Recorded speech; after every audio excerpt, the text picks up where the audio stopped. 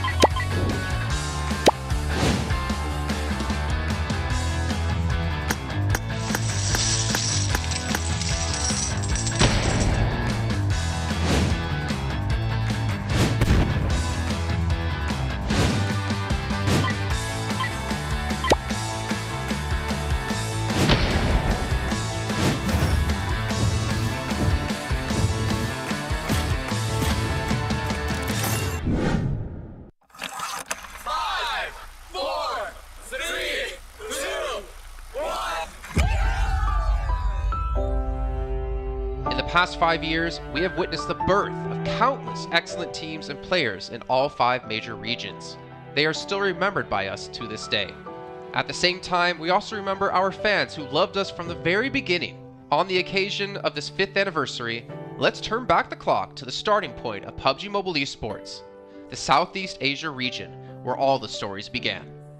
As the first world-class event, PUBG Mobile Star Challenge gathered professional players from all over the world. With continuous development, the 2019 PUBG Mobile Club Open Global Finals is undoubtedly the most exciting event. 2019 Fall Split Global Finals, ladies and gentlemen, give yourself a round of applause! Among the countless rising stars, one shined particularly bright. Bigatron Red Aliens, a team from Indonesia, Bigatron Red Aliens! just got first place in the PMCO Southeast Asia Fall Championship, earning the chance to compete in the PMCO Global Finals in Malaysia. In the subsequent prelim stage, intense competition kicked off immediately. And finally, they advanced to the Grand Finals in 2nd place. BTR demonstrated impeccable strength in the competition. By the end, BTR was leading the lobby by a significant 106 points, bringing the first ever championship title to the SEA region.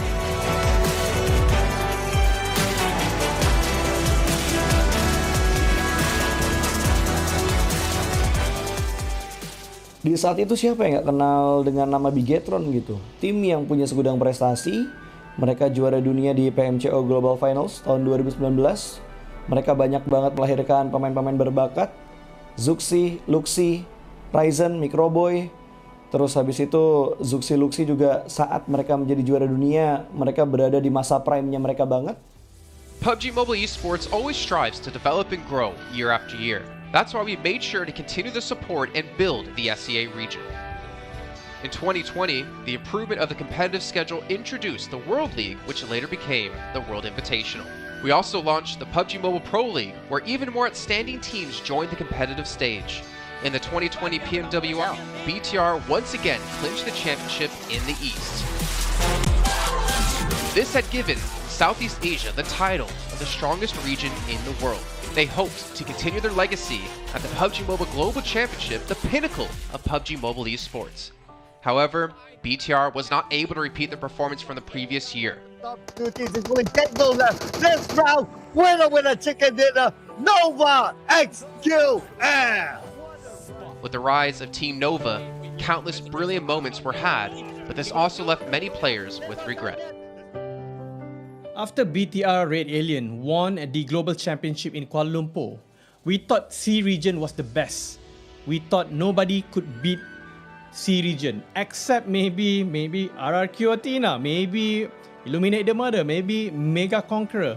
But C region was the best at the time. And we get to the league. We heard of a team called Nova. We thought maybe this team is not that good. On the contrary, they owned all the teams. They were very good. Let's move forward to the year 2021. With continuous efforts, more teams and players joined the Pro League. For example, Xavier, who placed third in the 2020 PMWI East League, also secured second place in the PMGC East League. FaZe Clan also made their debut on the world stage. Có thể nói 2021 là năm thành công nhất của Dingo Xavier trên đấu trường quốc tế, khẳng định vị thế và tên tuổi của Việt Nam vô cùng mạnh mẽ. Còn với FaZe Clan, đây là năm đầu tiên họ đặt chân đến với giải đấu cao cấp nhất của PUBG Mobile, nhưng lại khiến tất cả những đối thủ khác đều phải dè chừng và e ngại.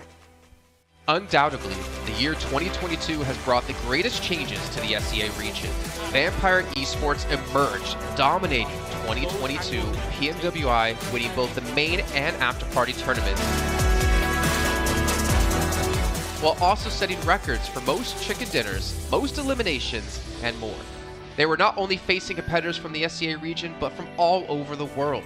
Everyone was talking about VPE and wondering if they can maintain their performance at the Global Championship or if it was just a stroke of good luck. On the last day of the 2022 PMGC Grand Finals, VPE won 3 chicken dinners alone, moving from the bottom of the table to 6th place, achieving the best result for the SEA region. They pulled off another miracle, but sadly, it was not enough to win it all.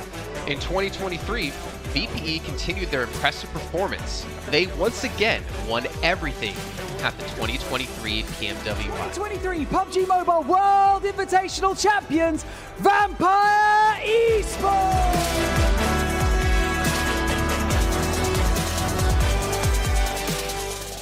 ก็ย้อนกลับไปในปีที่แล้วนะครับเอาจริงก็ผมมองว่าน่าจะไม่มีใครที่จะมองว่าทางฝั่งตัวแวมไพร์จะซักเซสได้ถึงขนาดนั้นนะครับเพราะยุคนั้นเหมือนทุกคนจะโฟกัสไปทางฝั่งตัวอินฟินแล้วก็เฟซแคนที่มีแบบว่าผู้เล่นดังๆนะครับแล้วก็ถ้าจำมันได้เหมือน PMGC ปีล่าสุดมากินไก่แบบเบิ้ลติดๆกันในวันสุดท้ายเหมือนเอาจริงน้องๆก็เคยบอกเลยว่าเฮ้ยเราเครียดกันไปหรือเปล่ามาเป็นตัวเองดีกว่าเล่นแบบปล่อยจอยได้แบบจอยเลยสุดท้าย3คะแนนติดจบอันดับ6ของโลกซะอย่างนั้นนี่นะครับแวมไพร์สปอร์ตเหลือเชื่อจัด But don't forget, Alter Ego, an Indonesian team, showed a very strong performance by winning the Super League twice.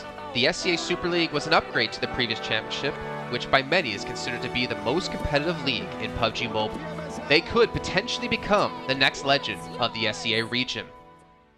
Untuk dibilang legend, gua rasa belum sih untuk Alter Ego. Walaupun mereka sempat ngedapetin back-to-back champion untuk di PMSL 2023, itu menurut gua hanya sekedar untuk ngasih pembuktian gitu bahwa Indonesia tidak kehabisan pemain berbakat. Ya mungkin contohnya Rosemary gitu. Datangnya dia ke Alter Ego tuh benar-benar jadi ujung tombak untuk Alter Ego. Dan gak berhenti di Rosemary. Masih ada Alpha juga yang didatangkan oleh Alter Ego untuk mengisi kekosongan atau kekurangan dari Alter Ego.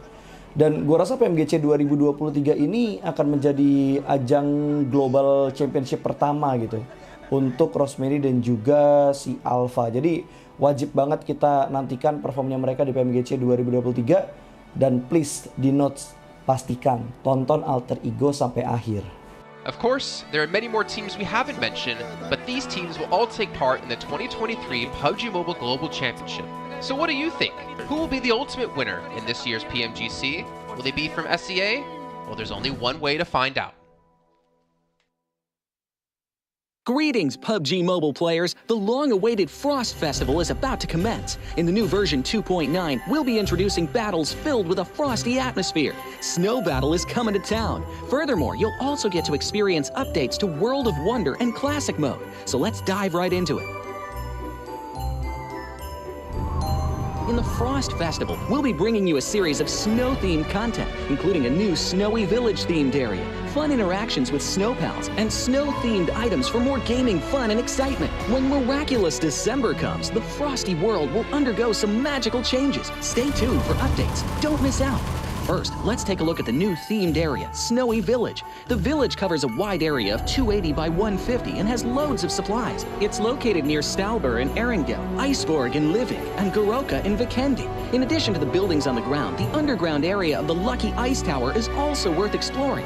Make use of the two-story layout to experience a completely new battle experience. Sound the bell in the Lucky Ice Tower, and you can even summon rewards. Additionally, the village also has a snow rail, which can help you quickly move around and gather supplies. It allows you to navigate flexibly between different areas of the village and also swiftly relocate to advantageous positions during battles for your team to counterattack more effectively.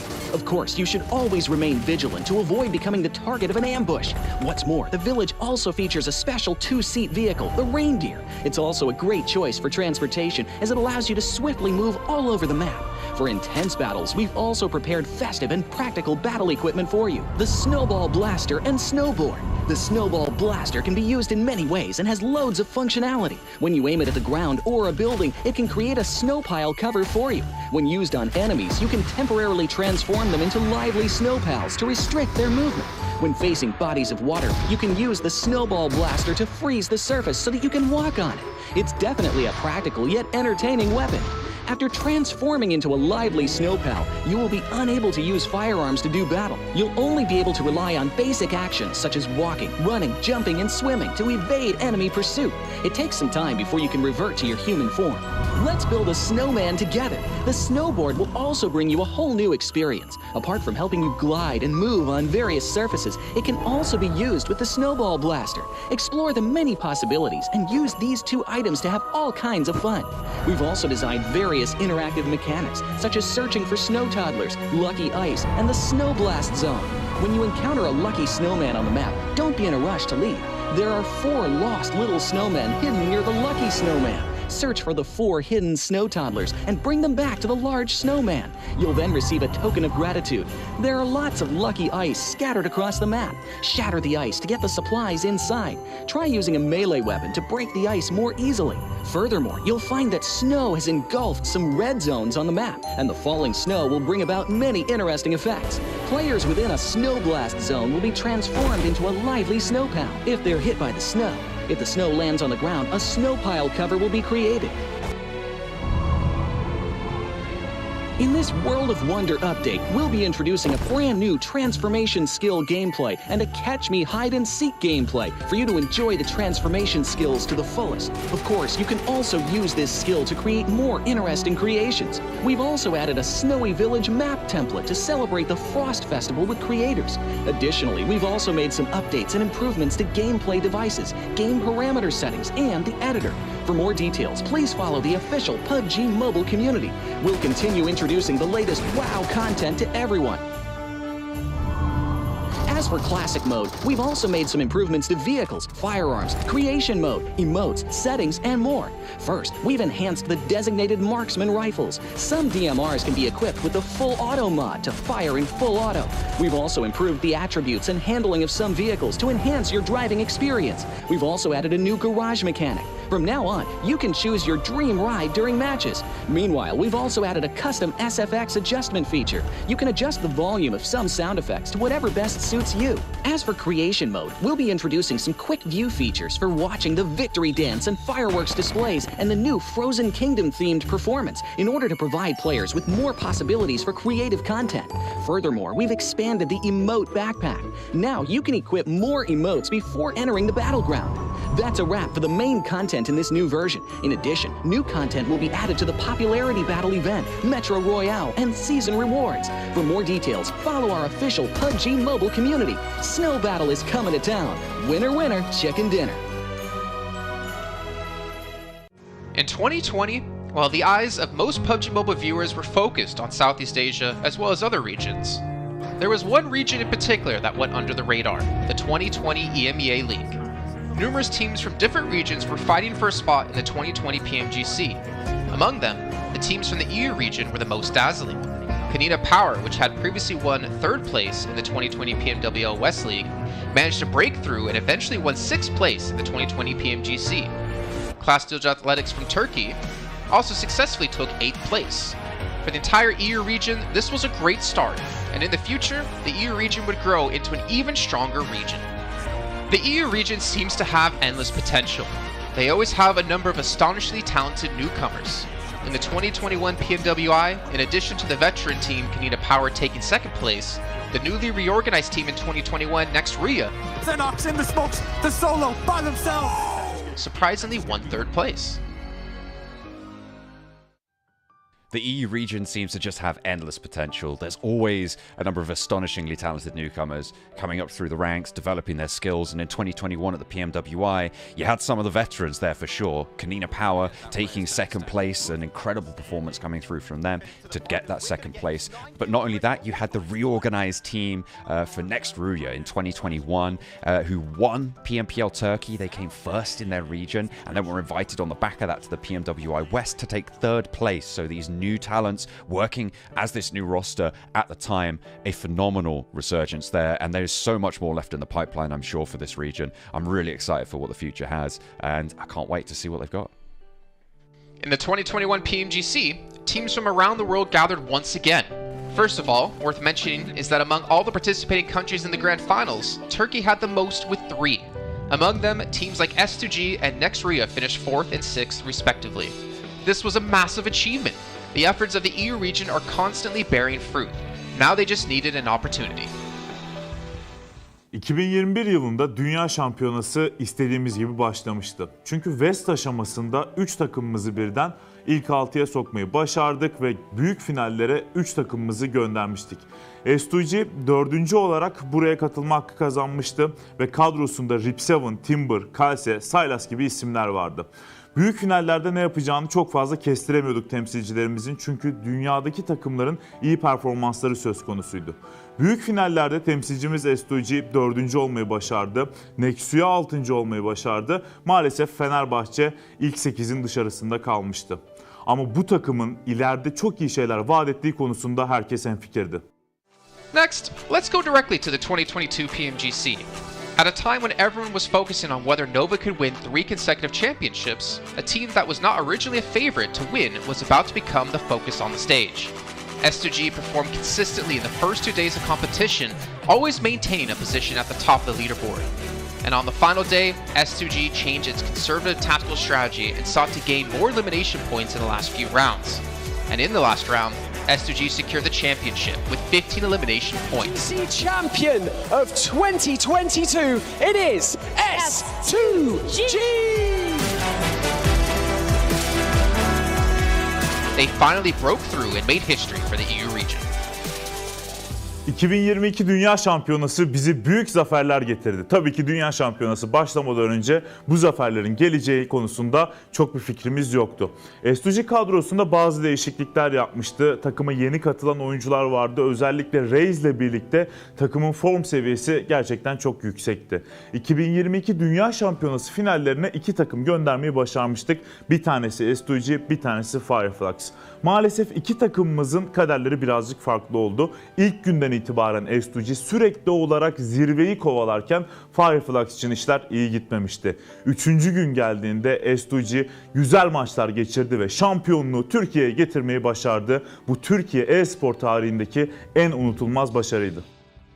This year, the EU region has continuously produced even more strong teams.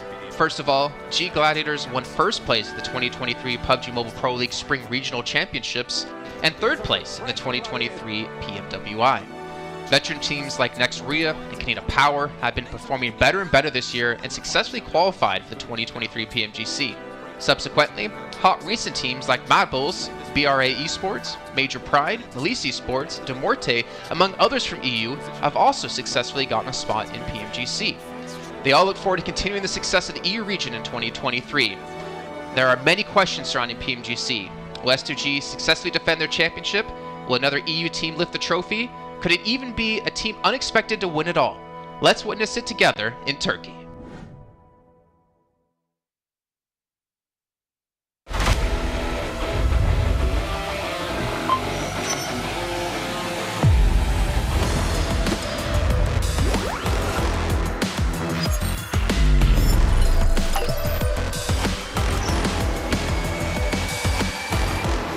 Gold Investigator. Join the Investigator team and let's protect the game's fairness together.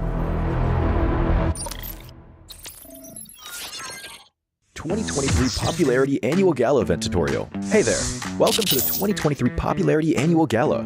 We've introduced a brand new competition and upgraded rewards. You will have to go through 10 rounds of 1v1 matches and compete to become the first ever PUBG Mobile Popularity Annual Gala champion. So let's get right to it. New competition, ladder competition.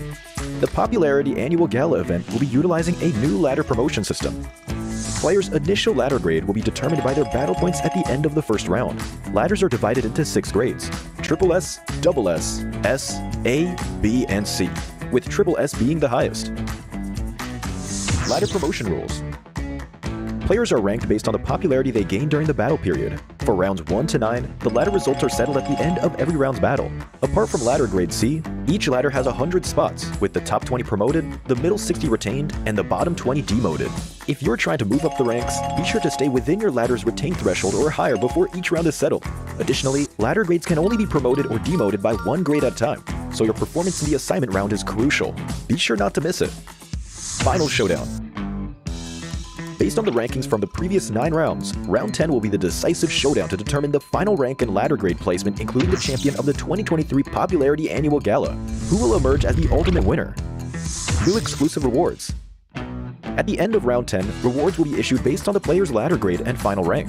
For outstanding players, they will receive exclusive rewards that can showcase their supreme honor both in and outside the game. In-game rewards include the honor title, honor name tag, and honor avatar frame, which are sure to make you stand out. Moreover, there are also physical trophies, interviews, custom-made popularity gifts, official social media promotion, game exposure, and other exclusive honorable rewards. Gain global renown both in and outside the game. What are you waiting for? Participate in the 2023 Popularity Annual Gala now.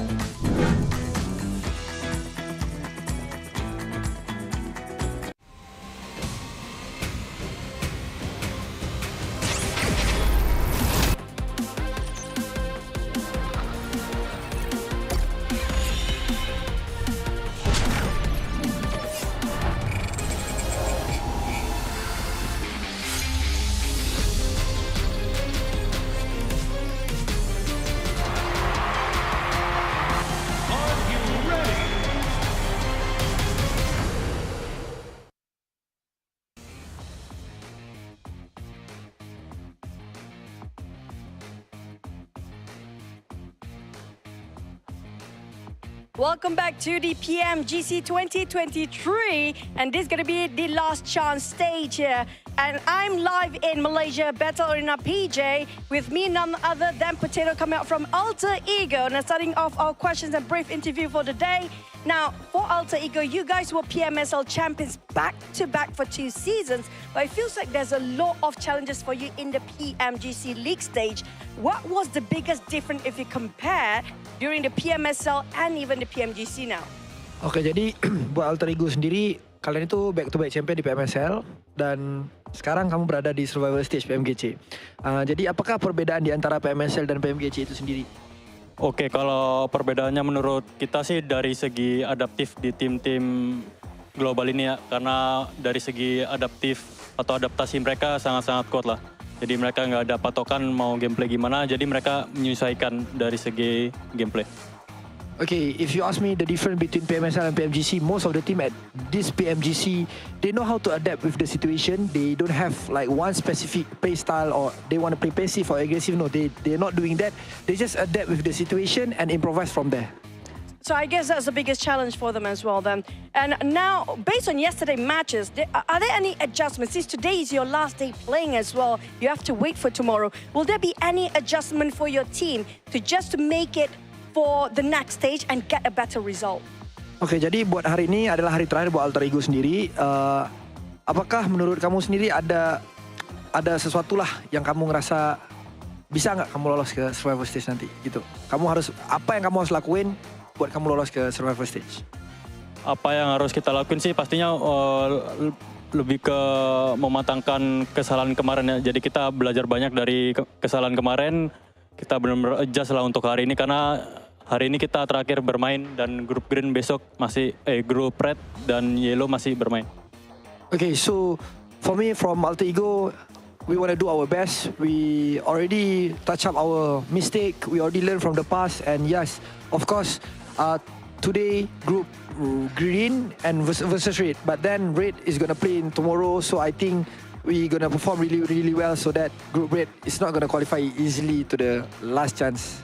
Now, I'm going to touch that for a bit more. Since you mentioned about your mistakes yesterday, and it's so hard to actually identify your mistake in a very short time, can you state out some of the mistakes that's quite major for your team?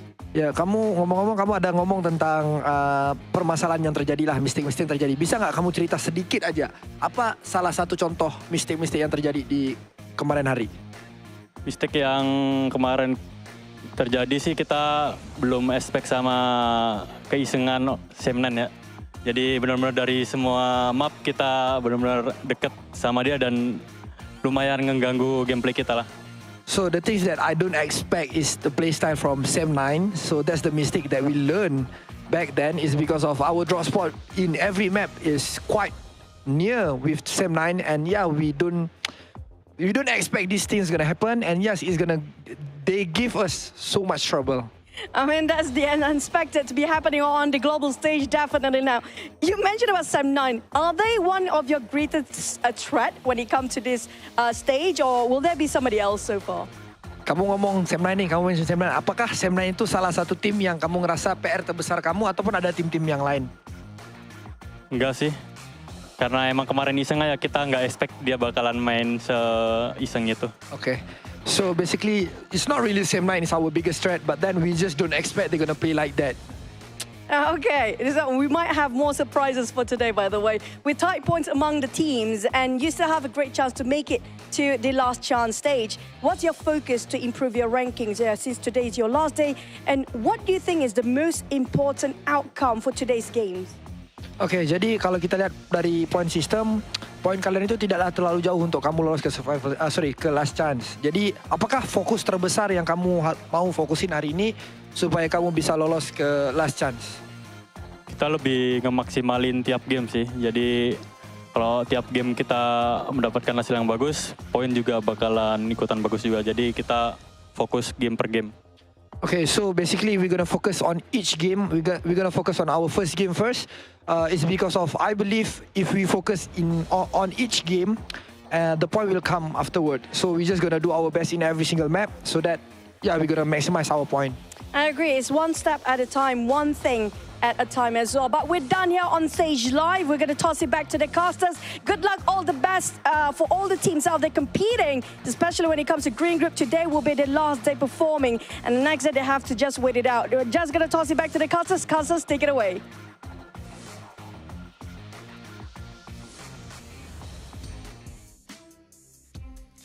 Well, as you heard there, Potato, Alter Ego, and all the teams from Group Green, this is your last chance, your last 6 matches to get as many points as possible and potentially keep yourself in the safe zone. I'm Jason Kaplan, and we got Maxman and Kalaris here on the desk to break down everything happening, obviously, yesterday and what's to come up today. And honestly, Max, well, no, I'm not going to go to you, Max. I'm going to go to Kalaris first. Alter Ego had a rough day, to say the least. Yes, they did, and I VOD reviewed them quite extensively. So obviously we heard in the interview there that, you know, Sem9 was one of their downfalls. Luckily for them, they're not playing today. However, I think that is not the issue for them. Yesterday, the issue for them in 4 games out of the 6 was unnecessary risks. You think back to the Sandhawk, you get caught in the water, BTR takes you down, you're done. You think, and the other water scenario on Erangel as well, that was not required whatsoever. The first game on Erangel, where they're coming late to the circle, they're trying to go for a central spot. You're too late. Try and play edge instead. Again, another unnecessary risk. And then finally, Sem9 on Erangel being able to take them out when they're trying to find cars, right? So all of these unnecessary risks that they're taking could be easily mitigated if they're just playing a bit more mature PUBG Mobile and trying to play a bit more of a controlled style. Well, there you go. Before we can hop into some more analysis here, Max, I know you're just ready to talk.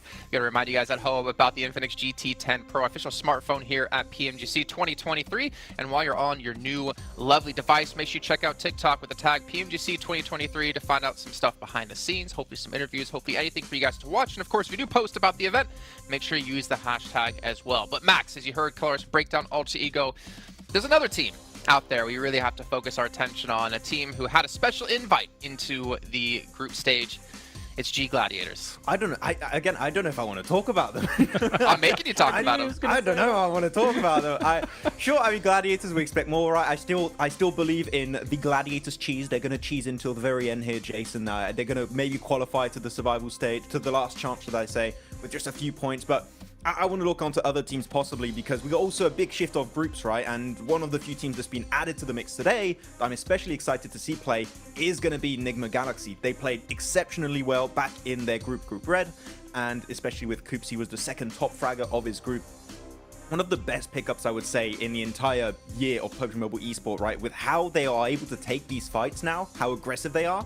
I'm especially interested to see how they're going to fight for their spot in Pachinki on Erangel against, I believe it's Deek Xavier, how that really unfolds. But Enigma Galaxy has to be one of the teams that everyone is looking at to qualify for the Grand Finals, so they're a very big favorite for me here going in these matches. I'm hyped for them. I'm also hyped for Duxan as well, because South Korea, let's go. Here we are. Oh. They're awesome. They're awesome. And I mean, to be fair, they had a great start to their group initially, and they kind of fell off slowly as time went on. But I've said it multiple times, as South Korea constantly gets more and more days, more games on the board, they're great at assimilating information. All of their teams, all of the teams that qualify for PMGC. So I'm hoping for Duxan to prove big here again today. That was great analysis about Gladiators, by the way. I was going to say, well, that's great stuff to talk about, obviously, Enigma Galaxy and Duxan. But, Max, I really want to hammer home about Gladiators here. My attention actually are over towards potentially Inco Gaming, because obviously they've seen their brethren teams of Alpha 7, of Loops, of Influence Rage perform pretty well. I'm curious to see if they can rise up and be another Brazilian strong power team. But also, and Hyper, because the roster they ended up fielding in Group Red wasn't the roster they ended up fielding in Americas, or the team they've ended up fielding in North America, PMPL. I mean, to be fair, GFan on the roster was surprised to see them do so well in the group, considering GFan's kind of been out of the team for a while now. But they have, I guess, a lot of pressure coming their way from North America in general, considering they're our only representative. And I don't know. It's going to be tough, man. That's all I can say. I know that Zifan is watching a lot of, doing a lot of viewer parties, watching all of the different regions. So I think that might have helped out, actually, because he knows kind of what to expect in these matches against all these different teams, how they're going to rotate, and how these matches are going to be unfolding. So maybe that has been helping them out quite a bit. But it can't help you against the domination of Brazil right now, because Influence Rage are just running away with it. And as you said already, talking about Inco, Jason, they have already played at this stage. Nenebich in particular, one of my favorite players of the region, that I would like to see them potentially climb up. But that would be too many Brazilian teams almost in the Grand Finals. There can't be all of them. That's not possible. Or could it? I don't know. We'll see. Obviously, still a lot to come up down the way. But we can see a comparison here of Mad Bulls up against Enigma Galaxy. And Mad Bulls obviously struggling when it came to placement points, able to put up a ton of eliminations and obviously double chicken dinners as well. We could see just obviously the performance when it came to group stage quite different when it came to eliminations. For me, Enigma Galaxy, I do feel like they were the one surprise for me, especially out of Group Red, to not advance through to the Grand Final straight away. I mean, they just fell short of Morph by a few points here and there, because Enigma Galaxy had a great start, and we know this team as a very formidable roster. I mean, I think a lot of people put a lot of stock in if Coops is gone, then if he's eliminated early, then maybe they don't have much legs to stand on. But I don't necessarily hugely agree with that. Of course, he is a force to be reckoned with, right? And somebody that is going to be sitting very strongly with him, as you can see here with the 43 eliminations. But this team still is able to play a macro game, even if Coops is gone. It's just that he is quite the powerhouse to speak of. I mean, thinking back to PMWI, Max, we did see Coops kind of be similar to Nomi, similar to Matic. He was kind of off by himself, but also the funny thing was he was the tip of the spear, it seemed, in most parts. He would be like the first one to cross the roads to get position for his team, but he'd be so confident and so successful to be able to do that it allowed Enigma Galaxy to kind of adapt their style quite a bit to how Coops can perform to his best. If you're Enigma Galaxy, you don't need an IGL. You just need to, Coops is engaged, we just follow Coops. Enable him. No, just enable Coops, exactly, to kind of take these fights, because clearly, as you said, he is the spearhead of these scenarios. He is the one that is leading the charge for this fight. And a lot of the time, it's very successful when it works out that way. And the rest of the team, sure, they can frag out. We know Lord, we know Freak, we know how Rauf can also pop off in these matches. But clearly, it's just the setup around Coops. If he gets knocked, pick him up. You want to keep him alive as much as possible. which is what I wanted to see almost from Quest with Al-Hajj, but it's just not been the case. Al-Hajj has been going out early, so it goes to show how important it is to keep a star player like Coops alive until the very end, because it increases your odds of winning those matches pretty significantly. So yeah, I hope that it's going to work out for them, though. If you're looking also on this graphic, Radio Seal, currently Reject, we had some great moments, right, Kalaris, in the group stage, but they've been a little bit invisible currently at the start of this tournament. There's still a bit of time for them to come back and hopefully qualify for the last chance, but Reject have not had the start I was expecting, and that might be also off the back of that long break between Group Green and now this point of the tournament. Honestly, I have a bit of a grim outlook for Group Green, in my opinion. We'll also take a look at some of the highlights, because, I mean, you've got 6 of their teams not able to make it happen yesterday, right? I think Alter Ego was the top out of those 6 teams with 22 points, and that's kind of why I focused on them a little bit in my VOD review from day to day, because I do feel like Alter Ego is the one that can try and get out of that rut that Group Green has put themselves in yesterday, because it is their last chance today.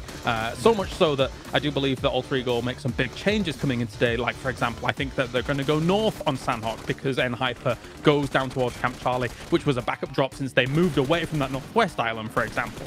So we'll see if that actually pans out here today. But yeah, I think they've got a tall mountain to climb as Group Green today, for the most part. I will say this, I'm 100% in agreement with you, Kalaris, but one thing we can't forget about is that the difference between 16th place and 8th place is 15 points. Now, obviously, if you're Melissa in the situation, that's over doubling your points, but it's not that big of a gap at the moment, so it's really going to come down to those potential 1, 2, 3 points. That means whether you're into the last chance or your unfortunately PMGC run will be done. So it's still extremely close, but yeah, it is kind of eye-opening, Max, as we look at Group Green just struggling down towards the bottom of the leaderboard. Yeah, actually, I got a few numbers right now. Group Yellow, on average, have 40.5 points. Group Green have 26.3. So there's a pretty significant disparity between the teams that are between these two groups. It is going to be a bit rough. There's room for them to, of course, catch up here, but as we know, for the survival stage, it's only 2 days. The team of Group Green only have 6 matches remaining to have an impact on the leaderboards. And after, I mean, Kalaris in esports, this is always the worst scenario to be in. You just got to stay and watch and just hope that the other teams around you don't perform well, which is the most insane situation to be in, because you just cannot have the impact you're hoping for anymore. No, for sure. It's a terrifying prospect to actually kind of stare down. For Rejects, of course, I think that obviously right now they got themselves 17 points yesterday. Compare that to the group stage that they had, which was 188 points in total. For me, I don't know if 2 days is enough for Rejects and rotating lobbies for them to gain traction, because Rejects' performances came in the latter stages of their group as a whole, compared to some of the earlier days and the early results. That said, as well, there's some uncharacteristic numbers that came out from yesterday. Procedure, for example, only 10 eliminations across 6 games. This is a team that can get that in 1 game, no problem, considering what we saw from them in the group stage. So my eyes are also on them, aside from Alter Ego, because I just think that they're capable of more. 100%.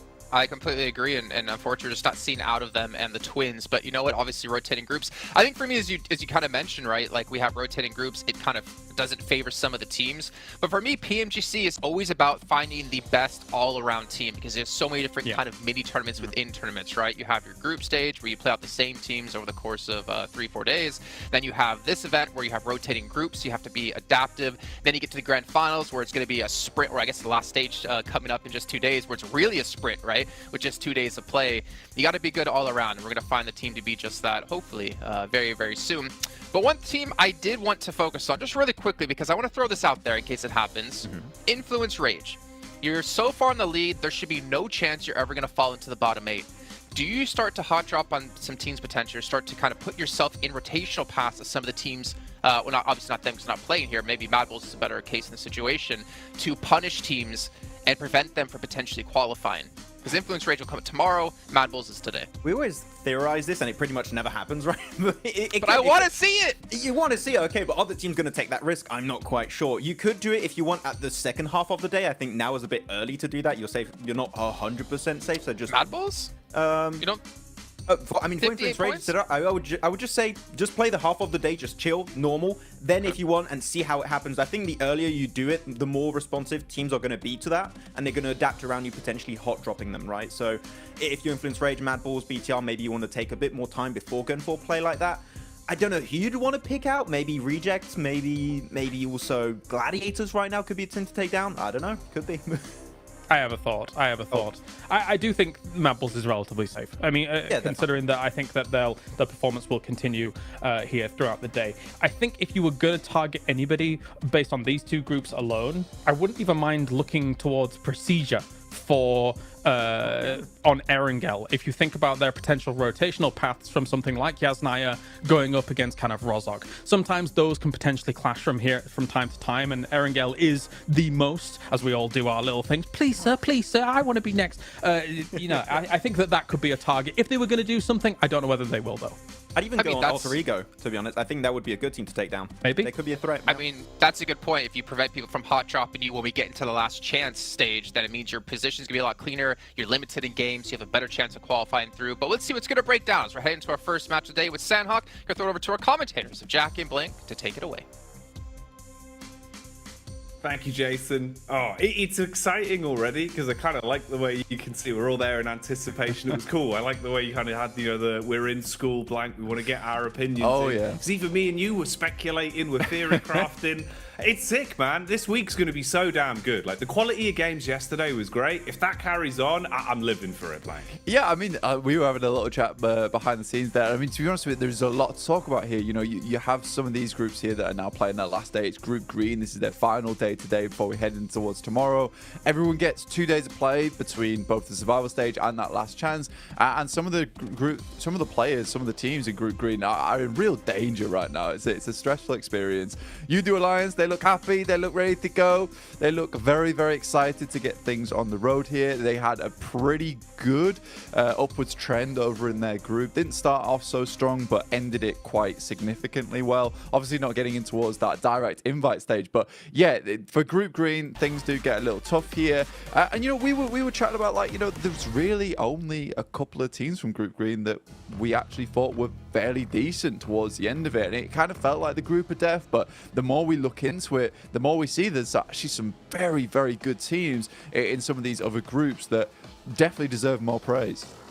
Absolutely. I think that's sort of the speculation that we had when we came to this agreement, like looking back on it, in retrospect about the rose-tinted goggles or green-tinted goggles, really, the upper echelons of that group were absolute masterclass, right? Even Reject Tokyo can be lumped in with that, with how well they were playing over that week. But since coming into this, well, hang on a minute, hold that thought. It seems that hot drops are happening, Blank. What's going on here? Straight into the action. Is that Mad Bulls under pressure already? It is Inco versus Mad Bulls here. And we saw this versus Mad Bulls in the very first day of their group versus Falcons. They lost their hot drop, but they're used to it now. They're expecting something to go off. They've already found one knock off the bat here. Let's see if they can find any more, Jackie. How far can they go with this then? Fleeke getting the reload off instantly, trying to assess the situation. Now, Mad Bulls always feel like they were hit with pressure on Sandhawk. Even back in regulation of Group Green, they were being tested for control. Inco are the ones that are starting to show up here, though. Early damage done. Fleeke down by the DBS. Another knock coming in, Blank. Bit of a trade, but now we're seeing them both be severed. Lots of damage across either squad now. It was one apiece, but Inco were able to get that res off there. Vitali will finish off Fleeke in the meantime. Zerich desperately trying to hold his own. Becker trying to head down the stairs. Nice little peek out coming through from Inco. Only one Mad Bull left remaining, but it's Tulika. He was having a fantastic day yesterday. Not about to let this game slip out of his hands, but he's only got one teammate left to bring up. But a huge amount of damage onto Squash. Last player alive, Tulika. Can he clutch this out? Oh, is it going to be burned clutch like a used car salesman? Drop down for Squash, seeing if he can clear his way through as the bullets come flying. Tulika calls for the backup of his teammates, rotating further over so he's got room to try and pick him up later if possible. Doesn't peek off the back of the bait of the movement either, so Squash still holding. Frozen expires, and it's all on Tulika for good. No chance of getting his teammates back, so worst case scenario has happened here. Even if either one of these solos get away and give give up the final elim, you have crippled yourself coming into the opening game today. And this is it, Blank. They've got to roll with the punches now. Yeah, Neighbour Galaxy also having a little peek in here with Ralph off in the distance alongside with his teammate. So this fight is not going to go well either way for both squads right now. Tulika is on the broadside, will be spotted almost immediately. This shotgun that Squash has found himself alongside with the SK-12 that he's currently holding on to, it is just stressful to deal with now for Tulika indeed. One shot will be enough to take him down unless he's at distance, but for the Mad Bulls, this is still sort of an important fight to win out on, right? You do not want to be losing your spot in Ruins. You don't want people to be feeling like you're an easy prey come towards that direct invite towards the PMGC, that global championship.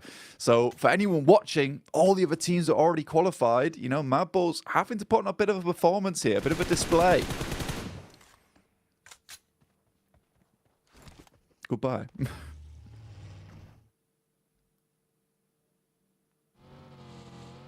And with that, Tulika will move onwards. Ralph takes out the final player there from Inco. Difficult stuff ahead now for Tulika himself. Be moving forward here, Jackie. Oh man, that is a rough way to start this off, Blank. You know, we're coming into it thinking that we have time to speculate, give a bit of a lay of the land, if you will, for our viewers at home. We got Jason's favourite, just what he ordered, you know, fresh from the oven there, the hot drop specialty. Mad Bulls just walking away with just the one man as well. In the worst case scenario, really, Blank. And then a third party to steal that last elim. Ooh, wrap that up in a neat little package. If that isn't a little taster of the sort of shenanigans we're going to be seeing today, then I don't know what would be. You know, maybe like a beef stroganoff. Yeah, I mean, for some of these teams, some of these squads, right, it was kind of interesting because we were sort of speculating, is Mad Bulls going to want to hot drop? In the end, they have to, but it's Inco who does engage that. And I think for Inco, maybe not the greatest thing to happen. I mean, we were talking about how, you know, here on Sandhawk, you do want to try and get as many points as possible, squeeze out as much as possible from this map, because you're only going to see one of it anyway. You don't want to go heavy on these games. Tixie all by his lonesome here. No one else to help him. He's got a DBS versus the three-man squad here of Quest. Easy, straight round the corner. Easy two-pump, double barrel action. Straight into the face of Kitsune as well. Causes him to go bounding around like a very aggressive bunny rabbit. And he's put the foot down, Blank. At least hits onto a one. The sprint out as well. Basically just offering themselves up as sacrifice there. Those are some freebies for Gladiators. You get the response in as well for the situation. Get everyone back on their feet. You're going to be happy with that. Yeah, you're going to be really, really pleased with the fact that Tixie's able to hold his own on this compound. It is typically where Tixie does play as well, over towards this eastern side, able for the rest of the team to get over towards him as well. And I think that is nice. That's a nice regroup coming through from Gladiators. A lot of times they've been fairly slow on that approach. If one player is all on his lonesome, backup doesn't come half as quick enough a lot of times. So for Tixie, he is thanking his teammates, clapping them on the back there. That is a very, very pleasing result for Gladiators. Not so much for Quest, currently on 13 points. It's not really looking too good for this team, even after the absolute mad plays we saw from Al Haji yesterday. I don't know how much further Quest is going to be able to get into this tournament, but I think next year is going to be a really good year for Al Haji, no matter what team he's on. I think they've done well, at least in kind of winning the hearts of the fans a little bit as well, with the time we've seen from them on camera, the way they've come across in their interviews, and the resilience we saw, at least in regulation, back in Group Green, right? You know, for them to actually fight through and even still be in the tournament in a position where we can still be talking about them right now, Blank, at least for me, was impressive. It just felt like there was a little bit of room for them to get another step forward. It's a shame how some of the games have gone for Quest, especially yesterday. It was rough. It was raw. Misery back on screens here, though.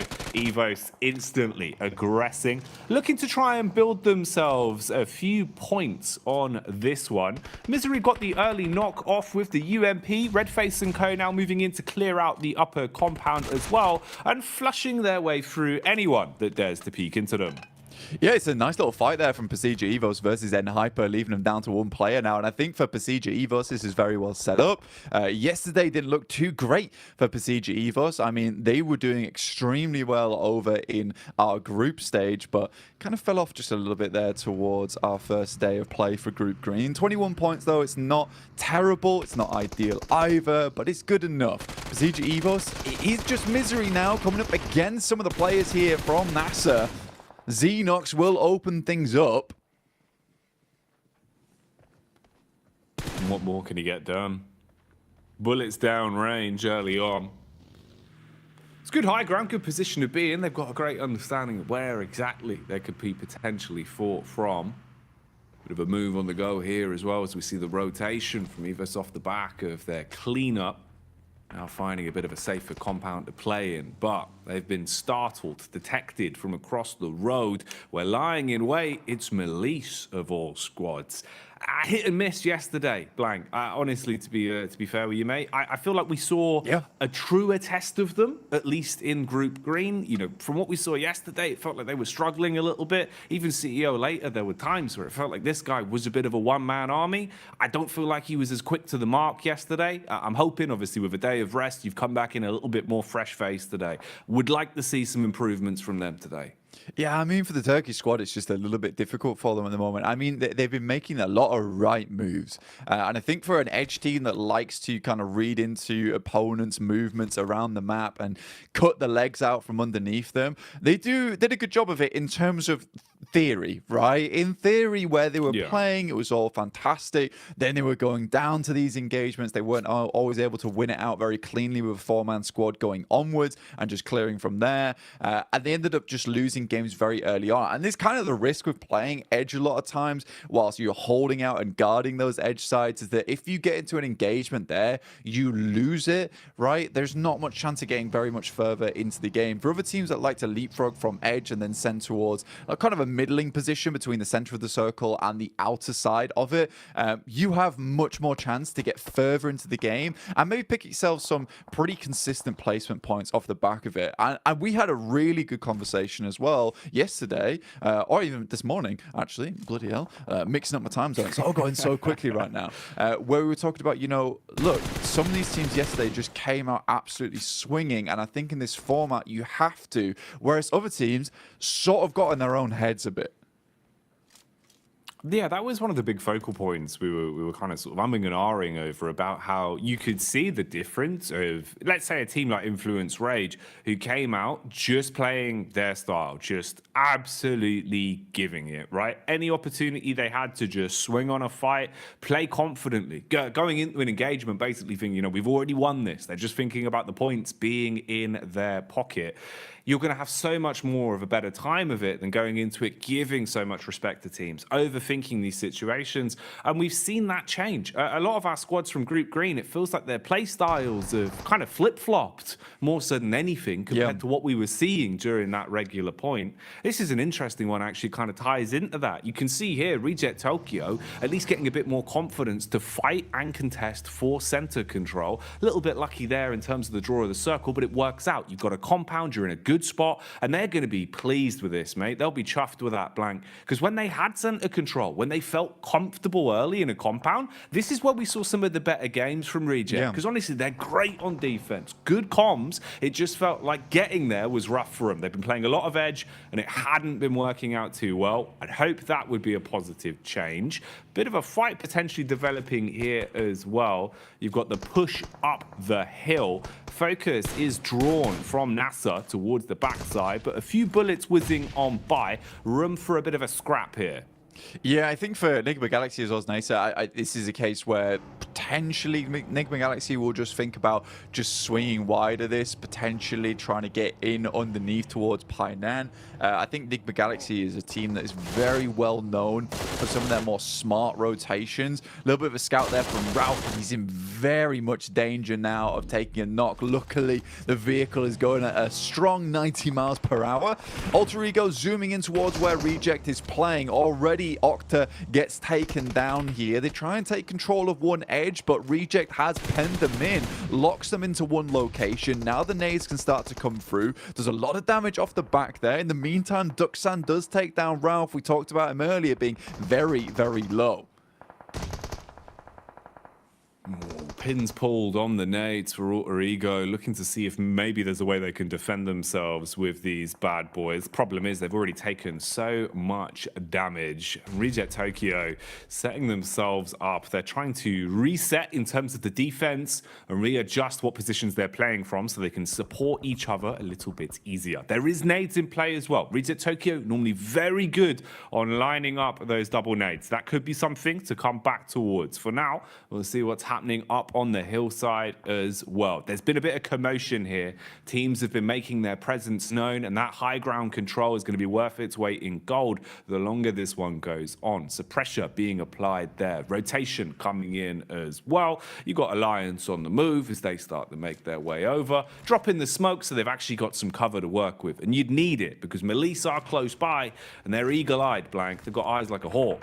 Yeah, for Yudu, this is probably one of the toughest rotates currently happening on around the map, where they're sort of locked in between DX as well as Malise Esports, and DX has a fantastic control of his high ground. Something we saw a lot from them yesterday is identifying some very strong positions on the map, but also being really good at holding them down.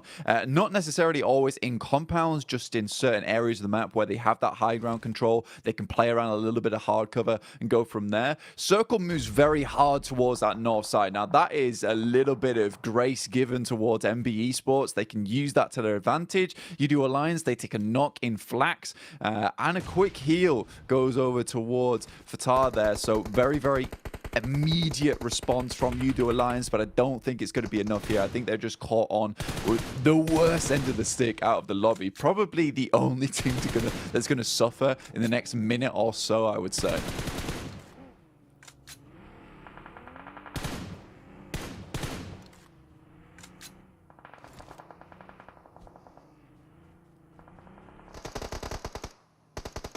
Malise Esports on this side of the map. Now Kisyu does go down. Poser has a nade in hand. We'll send it over towards Nisa, but Malise Esports again just crumbling a lot during these days. Again, Nisa, 5 eliminations found so far. Really, really good stuff from them. I think this is interesting because it is a lot of these squads that we see a fair few times that just come into these games swinging. They tend to do well, and I would say that this is a very, very good and promising mark of the game going forward here, Jackie. I'd agree with you, man. It feels like, actually, we're getting into a bit of a groove now, a bit of a stride for some of our teams. A lot more aggression displayed early game as well here with the culmination of the two groups we have in today's lobby for survival stage. Now, they were being pulled and pushed in multiple directions here. It felt like they weren't quite sure which fight they wanted to set their gaze on, but now they've been thrust into one. They have to try and survive, taking a ton of damage up against Evos. Good lay of the land from Link as well. Knows to look towards the distance. Can see just over the ridge side where his next opponent is coming from. They've got an understanding of where exactly he's playing towards, but with the bullets connecting, they're going to start to farm up these elims. Melise, meanwhile, are crashing down as well. This is Yudu Alliance still trying to push over that hill. They've been doing this for quite some time, Blank, and maybe it's going to start to work out. Nice connection onto Levites. He's dropped and finished off for good, and they're still pushing in. Yeah, Cluck's doing a really good job here. I actually like the thought process we saw from Yudu Alliance. Unfortunately for them, DX follow them down on that south side, which is a really cool play from DX. You don't a lot of times see teams chasing on this situation. In the meantime, Reject desperately trying to hold on towards their central compound. They left it, they moved towards that north side, but they did face off versus FaZe. But they're currently still in a strong position. Gladiators, for them, this game is very, very important. They already started things off really well with a 4 eliminer. It would be absolutely strange and weird circumstance that we see Gladiators get the majority of their points done on Sandhawk. As we know, they are horrid at this map. This is a map that they do not find a lot of success on, but already they're up to 7 eliminations. With 4 players alive, this is starting to be a really good run for them. There's an itch in the back of my brain just reminding me of one of the Sandhawk games we saw from Gladiators quite some time ago, Blank. And I just remember it starting off in the same kind of way. When the pressure's on Gladiators, when it feels like, the story's not going to happen, the crazy comeback towards the end is never going to be there. It feels like finally that Cinderella story won't be written. Something like this happens. We've seen it before on Sanhok. I don't know what causes them to play like this sometimes, but they've certainly had their breakfast this morning, and they're coming out with some fibrous maneuvers, looking very solid in the moves they're making. 7 elims to the name blank. How much longevity have they got on this one? We'll keep our eyes on it because Gladiators need a good game, and the individuals are playing to prove that. Yeah, they desperately do. Right now, facing off versus Duxan, not an easy team to go up against. MBE Sports, they lose Fistboy on a knock. That's to DX, who are doing a really good job over on this eastern side, just clearing their way through. Up to 3 eliminations now. Alter Ego also chiming in. Bit of a better rotate from them over towards this south side, able to take over that compound that Reject were holding on to. I think a lot of that comes off the back of the fact that Gladiator was able to get some really good pop shots between the windows, knock some of the players from Reject. Very much slow them down, bog them down. More nades sailing in from Gladiators, taking out the remainder now of Duxan. FaZe spots out some of the players from Gladiators, will take some pot shots towards them, over towards that western side. Chow gives his life for the rest of the team, but it's just Paragin now. With Lamborghini down, he is able to get in, but this is more of a survival game for them. Great circle here for the Gladiators. The last minute men, as usual, very much feels like back towards my university days where the deadline's looming and then suddenly I'm in the library for 24 hours. That's how it always goes with Gladiators, man. I sympathize them with a lot, Blank. I'm the same. Unless the deadline's there, it's not getting done. And that's the way they play. And honestly, it's working wonders for them right now. Again, with every time we're looking over to them, they're starting to build up more elims. And like you're saying, zone-wise as well, they're in a good position to make a play off this. The one awkward encounter in the dead center as well is Reject Tokyo, now basically being the Reject duo, with all of FaZe in full force around them as well. So not really what you want to be. A bit of flat sharing going on, and that's illegal. It's called subletting, Blank. FaZe are going to clap back onto DX as well, finding a way to peek through the windows. An assault onto Paragin. That's an unlucky knock. Yeah, I think right now, even though he's able to get Lamborghini up, it was kind of for nothing. This little high ground the Gladiators currently have control of was so fortuitous that they got the circle on this side. Coming off that high ground is very difficult, so they're trying to milk it for as much as they can here, stay on this top side. But it's MBE Sports coming in to try and challenge us for now. Gladiators need to be ready for this one. Kitsune luckily is in position as the DBS, only able to find one though, and that's not quite enough. The rest of the team instantly needs to improvise off the back of this. Sek and Mondo are down, so it's a decent start. The nades start pouring in, and it's a nice nade on the backside towards Fistboy. Just a Kaze left remaining, and Gladiators quickly clean them up there. Up to 12 eliminations now, Jackie. A fantastic start. Tixie's flying through the air. Matic is on the support. Oh, mate. This is perfection put together so precisely from Gladiators right now. That was beautiful. The nade work to defend after the crash was on point, and then straight back into hungering for more elims. The peek down the hill, beautiful connection on the aim skill as well, and we get left with our final 4. A scrappy one at that as well, Blank. Alter Ego still alive. They were able to find what remained of Mad Bulls and shut them down, but they've now had the same done to them. Peek out from Sarah Biceps, and with a smooth right hook, he's wiped them off the face of the battleground. 3 squads remain. Gladiators currently on the outside edge right now. It's FaZe with a very strong position. Alter Ego still need to work their way in as well, but they went out earlier on. Reject holding on. It's a good little game for them, but for the Gladiators, more points would be absolutely gorgeous for them here. If they could win out this game, they'll send themselves tumbling towards that top side of the lobby after just one match. So 20 points. Realistically, if they can get themselves 25 after this, they'll be very, very safe. It'll give them a buffer. They still will need to put in the work after the rest of the day, but they'll be in so much better stead. And taking that pressure off yourself this early on in the day is so, so nice. Taking the pressure off themselves and applying it to Reject Tokyo. Problem is, though, it's not going to turn them into diamonds. It seems like they will instead just buckle under the pressure.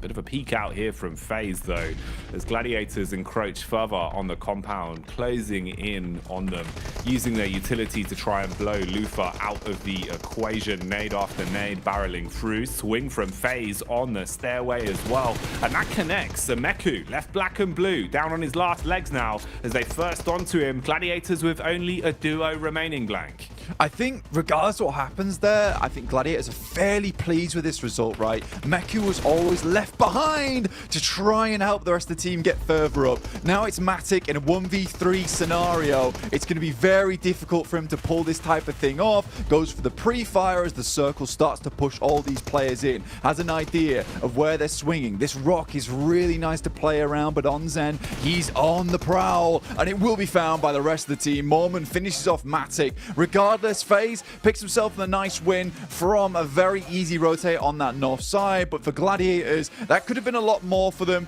Either way, I think it was around about 15 eliminations they finished that game with the 6 points on top of it. 21 points is just a very, very nice start for them. And you know what? Jason might have been right to bring them up at the start of the day. It's crazy, isn't it? You know, we sit there, Jason brings out all his storylines that you think are never going to happen. And I think we hit the mark for 3 out of 3 of Jason predictions all in one game. So he's doing well today, Blank. He's doing well. Oh, look at the dance. He's happy. He's pleased with that one. I mean, starting off the day with a win here for Mela is really, really nice for him. He's got his hot water bottle in hand as well, mate. Oh, yes. Taking the heat to the next level. This is why FaZe are winning. No, they're bringing the heat in. They're warm. Exactly, Blank. That's madness. They got the moves inside and outside of the battleground, and they got the chicken dinner to boot as well. Can't turn your nose up at that one, but I think we do have to give a little bit of eyesight over towards Gladiators, looking at the stats in terms of what they got up to on that one as well. Yeah. That's a big game from them, right? They're actually fragging as well, Blank, which I think makes the world of difference in the sense of confidence. It's what we were talking about way back at the start of the game. At least now, having a high elim game, it should perk you up a little bit. You're not going to feel so somber throughout the rest of the day. Yeah, I mean, the teamwork looked really, really good there from the Gladiators towards the end, and that's what you want to see overall. In the meantime, we're going to send you back over to the other team over on the desk. The desk team, the best team here. Like FaZe could get their victory on the board here, starting things off strong for Group Red. But to be honest, there's a lot of moving parts and a lot of working parts in this one that allowed quite a few other teams to have some decent results. You know, Max, I know you didn't want to talk about him at the start of the day, but I'm going to make you talk about him now. No. It's G Gladiators. Okay, you know what? They got himself some wins. I can give you that much, Jason. I think Kalaris was talking about that. The eliminations kind of got fed to them in weird ways, especially that fight versus Quest. Alter Ego changing their drop location to the Eastern Island, and Mad Bulls fighting Inko, which means that their rotation path here, Jason, is completely free. Even if you rotate late, you can make it through Trifecta, you can get access to Bootcamp Hill, and off the back of that, they can just start blasting at so many other teams like Duxan, Alter Ego, and get 15 eliminations on the board. They needed those points here because they were in a tough spot before here, and they already doubled their points. They had 20 points before this match, and now extra 21. That is massive for Gladiators. That might be exactly what they need to get themselves in more of a safer position, considering this is their last day of play overall. But another team we have to dive into here is Reject in particular, because the position they had, we were watching a little bit of a disagreement between you and Max in terms of what Reject decided to do as his own tried to center up on FaZe. So I think that they were trying to make the game-winning play, right? Like with some of their moves. They start in Trifecta, they had a 2-2, and they go to the compound, which in our region we see always as a focus point for some of these circles mid-Sandhawk. Now, they realized Alter Ego's coming in behind them. They made a ridiculous blitz through. It was risky, but they actually got a lot of points from it, 8 points in total. That's by the by. Rejects here from this point on tries to leave this compound and go north towards FaZe. I think they already took one elimination off of FaZe, so they knew that they were weakened, or in a weakened state, but it was very slow, very unsuccessful trying to breach the position of FaZe here. So I like that Rejects was trying a winning move, but it materialized. At least they got high up in this game, I suppose.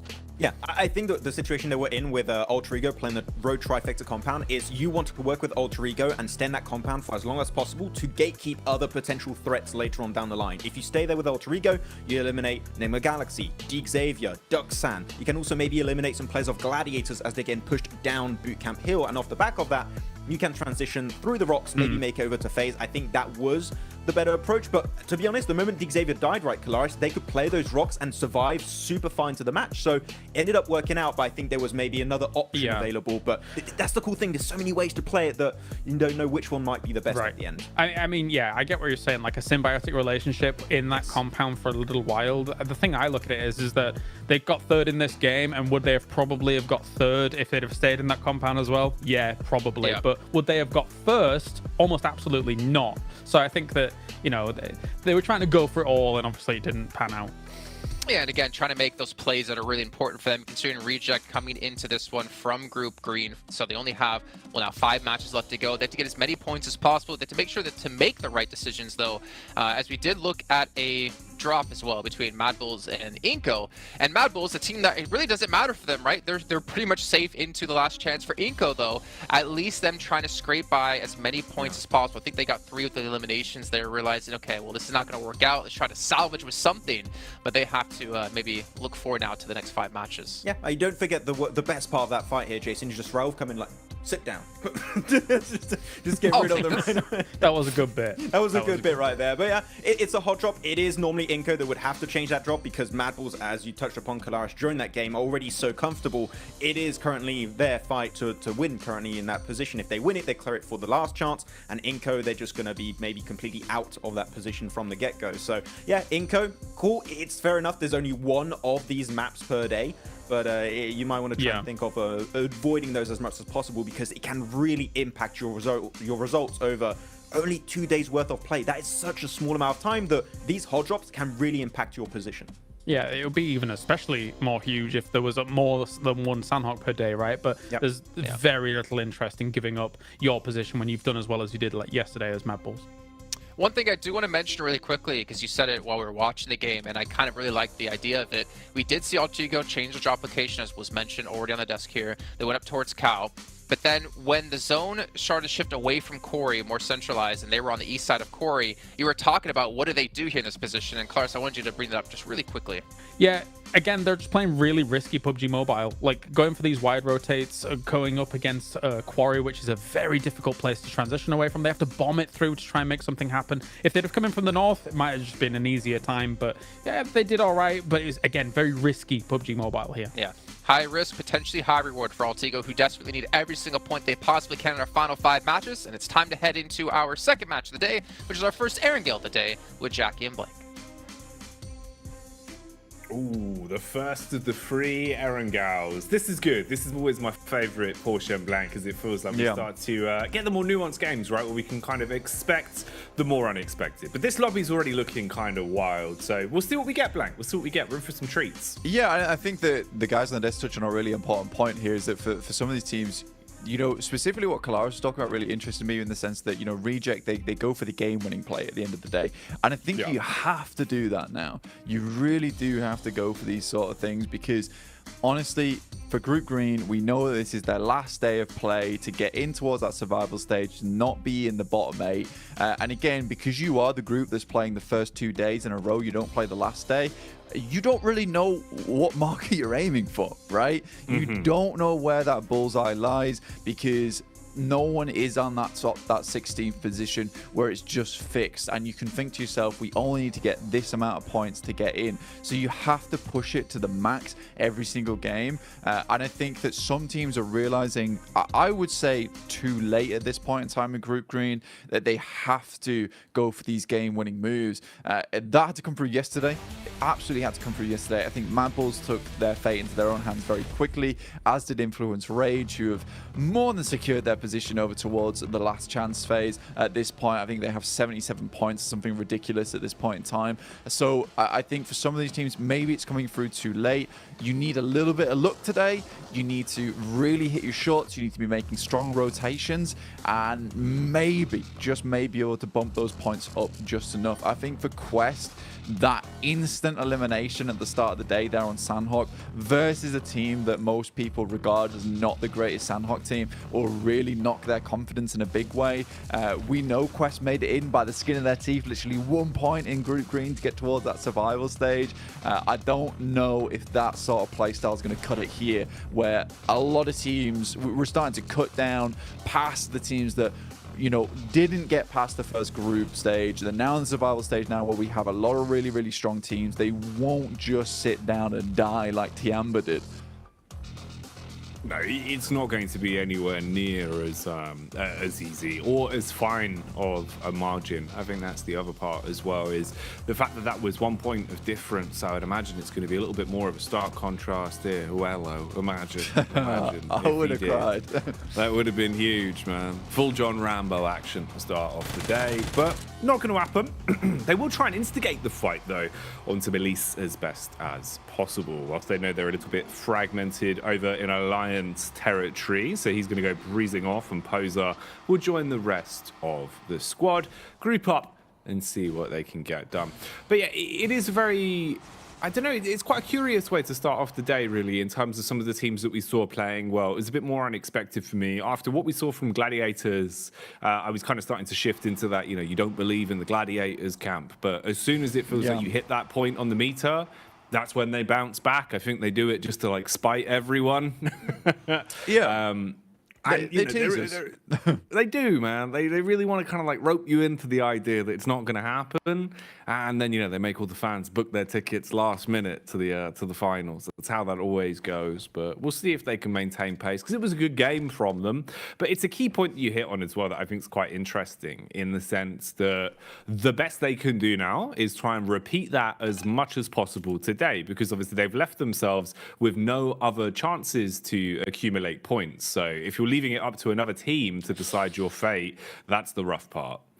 Losing Alva off the back as well. And I think this is something that's happened a few times now coming through from the boys on the squad. And I think that when you look at this, for Alter Ego, you just maybe drop trash around Mansion. Don't go for this 2-2 split between Lipovka as well as Mansion itself. It's not worth it. With the amount of teams that saw you yesterday get trounced by other squads, of course, NBE Sports is going to come down here and start to take some pot shots towards you. Mondo's coming in with the UAS, likely to clean this one up. The best Rosemary can do is send out some smokes, try and hit a couple of shots over with the DP, but I don't know, man. No, this is looking pretty raw. It's like uncooked beef at this point blank. It is not what you want, mate. One by one, just getting finished off a little bit here for Alter Ego. They've had such a rough couple days in terms of their opening drops. And again, you know, it does really feel like everyone's sort of passed the word around that Alter Ego is the easier team to bully on these drops, blank. It just keeps happening. Yeah.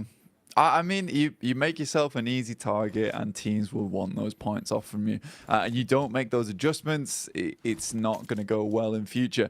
Maxman, very astutely the Max pointed. update. Max update, from the Max Mansion itself. You know, Nigma Galaxy usually dropping towards Pachinki. Xavier over in Group Green refused to give up Pachinki whatsoever. They kept dropping there every single time, even on hot drops. But this time around, they drop over towards Severny. They give it up. This is the first time they've never dropped there. And I think for Xavier, this is actually a really, really important little tidbit to go off the top of, because I like this maneuver. You drop towards Pachinki versus Nigma Galaxy. You know this is a strong team, but right now, you're currently third place, 53 points. Consistency, it can be afforded now. So a Severny drop for Xavier when it's open, completely reasonable, I would say, to go for this team. They know they can get further into the map. They know that they're strong holding in that mid game, and then trying to take out teams towards that late game as well, with a little bit of sweeping from the high grounds.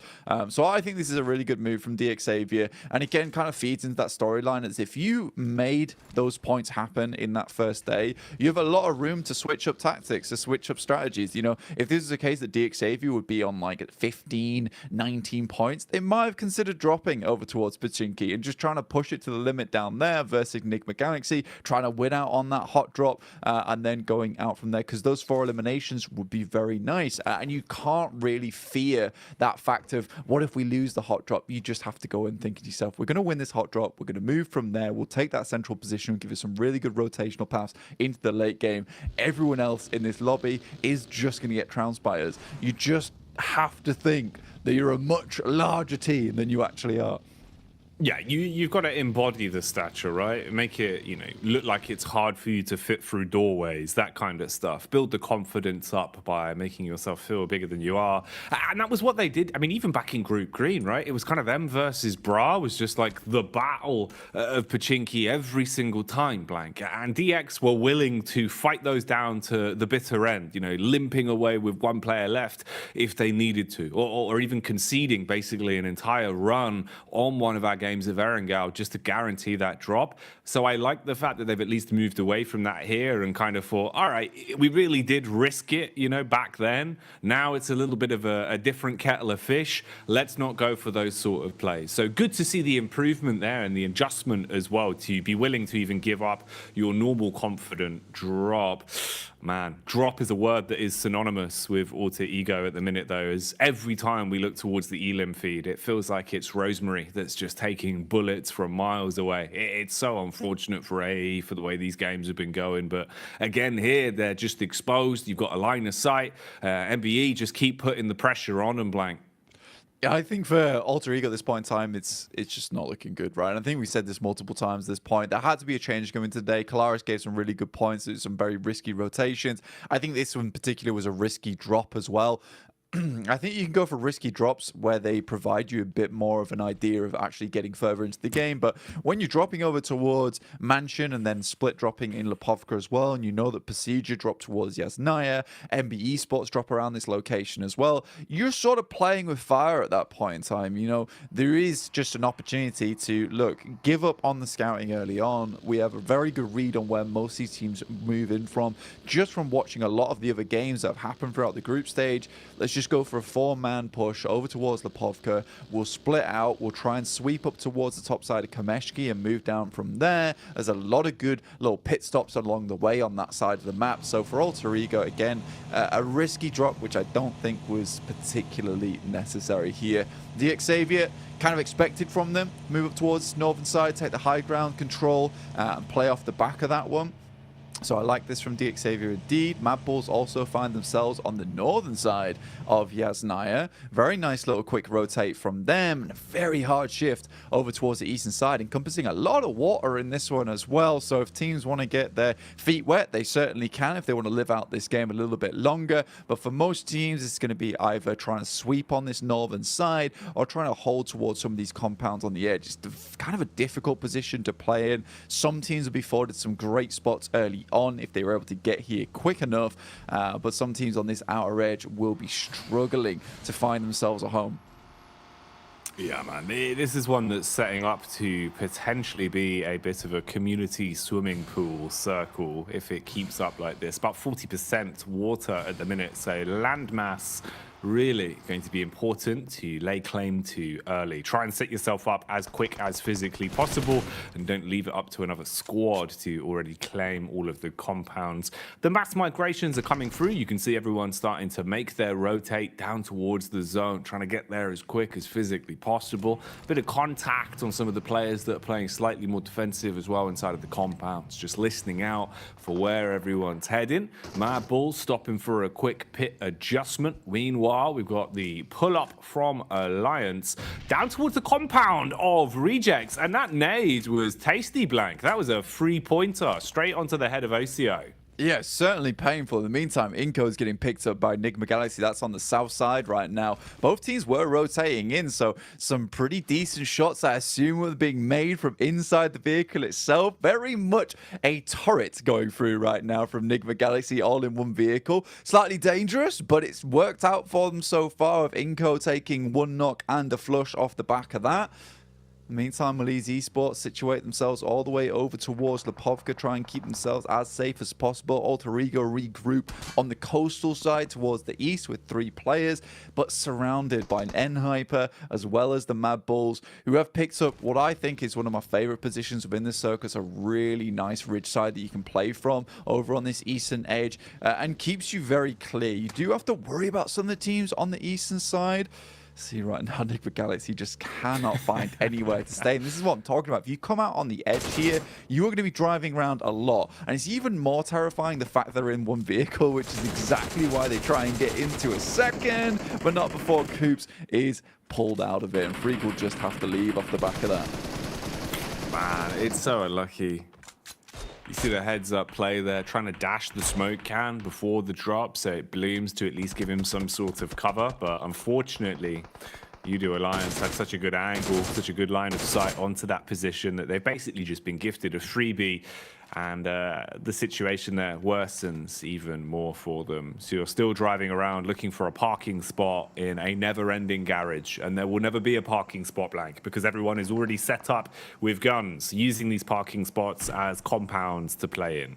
Yeah, and they won't be leaving anytime soon, so you're not getting that middle space. I'm sorry about that. In the meantime, we do get a circle that moves down towards that south side, in which case Reject and Udo Alliance's compounds become very, very valuable indeed. So for Udo Alliance, currently they do have the strongest spot, which is up on high. Reject slightly safer in terms of the fact that they can just sort of sit in this compound for a while. You know that Udo Alliance, with them being in this compound, they're not likely to move anytime soon, so they don't want to expend too many grenades just sending them down over towards Reject. So Reject have this outpost which is guarded by Udo Alliance. Eventually they are likely going to have to fight against one another, but both teams in this sort of mutual agreement at the moment.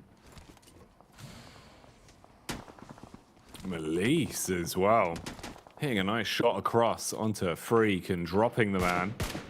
So the situation still just going from bad to worse, second after second, constantly taking damage and feeling uncomfortable, just playing out in the open, exposed to the elements at this point. Reject Tokyo firing off the warning shots. FaZe on the move as well.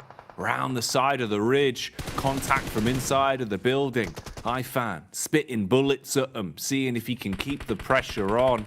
Mormon going to dash back with a couple of smokes as well, at least provide some protection. Koi's got the range on it, trying to debate whether or not he wants to engage on this one. If he can hit the shots with such a substantial drop, battle back as well. FaZe constantly just taking damage from either side now. A lot of HP being licked off them as well. So this could start getting a bit rough for FaZe, Blank, if they can't find a way to calm this one down. Yeah, and Hyper has got so many angles on you. GK first over towards the shack right now. Jifan taking shots from inside the building. FaZe have sort of set themselves up in a pretty horrid scenario right now for themselves. Hyper looking to potentially regroup, but again, GK first comes in with another clutch shot over towards Mela, in which case they might just send towards this. The blue is pushing them in, and an opening knock like that is absolutely gorgeous for them. First one's what you want. How many more are in store for them? Be a nice way to reality check FaZe straight away, man, off the back of their chicken dinner as well, if you could pull them down here. I don't know why GK keeps going for these shots, to be honest. So greedy. Looking to finish off Melee. You can kind of understand why he's going for it, though. You don't want to let that player live. They are able to finally flush him out, but two players out in the blue right now, and FaZe currently have pretty good shooting angles over towards them. Koi luckily does find another on Mormon. He's so up close and personal, taking a lot of shots. There's not a lot of support coming through. Ventores understands that he too needs to get a move on, and quite quickly with the circle moving in. Very, very quick movements all around the block for Hyper, but this has been a sort of a crazy push from Hyper, locking both FaZe and them to their dooms. GK first even drops over there to the play zone itself. This has been a very, very odd fight. Gladiator is looking to maybe get themselves slightly involved. Shifan inside the building, and Hyper actually indeed go down. Mormon as well as Ventores might be able to continue, and that felt like one of the weirdest fights coming through from Hyper indeed. I didn't like that whatsoever. Felt like almost a guaranteed hold over towards its south side, just given up by some odd angles being taken. Yeah, it really does feel like they've kind of both dragged themselves down. You know, we've no potential really successful outcome for either team in that situation. Very aggressive and very tunnel visioned in the way that they played it. So So both squads basically being destroyed because of it. I mean, yeah, sure, FaZe still has presence at least, but hang on, hello, having a bit of barrel roll straight into Matic. Okay, misery. so I guess FaZe were in fact just a present for Gladiators, Blank, because they've given them one additional point there and given us some nice showmanship in the vehicle. Yeah, I mean, I think he realised it was over as soon as he started spinning out of control. Nice shots there from Meku. PCG Evos try and stop off to get a little bit of scouting done and realise actually quickly put some gas in it, change the gears as fast as possible, please.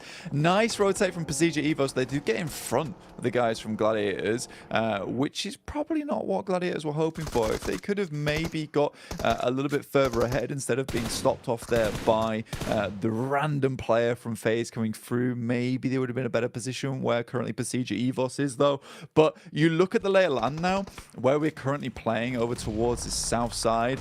Most teams you can see situated on the southern side of the circle, right? Just because this is providing the most amount of cover, there is so much open ground to traverse through if you're coming up from this northern edge. So MBE Sports Gladiators got a bit of a weird rotation to make here.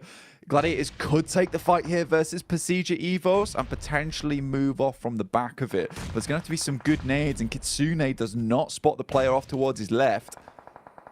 Ooh, Kitsune engaging with the nades early, looking for the jump down. Nice. He was ready for that one, Blank. Instantly spots Redface and will leave him quite red in the face after that uppercut from the DBS. Zerich from absolutely miles away, looking to get involved with this fight where possible, scanning the hillside with his eyes and keeping a nice understanding of the situation. Meanwhile, here we see MBE starting to dive in an assault inside of the compound. Bullet after bullet, whizzing close by. Natsa now re-aggressing as well, looking to try and push their way back through. Spam up close. Fist Boy needs to land an uppercut. Not looking too good for him though, as he'll go down to the spray. How on earth is he still alive with a trickle of HP, Blank? It felt like he was trying to 1v4 that with nothing to his name.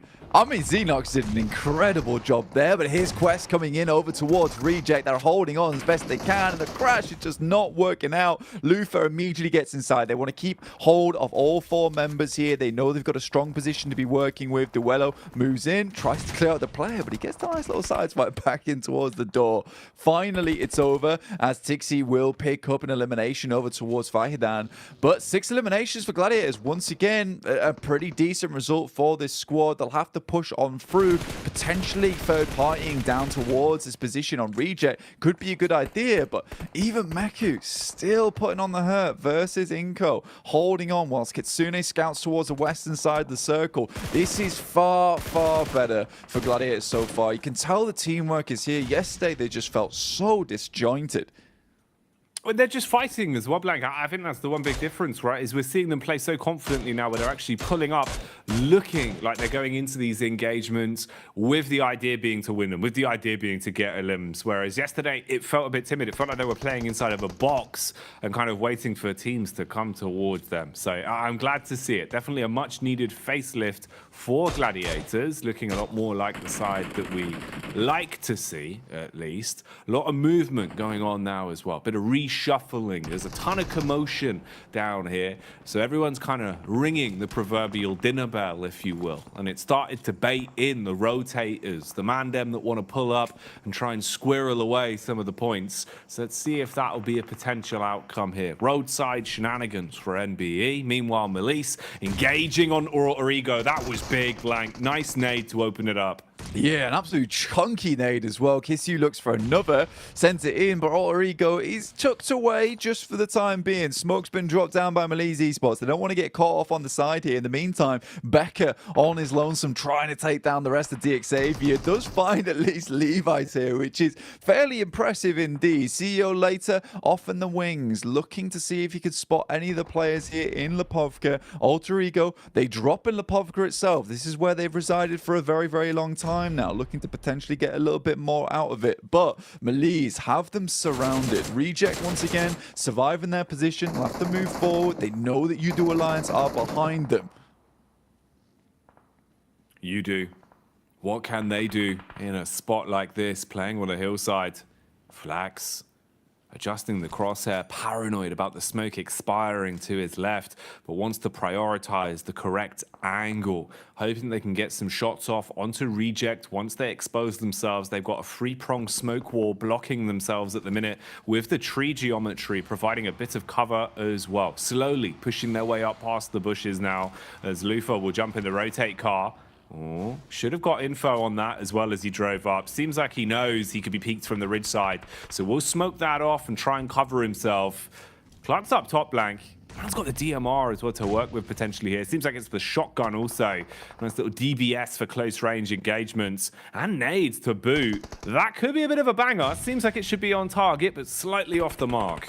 Yeah, you really need an airburst here, but a nice shot comes through, and I think that's from MBE Sports actually over towards Udo Alliance. The Gladiators continue to lose members. Squash finally does go down off in the distance. And the circle does center up and confirm up towards Lepovka. So any team that made that decision early is happy about it. But look at this. Udo Alliance is losing members left and right, but the drop shot will at least keep them alive for a little bit longer. But the drop shot just ends up with them being dropped themselves. Udo Alliance out and Reject up to 5 eliminations. A very different face on this team, looking more Oni-esque today. Demonic coming through from Reject. This is more what we wanted, right? You're raising hell a little bit now. They're getting stuck into the game Blank, not playing as timid, fighting when necessary, trying to play towards center, contesting for edge control when needed. It's better from Reject, but they've got to maintain that, keep that course going. Don't let it drop off now, as they do at least find their way through the test of Udo and control that one. NBE keep popping up all over the shop. It feels like NBE have just been running back and forth, trying to stay alive from this roadside, having little moments of chip damage onto anyone that peeks into them. They're still here for now, just in front of Rejects. They're exposed if they go for a bit of a push. They're just using the smokes to hold themselves for now, but Sara is engaging with it. It's a nice first nade. Got the lineup on the second as well, Blank. The nades alone could be enough to deal with them. Man, the long arm on Sara is looking good, but nasty shots coming in from Nakaze through the smoke, takes down a fair few of them. Now Duello left to challenge versus Nakaze off in the distance. Nice shot on the edge, but quickly cleans them all up. And what a clean finish there from Nakaze at the end. It looked like it was all done and dusted for the squad, but fantastically well held out by Nakaze. Gladiators still at 4 players alive, but one of the final teams to be on this northern edge alongside them and NBE Sports. Mad Bulls up to 5 eliminations, Gladiators up to 8. They're doing good here. You asked about a bit of a repeat. We even heard about the dinner bell, and so far Gladiators have been hitting us with some nice mashed rotators at the moment. These rotates have been clean. Whatever they're cooking up today, Blank, it looks like it is fresh, not frozen. Nothing being reused here. Ooh, turning up the heat though as the kitchen metaphor continues. Have to get out of that one. Melise set ablaze, couldn't handle it. Kiss You dropped as the M4 will give him the damage. Business being done. Mad Bulls close by as well. They can start to breach and clear. Take the players out that are inside of these buildings now, but Frozen crumbles. He cracks under the pressure on the contact. And it's all getting a little bit sheepish. Constant damage being fired out by Gladiators, sure, but no one wanting to make the first mistake. You have such a sheer number of squads all close, shoulder to shoulder inside of these compounds, with only Gladiators being able to complete the push down towards the beach side. They're in a pretty dream spot right now, and it's going to be so much harder for this heat map of teams we can see all on top of each other inside of the neighborhood. A nasty neighborhood, Blank. They're not friendly neighbors. Not at all. Everyone's just leaving some horrid messages on one another's doors right now.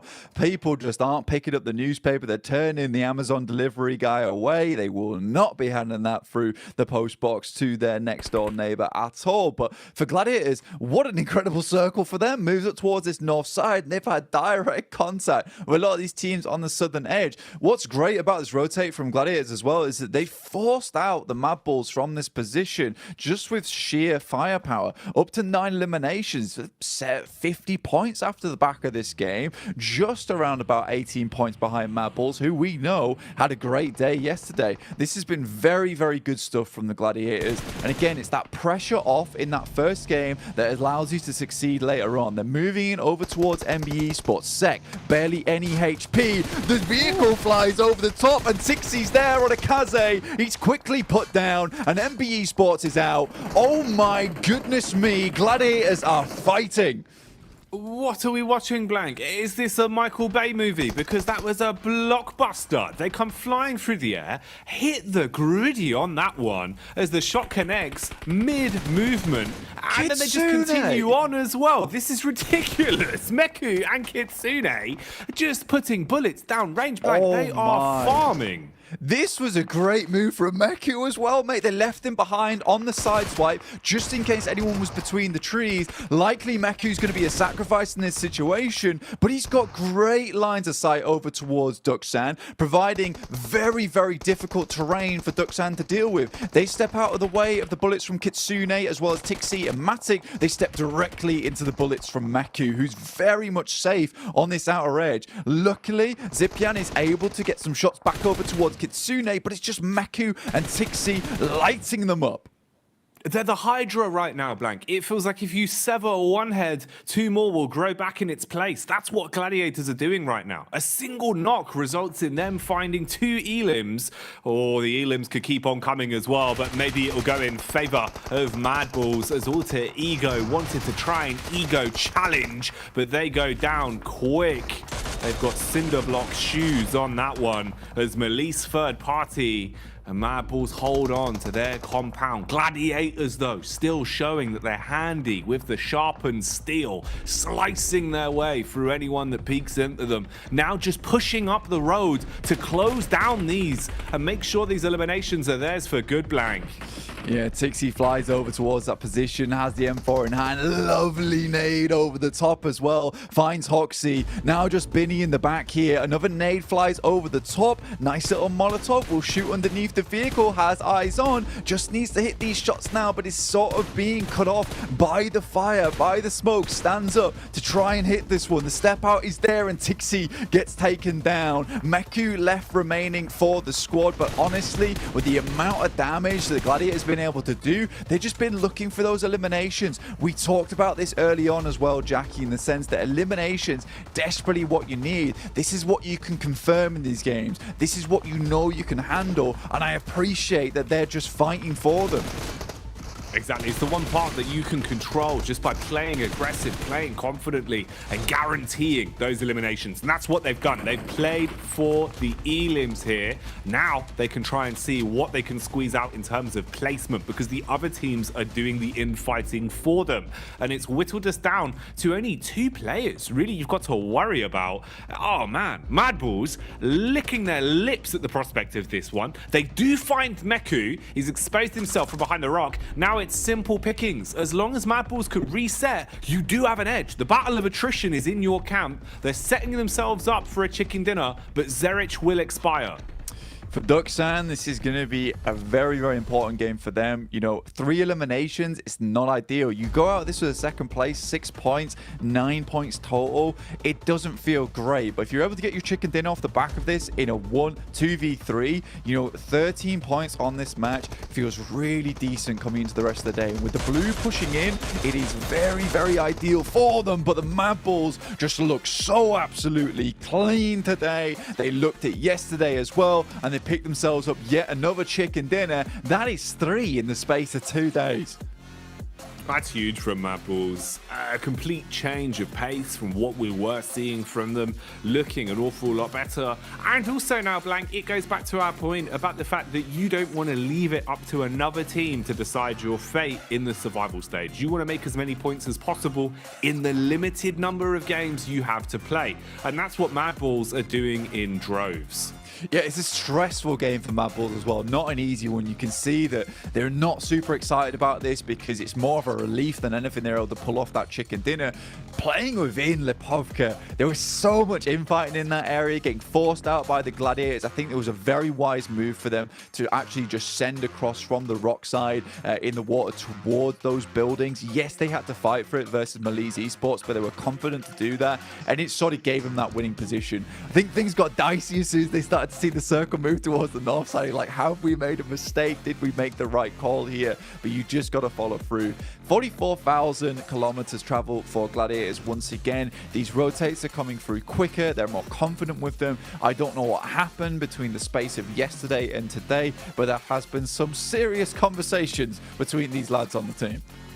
Something's happened, you know. I don't know if it happened at the hotel breakfast or where it was, but it seems like Gladiators have got their heads screwed back on, and they're playing some really nice PUBG Mobile today, Blank. You know, this is exactly what we wanted to see in terms of them giving us a good game, showing us they deserve the invite in the first place and that they're able to make some moves here. What more will be in store for us though, and can they keep it up? We'll find out. Let's get back to the desk with the #1 Gladiators fan. It's Jason Kaplan.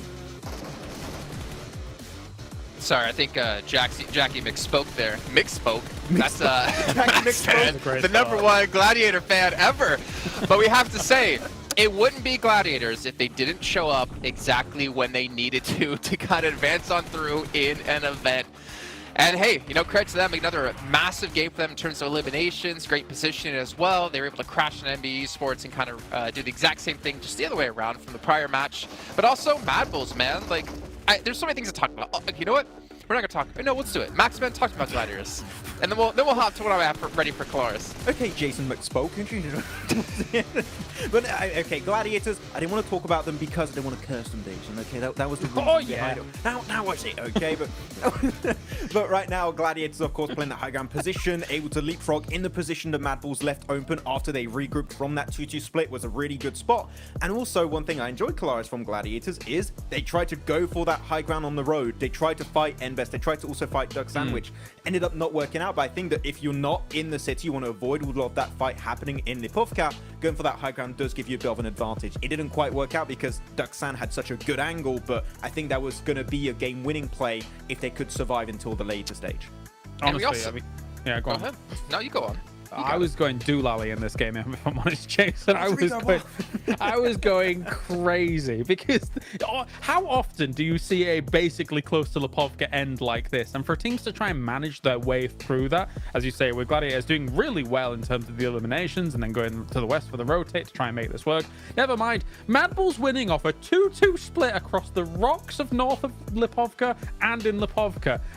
Where do you begin? There's so much to talk about. Well, obviously the smoke wall that Maxman brought up while we saw Mad Bulls able to transition with the PO smoke wall, as he coined it, to get through safely was something to be seen. But if we're talking about how teams got into Lipovka, let's also mention Alter Ego, Colaris. Oh. Do it! Come on. What are they doing? All right. You got really close to the mic there. I got really close to the mic.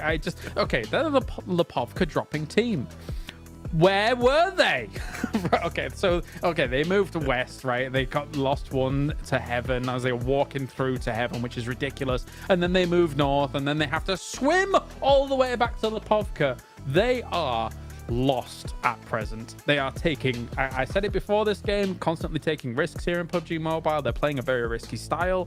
They've got splits. They're walking where they shouldn't be, going where they shouldn't be. And eventually, yes, they salvaged this, but only because teams that had track of them swimming probably was Pasija, but they got kind of rocked up on Gladiators and kind of lost in the mix. So they were allowed to come back up on the shore of Lipovka. Am I taking crazy pills? Anyway, yeah, you lost him. I'm done. Well, not to mention, you also pointed out, too, while we were watching, that Gladiators is probably the only team that could see them rock up on the beach, but they were about at that 400-meter distance mark away, so potentially not seeing them. Obviously, Malise was in Lipovka, potentially not looking towards them, and we even saw Kissu like, wait, what are you guys doing in that building? How did you guys even get here? Yeah. He's going mad. I've never seen him like this. Malise was like, who is he? What's going on next door? And suddenly, they were just... Anyway, I'm done. You know what, Colaris? You need to cool down by playing some of the Frost Festival currently going on within PUBG Mobile. You can revel in the exhilaration of gliding down the slopes in a snowboard and using snow mounts like X-Men talked about yesterday, potentially turning people into snowmen as well. Make sure you guys load up PUBG Mobile, download the new update, and participate and play. Because also while you're playing, we do have the 2023 Popularity Annual Gala happening with PUBG Mobile introducing a brand new competition, exclusive honorable rewards for you guys at home to participate and win. It's all kicking off between November 15th and December 15th, so make sure you guys are getting into the game and potentially able to win some rewards you can show off to your friends. Also, while you're playing in this one, don't forget about the Pagani collaboration happening within PUBG Mobile as well. You can rev the engine with the iconic Pagani Amola and Zonda R models, which I believe. Clars, are you ready to be salesman yet again? Tell us the 740 brake horsepower. You got a V12 engine as well as 710 Newton meters of torque, Jason. It's a car for you, but it's very expensive in real life. Well, my question is, can I fit in the car? Because we all know I'm extremely tall. Probably you cannot, actually. You're probably too tall. Okay, well, that's a shame. Maybe we can get special order one and make one for me. And also, the last but not least, before we head to a break here, the new RP-A4 Victory Dance, which is available now. You guys can show off your victories with the PMGC vibe, and also use your Victory Dance to cheer for your favorite PUBG Mobile team. And we all know who people are voting for. Max is all aboard the Gladiator train, but we have to wait till that train takes off after the side of a short break.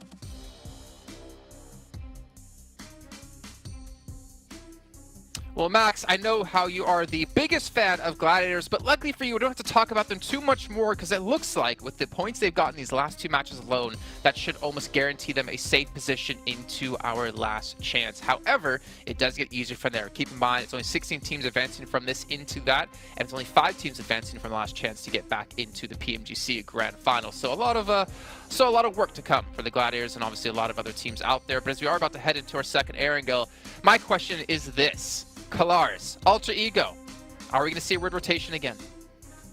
Maybe.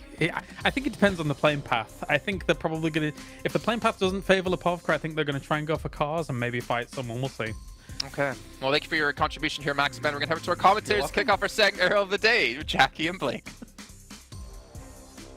It's interesting because Max always just makes such thought-provoking points blank. It feels hard to kind of, even regurgitate what he said as it's just so big-brained.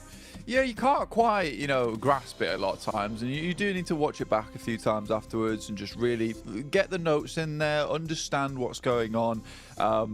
But I'll have to do that after the show, I think, as well, really. Well, it was a big segment. It was a big segment. Yeah. We don't have time right now to... I'd have to get out the notepad. We can't break some it down. highlighters. Yeah. No, it's just not possible. It's just not possible. But obviously, Jason just said Gladiators will win, so I get where he's coming from. Yeah. That was very clear that Jason said that Gladiators would win again.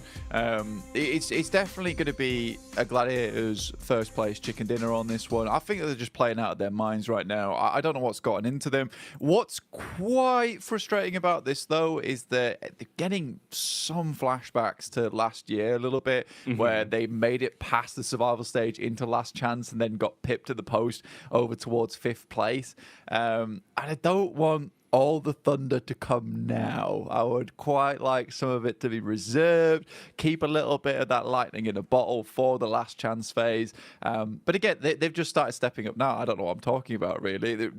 Keep going, I guess, for the time being. I do like the idea that you've gone, okay, well, look, you're doing pretty well right now. let's slow that down. Slow it down. Look, you know, if you get too big for your boots and set the bar too high, you're not going to make it there again. And they're like, this is interesting. You are right. The thing is, we have such an intimate relationship with this team because we commentate them all the time right over in EU. So we sort of know their tendencies. They can be a frustrating squad to watch a lot of times, but there are a lot of confusing. Yeah, it is confusing. There are a lot of other great teams in this lobby so far at the moment. I mean, Reject have certainly started to pump things up just a little bit. I don't think we're quite at Reject levels of Group Green so far, but we're definitely getting there. And I mean, it all came from that simple interview that Sarah gave, which was literally the most base thing he could have done, which was, we're not going center enough. And then they went center and won a bunch of games. They're doing that again here. It seems to be working reasonably well too. So I think that they've just kind of shedded that mentality of like, it's not going too hot for us right now. Let's just go center. We'll just play our game and see what happens. And I think that's what a lot of teams are starting to do now, which is really, really good to see. You have to get out your own head here, especially if anyone who's in Group Green right now in this last chance scenario. You just have to play out these matches. I was going to touch on Alter Ego. I'm not gonna, and it's tainted, unfortunately. I would have loved to have seen that team do a lot better, but we'll wait. We'll wait and see. We'll see how things lie at the end, right? Because I think we've kind of beaten the horse on that one, really, in the way the games. They're already being beaten. That's what I mean, but it's just not worth it. But it is a shame. I do agree with you in that sense, where it feels like, especially for sort of the storyline and the narrative as well, with like the interview we had with Rosemary way back on, I believe, day one of the entire event, and how they were looking like they were playing. I was expecting a landfall for him, Blank. I was expecting it to go well and for him to go from strength to strength. But they were definitely struggling today. What have they got up the chops? Anything hidden? Anything else? Maybe we'll see. If it's going to come out, this is probably the best time to do it, right? You're kind of leaving yourself with very limited chances. We've got 3 games, this Erangel and then 2 Miramars, and basically preceding that, that's the end for you to actually accumulate any points. You're just leaving it in the hands of other teams. So we'll find out. We'll see where we're going with it. Mad Bull's been looking a lot better, though, Blank. It's been fun to watch Mad Bulls, which is nice to say. Even if they don't look exactly ecstatic every time we see him on camera. Tulicker, honestly, didn't look too pleased with his win. But I think that was mostly just like stress and relief of going, okay, we needed it. At least we have a win. If they can just keep that up, that's probably the ideal scenario. But they need to drop that stress. They did seem a bit on edge. Yeah, come on. We need to get the team masseuse in, right? Massage those worries away, because right now I do think they should be a little bit more elated than they actually are. I know that sounds crazy. I have just said in a different manner, be happier, which isn't always as easy as it sounds a lot of times, as we know. And I think for Mad Bulls, realistically, they're doing really well. And I think they should be proud of themselves so far. I think they also understand that they need to keep a little bit of lightning in the bottle saved away for that last chance phase. Right now, I think they should be very pleased with where they've placed. They're currently in first. Obviously, Influence Rage still has another day to play. And I think, all things considered, by the end of it, Influence Rage will be on top in terms of the standings. But Mad Bulls certainly done more than enough to secure their position at this point. The rest of these games now, for them, it should just be study, right? Maintain this kind of play style, maintain this kind of pressure on the rest of the squads, because more than likely you are going to have to play against quite a few of these teams again in the last chance. So the more they can stake their claim on positions around the map, the more they can stake their claim on these rotations and be a team that some of these other squads might be a little bit scared to run into. You do have that small advantage in the last chance where you have that kind of don't mess with me factor. Don't mess with me. God, it's like a late night walk home, Blank. And you're like, well, I do not want to mess with that man. I mean, that's a good vibe to give off, It definitely would increase your protection a bit. It is true, yeah. I mean, I just say it to myself as I'm walking down the street sometimes. That's how it works. Don't mess with me. Don't mess with me. People are like, The idea Daddy, of that you- guy's talking to himself. That's what I mean. Just muttering under your breath. Don't mess with me, mate. Don't mess with me. Yeah. People just walking by. Excuse me, sir. Do you need help? Don't mess with me. All right.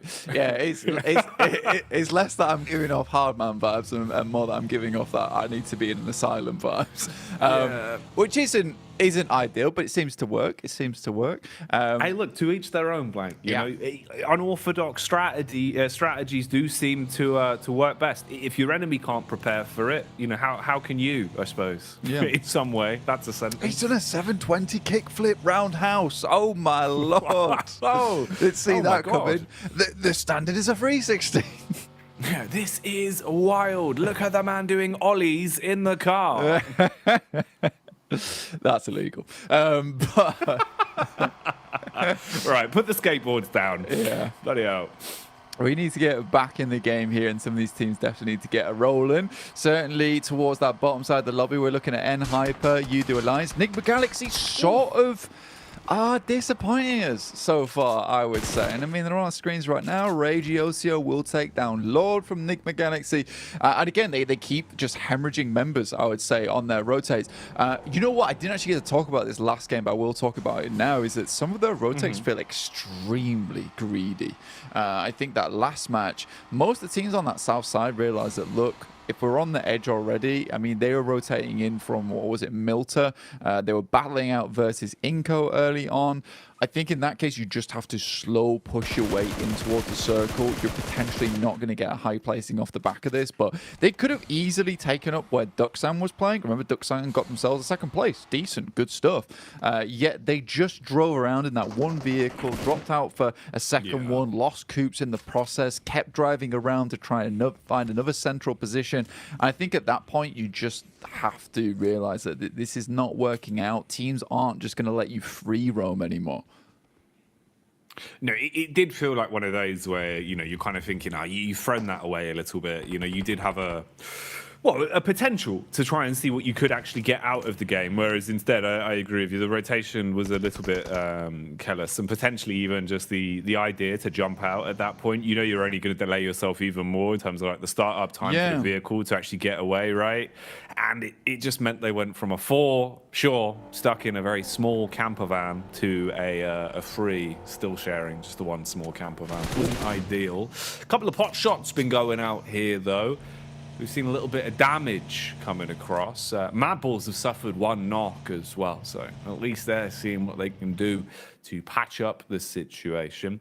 Here's one for you as well, Blank. When we saw that first knock, it was Raging OCO in the car, and he bonneted someone. Call that Road Rage OCO. Oh, yes. I like that. Yeah, go on. We love to see it. He was doing an ollie in the car over his head.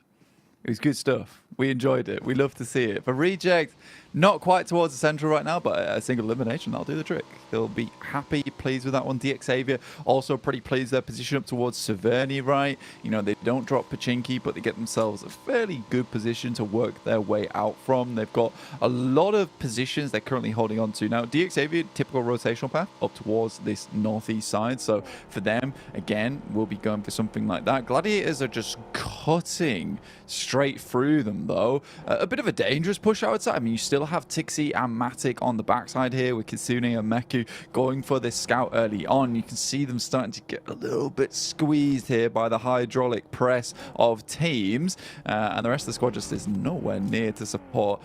This is a greedy rotate, and I think for anyone in this location, I would be trying to spot out some of these stragglers, trying to take pot shots towards them as they move through. Again, Ralph out the vehicle, taken down by Nasa. This is very bad news bears right now for Nigma Galaxy. And I think this is something that we sort of saw over towards their group stage as well, is that at the start, doing great. You know, happy days for Nigma Galaxy. Some strong rotations were coming through for this team. However, when you looked at them further in towards the group, their rotations were getting read so easily, time and time again. I think that's the final player from Nigma Galaxy, about to go down soon, but Reject taking a lot of knocks of their own. Gladiators barely surviving themselves, good amount of damage. Meku's on the side, tries to swing out, lovely nade, will take down Meku, and now it's just Matic to try and hold down the door. Well, that's a nice trade, actually. And he's played it smart. He set himself up so that he could try and nade. I thought he was going to get the first off on Meku with it, but instead engages towards Matic. Matic's basically as good as gone here. No HP, nothing to defend himself with, all off the back of Cluck's nades there. So nice retake on the compound. That was smart in the way he used his utility.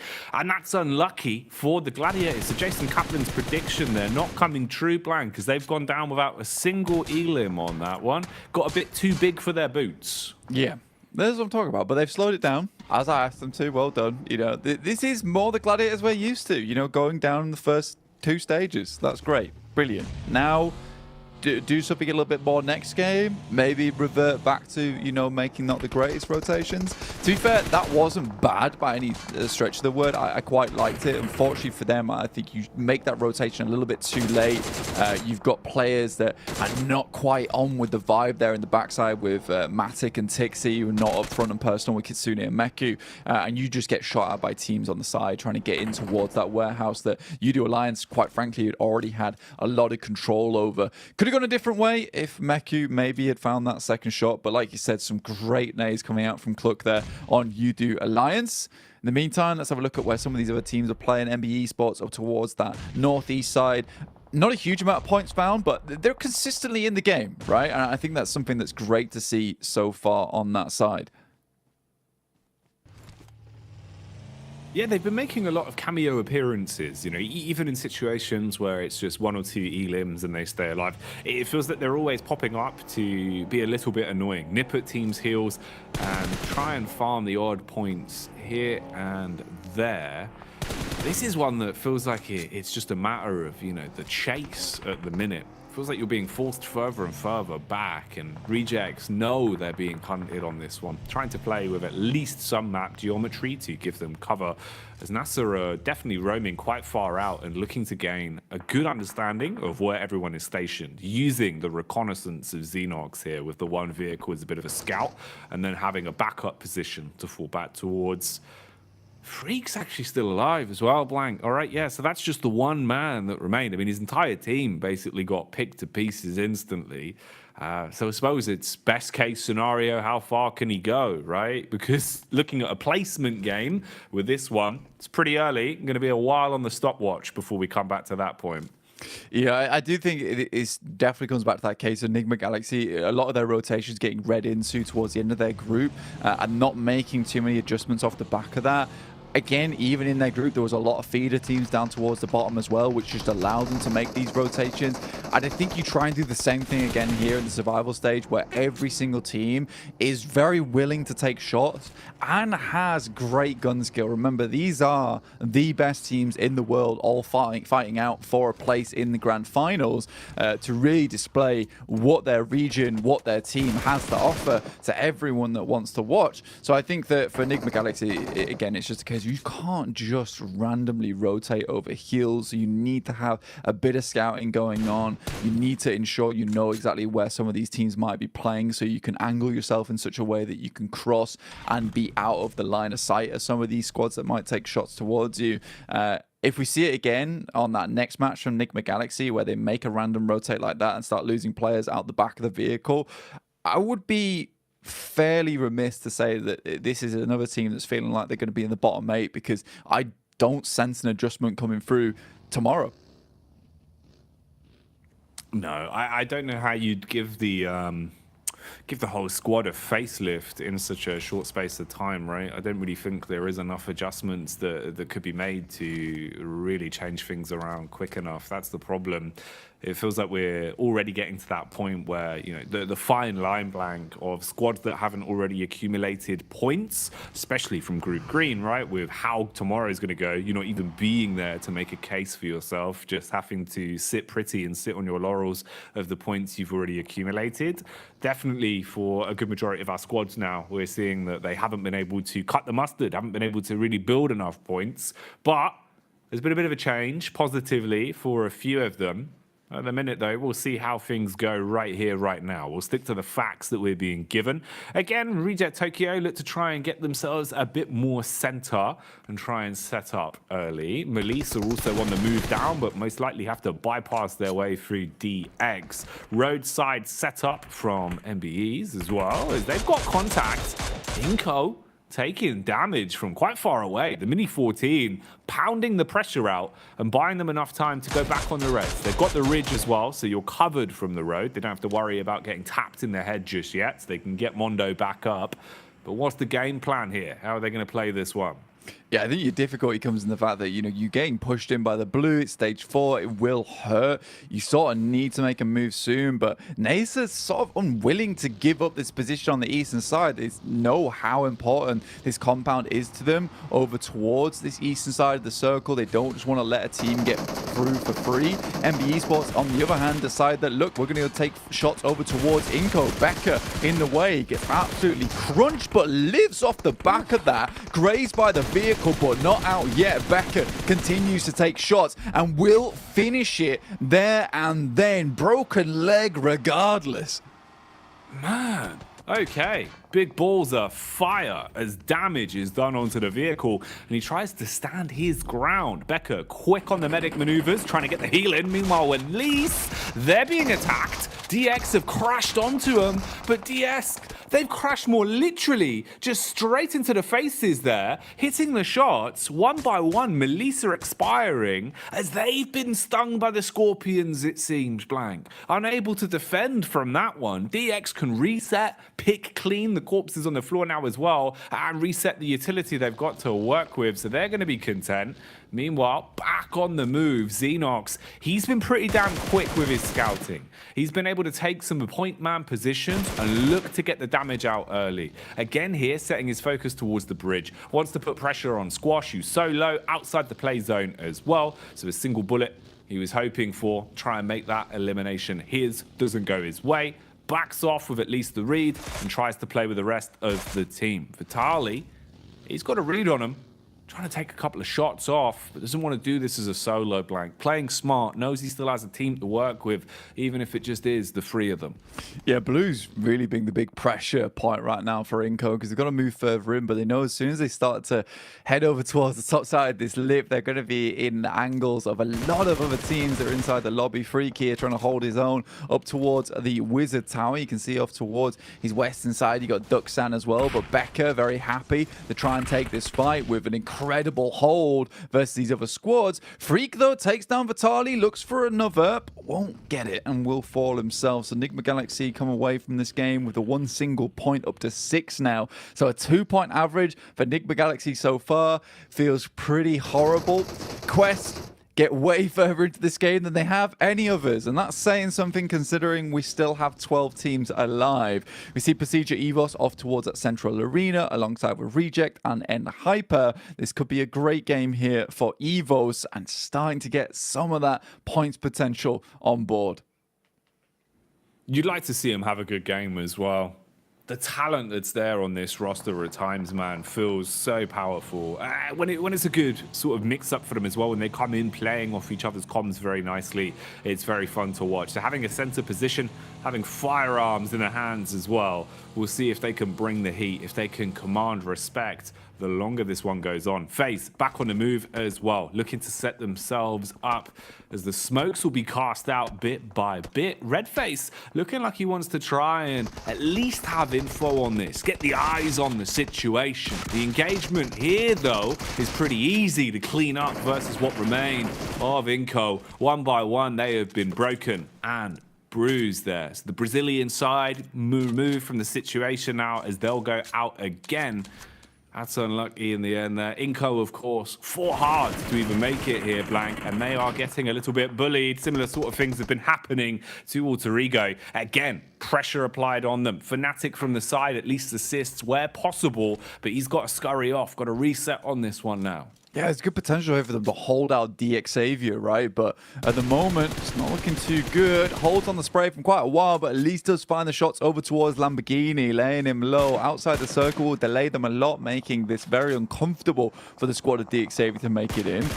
Pasija Evos taking shots over towards FaZe, who are currently huddled up over towards a very, very small shack at the moment. The shots even coming through from Spec here on Nasa. But Pasija Evos currently sat at 28 points in 11th place. Is a team that definitely needs to put some more on the board here. I think for Pasija Evos, they have a lot of history on this team, right? And I think a lot of Indonesian fans would be very excited to see this team go through to the PMGC Grand Finals, specifically just to be able to see the twins there on the grand stage once again.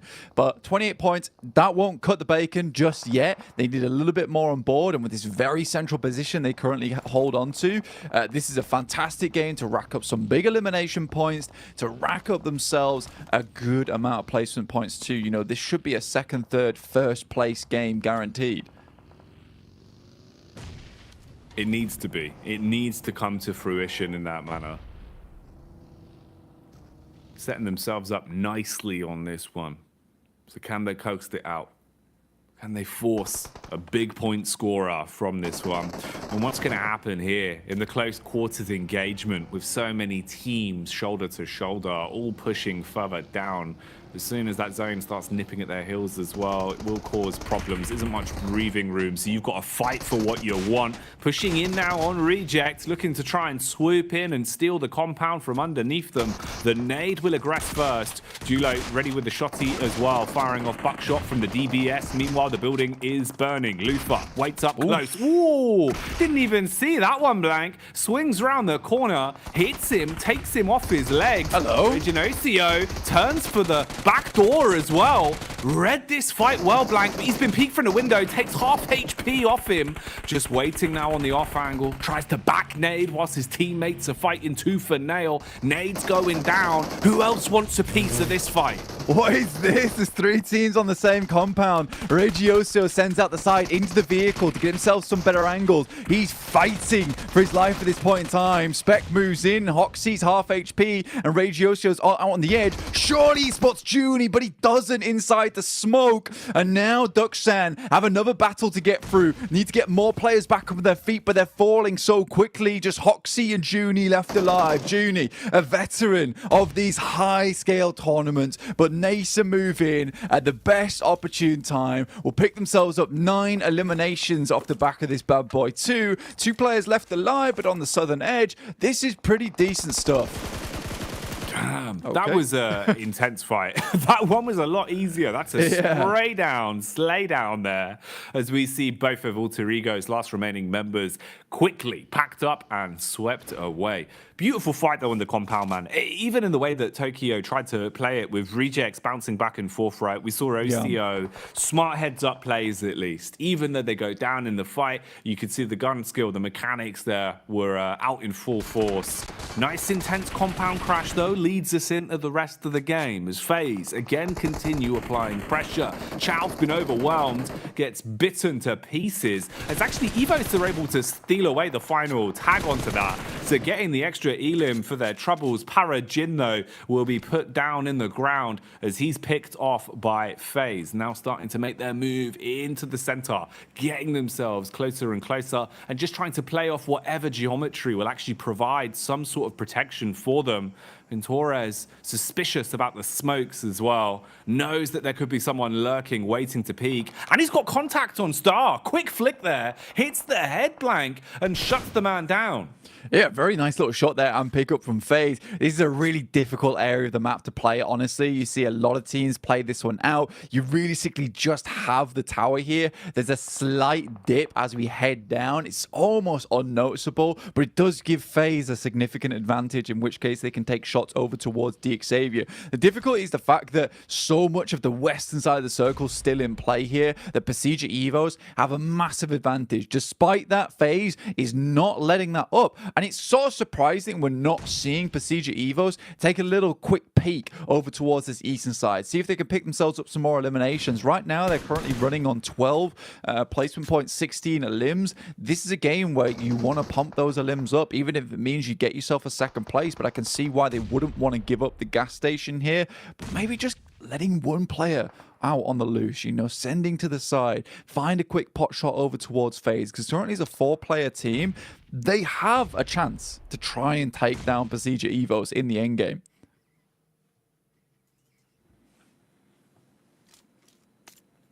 Big chances. Definitely there it is. Open opportunity for this one to swing into the favor of Evos now, though. Nice first tag down the hill. Connection across, DX suffering from it as Luxy will be able to spray his way in. Gets the tap off that we needed to see.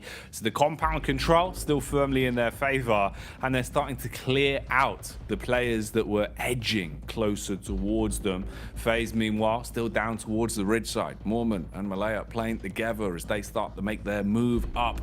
Close on in. You've got a couple of angles of connection here as well. Spec being one of them as he's firing off the warning shots. And then, for Udo Alliance, there's actually a bit of a chance here to just be a fawn in the side. If you're not cleared, you're so far back down towards the ridge. As FaZe come pushing up, you could try and get stuck into it, especially if the timing works for the push down from Spec and they draw his attention. Lots of small nuances on this one, but the big focal point is just the fact that Evos are in a great position to try and command the game. Ooh, rough recovery mission there. Very much so. Chloe just goes down. Lynx finds Spec as he makes a rotate through. CJ Evos now up to 5 eliminations, looking for a little bit more. And they have to push for more here because, you know, a 5 elimination game with a chicken dinner, it's all right. 15 elims, 15 points, sorry, total is decent. But, you know, pumping that as hard as you can here. They know they want more points. It's a very good initial nade that's sent out, but FaZe is on the back line. They're not looking to give this game up. Another amazing nade on the predict over towards GFan. And Redface is just sending these over and over again. Another one will take down GK first. Now just FSS left alive. And it will be Redface to stand out for this one. One knock goes over towards Luxy with the 5 eliminations on board. Nade sent over the top over towards FaZe. One of the final teams alongside with Olio over on Udo Alliance, looking for that second place placement point steal. Evos, this is where you've just got to shut things down, close it out, don't let mistakes start to get out of hand. FaZe fighting tooth and nail though, bombarding down onto Misery, who's forced to hit the deck, so belly down to the ground, drops himself into the vehicle and tries to drive out of there, keep himself safe, susceptible to the shots though, but goes for the getaway. If we can see the res, FaZe will at least have a fair fight in the 2v2 in terms of the players that are currently up, but Evos are going for their recovery as well. They want to grab Link, have some additional numbers in this battle to play with. Quick pop heal as well. Nice peek up. Beautiful damage done with the AR. Switches to the DBS and wants to go full frontal blank. He's getting in their faces. What is going on? Already we see another knock come through with the DBS. Misery left alive and he's taking damage here and there. Able to clutch it out. But Udo Alliance, they're still in the wings here, Jackie. Oh, skirting around the outside. Is there anything that can be done? They're low. Now would be the time to strike whilst the players are down. They're knocked. They're on their last legs. Doesn't have the full list of information that we do though, so his decision making will be affected by this. And this just gives more time to Evos to try and reset things. Redface now back up. He's just going to be watching, looking for the peek over. Gets the heal in as well. The longer this goes on, the more numbers you're going to have to fight against. So Udo Alliance, the chance of this one being clutched now far harder. Again, falling into a position where this should be a guaranteed chicken dinner for Evos. Man, that could have been a chicken dinner there for Udo Alliance, and Olio just need a little bit more confidence to try and go in and bruise the pride there of Pasija Evos. He's got 2 nades in hand. There's no utility on the side of Pasija Evos so far, but that might change once they start to loot some of these crates that surround and litter the battlefield. No meds available for Misery other than those stims available for him. Might go for a quick scout in the vehicle. So far this game, Luxy is absolutely putting some mega work for them. 5 eliminations so far. First initial nade sent out. After that, there is another sent over the top. A little bit of damage found, but not a lot. Yeah, there isn't going to be too much we can really set the stage for on this one, unless somehow he was able to flip the script entirely and pull off the 1v3. That's the situation he's left himself in. So likelihood low, but potential reward very, very high here for Alliance. just crawling his way around through the reeds right now, staying down in the ground.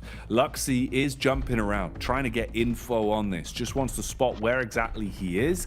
They're playing a more fragmented system, just looking for the trade. There's the contact, it seems. Bullets being spammed into the smoke. So just a bit of a pre-fire rather than actually locating where he is just yet. Longevity on this one being played out though, Blank. Fair play to him. You've got the time to work with. You want to make it as awkward as possible. See what he can get done here.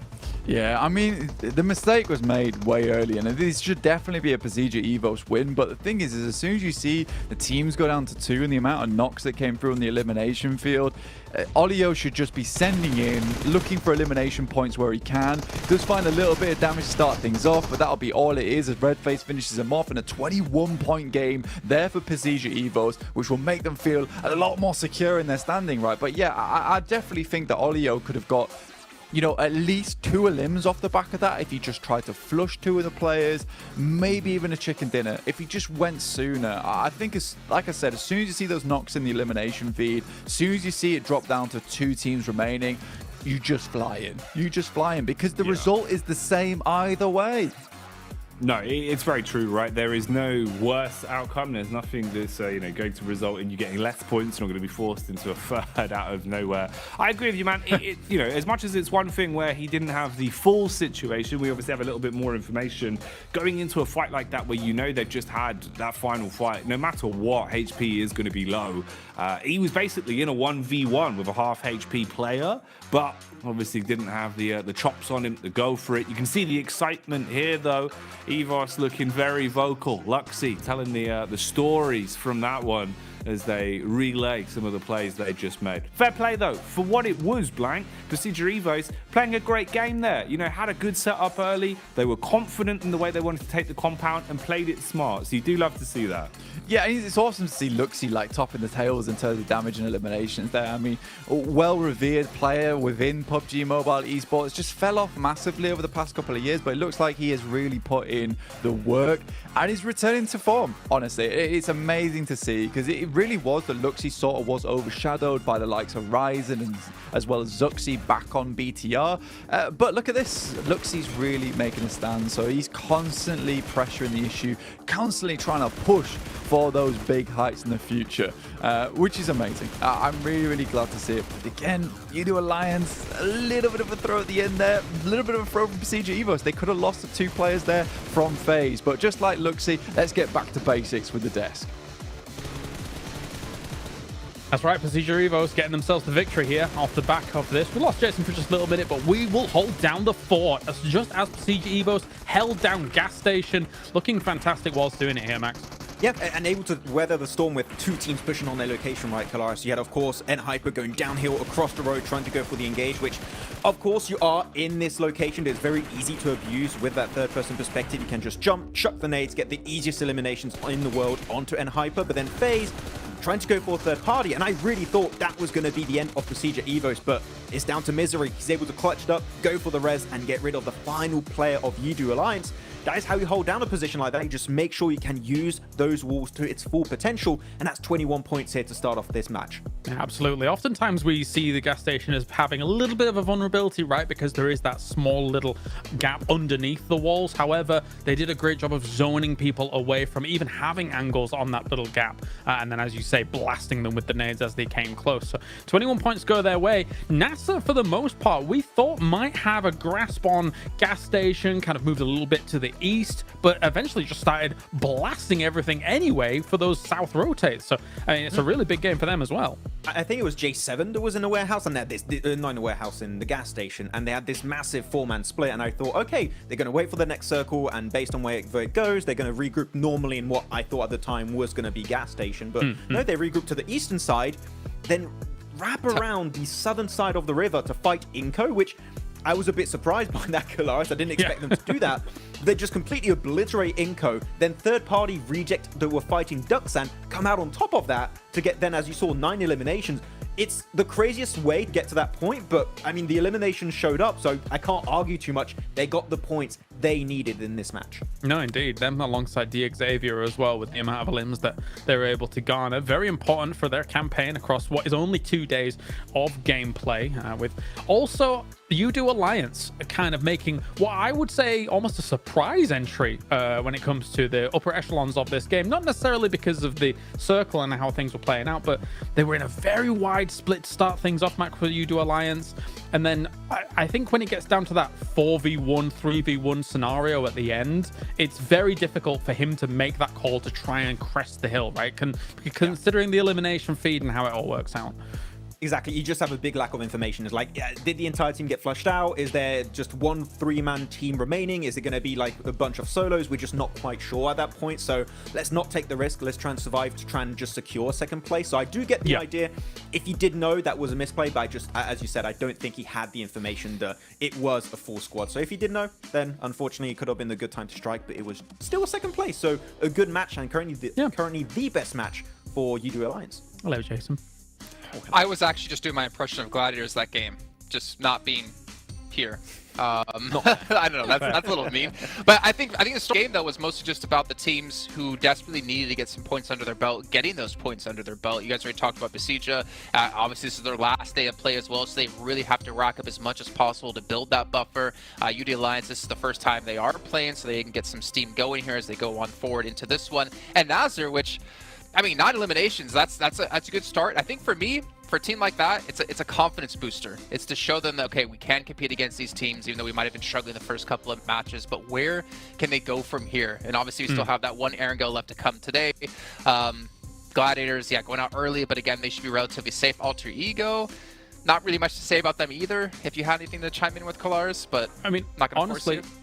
I mean, as you're saying for Nasser, I like their decision making to just start sweeping and start eliminating. Like, if you think about giving up a gas station location, yes, you could sit on the edge, on the east edge of that circle and just slowly creep up to that. Maybe you'd have to kind of have a bit of a skirmish with the remaining members of Alliance, kind of north of you, as they're also wanting to be approaching from that similar angle. Maybe you lose people out on that, but they decided, no, let's take that south side, which is covered a little bit more by, you know, the terrain as a whole, and actually take some really good skirmishes. So I'm impressed from that game.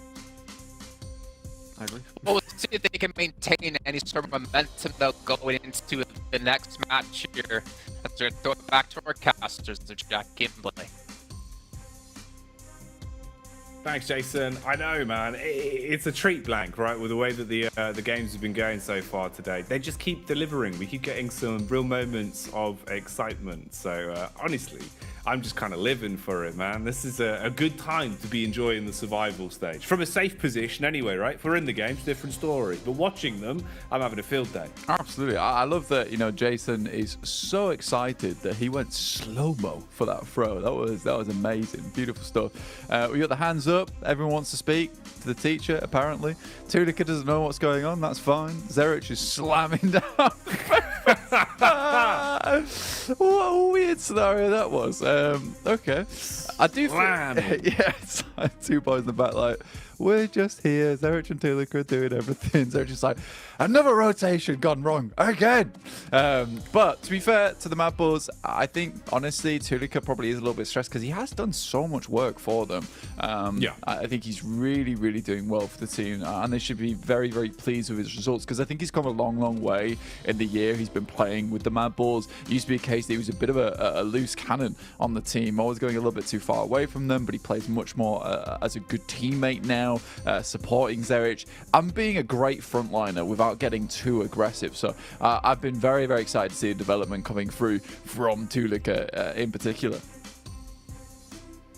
He's looking good, man. He really is. And I think, it's interesting because this entire Mad Bulls roster can definitely deliver at times. And we've always kind of set that precedent that they are very exciting to watch. They are very explosive.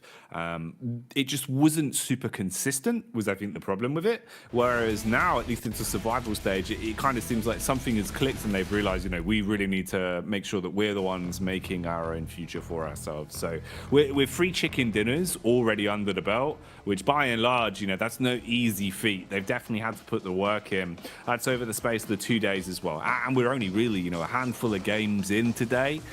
We still have this last Erangel and then 2 Miramars as well. So anything else Mad Bulls can find on the day, they're going to be happy with. We'll see, though, as we are getting back into it. Third and final Erangel then. So any chance for some last-minute shenanigans? We'll see if they'll be coming out.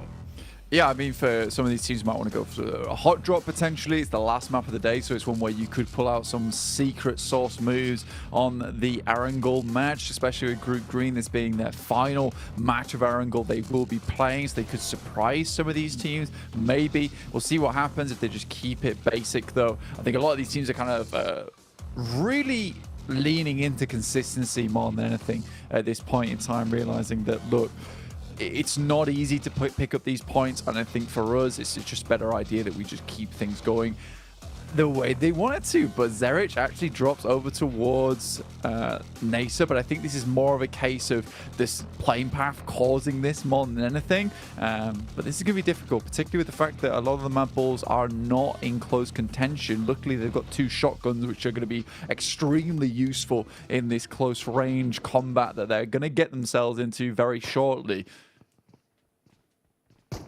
It looks so terrifying watching a man in a raincoat with a blade just crouching around the corner blank. It's very horror movie-esque, but it's not October anymore. It's November, so we're getting closer towards the Christmassy season. I imagine we'll see some gifts being given out inside of the compound, most likely being bullets, though, with those shotguns. Seems like the phones are going down, and there probably has been a technical issue, so we're going to need a rehost on this bad boy, so cut short.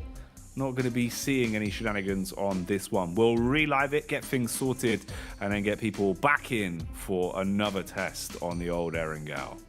I do like that, it sort of felt like Mad Bulls stopped that match. They were like, we're in a horrible situation, guys. Can we just get a rehost? Come on, man. We shut it down. Yeah, we shut it down.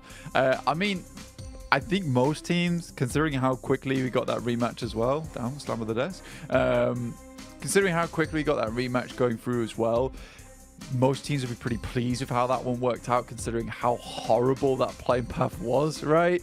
Not easy to work through with. Yeah. No, exactly. Honestly, unless we roll the dice and end up getting a critical fail again, right? It should be better. It should be better than that for most of the squads in terms of easy routes to your common drop spots. So hopefully it won't be all doom and gloom for them, and it shouldn't take too long to get things sorted out and straight back in. Nice seeing some of our players on screen as well today, Blank. There's not been a lot of time with the player cams today, and it does give us a bit more of an insight into how some of the teams are looking. That sort of human element. Oh, hello, I say human. We've got Sith Lord over here. I know. Maku just in the dark right now. Look at him. Yeah, very spooky. I have the power to win any chicken dinner, no matter the length of time in the survival stage. Oh, dear me. Unlimited points on the last day. That's what they need. That's what they need at the end of the day. I mean, realistically, we need to start getting some of these points going. And if you need to become the Sith Lord, you need to start shooting out some bolts of lightning from your fingers to get it done. All respect to Maku, realistically. Hey, I'll give it to him, man. It's a good look. Honestly, it's a good look. This is nice, though. I have missed this. Even seeing Quest on screen, man. Al Haji, the man is just so emotive as well. Kind of wears his heart on his sleeve a little bit. So it's nice sort of getting a glimpse with the camp of Quest, seeing how they're looking. Obviously, rough day for them. Rough span of days, really. But still looking like at least the mental fortitude is there. A little bit of frustration, maybe bubbling to a boil. But that could be used to their edge. The FaZe cam now on screens as well. And damn, we got the stats to back it up as well. FaZe not actually having a bad day of it, to be honest, Blank. Yeah, I think for FaZe, it's been pretty decent. I think we got the dance moves from Mela earlier on, and now we're coming back for some more. Oh, okay. I thought I was going in a different direction. We got the love heart instead. That's great. Thank you very much. For FaZe, honestly, that last game was really, really cool. I enjoyed the fact that we saw the almost 2v4 coming through. They looked pretty strong with it. There's definitely some strong players on that team. Mello and Ventoras, really, really long-standing players within the scene as well. PUBG Mobile, they've done some really good stuff in the past. We got Enigma Galaxy on screen at the moment. A team that's just kind of struggled, right? And I think that one of their major issues, they don't find enough vehicles, which feels like, you know, it feels like you're failing at the first aspect of PUBG Mobile. And that feels bad to say because I know they're a good team, but that's like rule number one, right? Just get some vehicles on the drop and go from there. Look, the way to word it in a friendly manner is they've been very cost efficient on fuel today. They've been using the you know, the carpool lane. Yeah. It's not ideal, that's for sure. It's definitely not. I mean, we're trying to put olive oil in the tank right now. It's not working. Let's just get... That's not going to work. That's not dinosaur juice. Yeah, let's get some more vehicles. Let's get some more dinosaur juice from the ground. Let's pump it up and just get on moving, because 4 vehicles better than 1 vehicle. I don't feel like I need to say that on PMGC, but there you go. But 20 seconds before we get back into our 4th match of the day. Bit odd because, again, with that plane path, no... Calm down.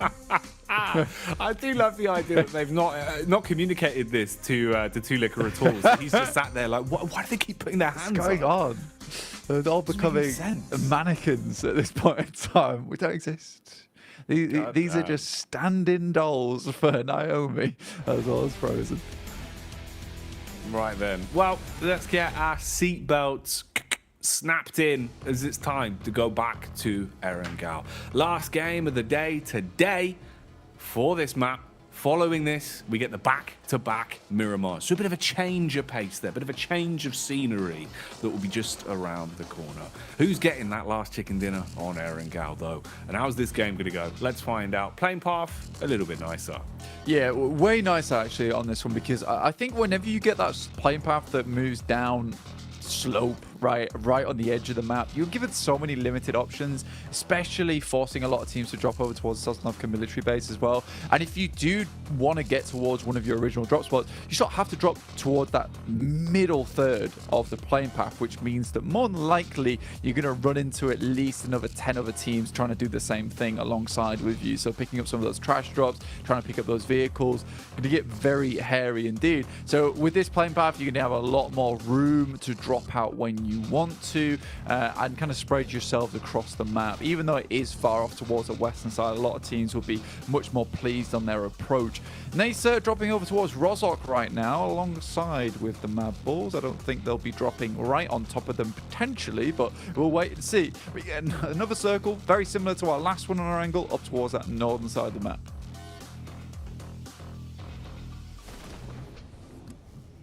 Okay then. A little bit of water on that boy for now, but it won't matter too much. Early doors, looking at some of the spots though, just seeing if there's going to be any shenanigans here for our last Erangel. We've seen a couple of hot drops sprinkled in for good measure today, but nothing overly audacious here. The only close proximity we really see is on screens now, with Mad Bulls a couple of miles away, especially with the move that's coming in, different trajectories for the rotations. Well, you can't be doing that. If you look directly at the sunblank, it's quite bad for your eyes. He's got a blue light filter on the red dot, don't worry. Oh, he's okay. He's all good. I was worried there for a second. His retinas would be taking damage, Blank. Oh, absolutely. Won't be able to see for the rest of the game. Just have like the smallest pinpoint of vision towards the center.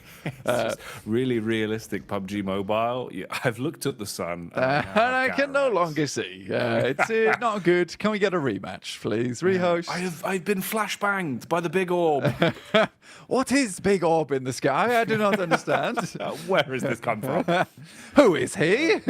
Yeah, it doesn't be like the oh my God, bear in the big blue house, mate. Yeah. You know, we'll have to explain what the sun is. Well, everybody. No, I'm only joking. But we are going to head over towards the northern side for the time being. NBE Sports, I don't think they've done too badly at all. Akaze's kind of been like the main driving force of the team, though, right? Yeah. Hitting some really, really good shots recently, but again, some of their rotates feel just a little bit lacking, getting caught on the edge side quite a few times, which doesn't feel great for them as a team, because I do think that when this team is put under pressure, some of their rotations to try and extricate themselves from those positions become a little bit haphazard. I think they've been fortunate on some of these other games where, for instance, they had an opportunity on that last match to escape and they zoomed in over towards Inco and immediately got put down by them. But that could have been a much better fight if it wasn't the fact that Becker just withstood the force of a vehicle going 60 miles per hour. Doesn't make much sense to me. FaZe, though, immediately take a knock. Zfan will move up. Mormon has only got the shotgun, but a great drop shot there will take down Shifan. A little bit of that greed being punished away there in the box compound.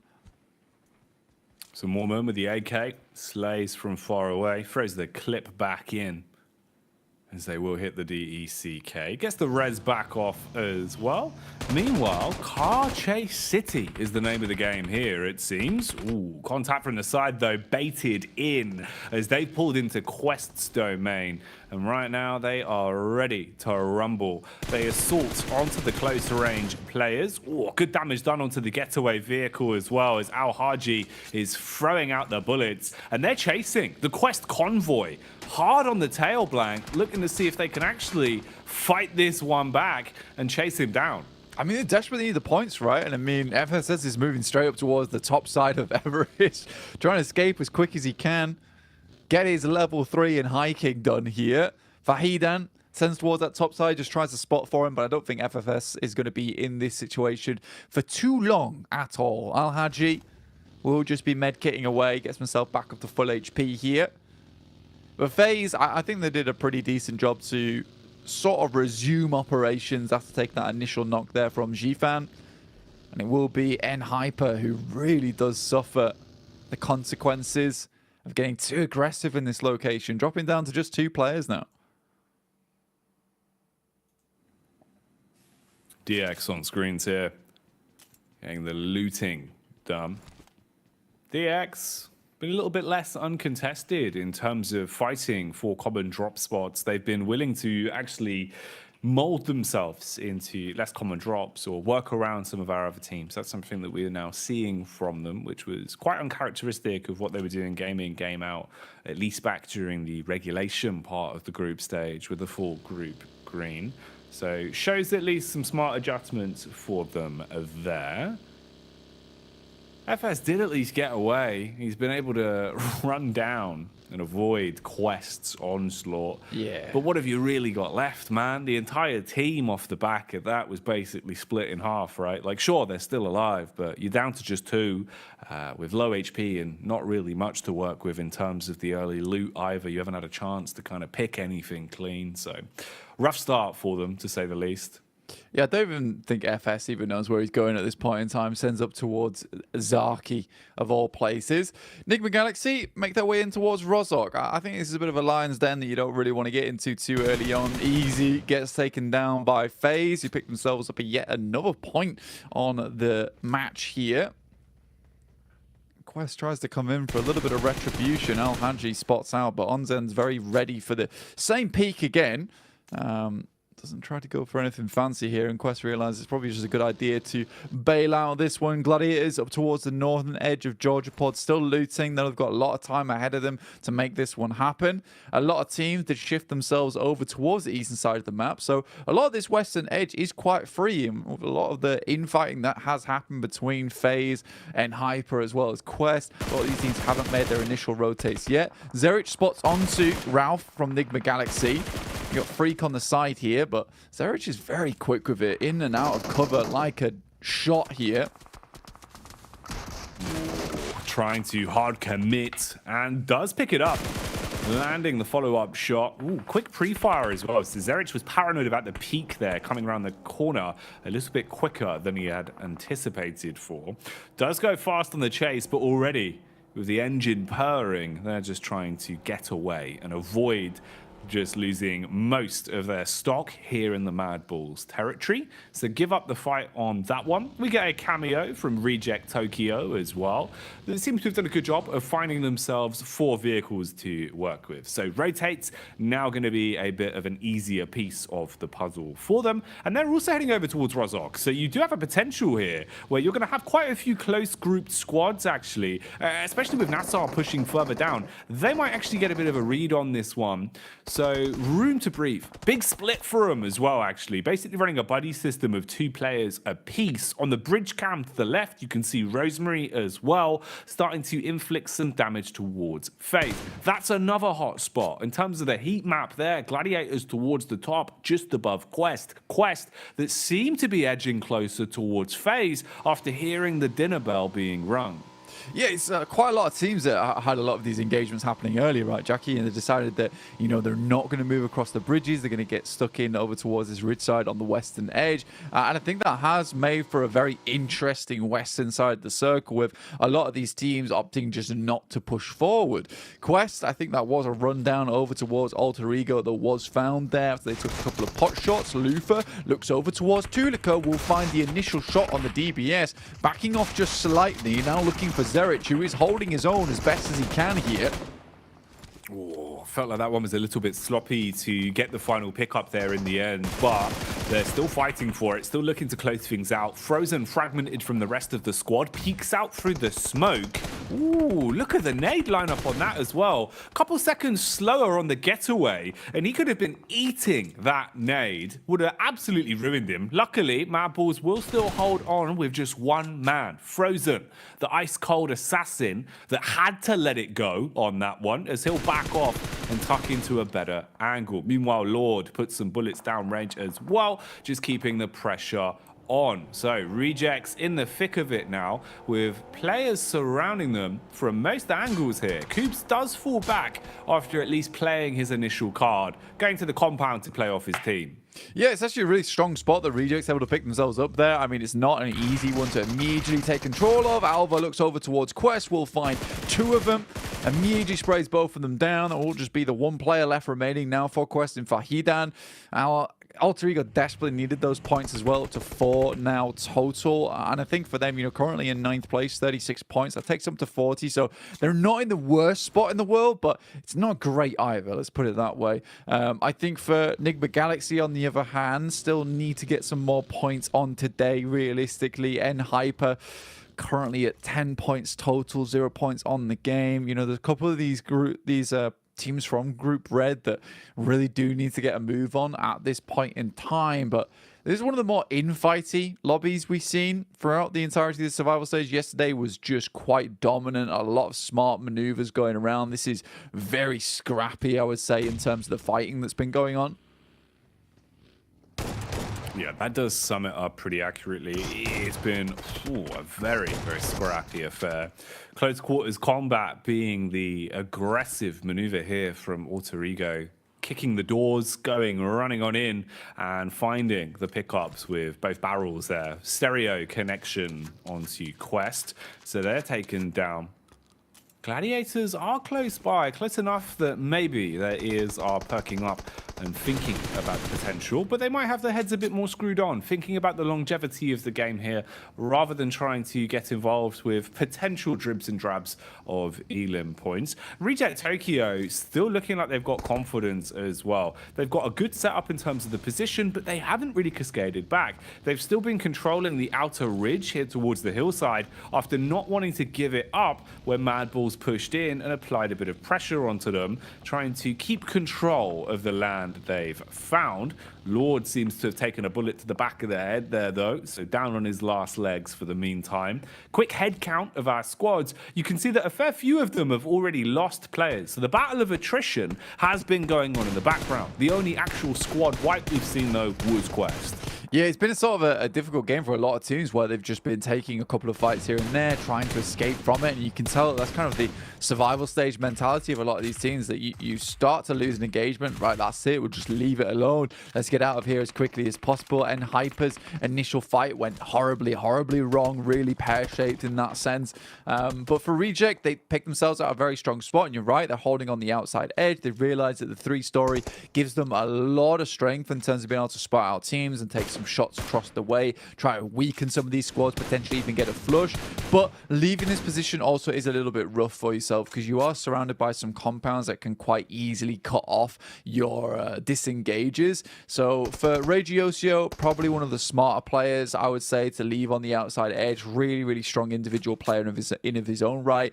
Can get away with maybe a quick knock and then a retreat back to the rest of the team. So I like this play from Reject so far. It's looking strong. FaZe, though, do find one of the players in Kitsune there. I think that's a bit of a misstep coming through from the Gladiators. They should have known there might be more teams coming through on this area, and just allowing Mela to immediately pick himself up a quick and cheeky flush on towards them. Their gatekeep gets shut down almost immediately.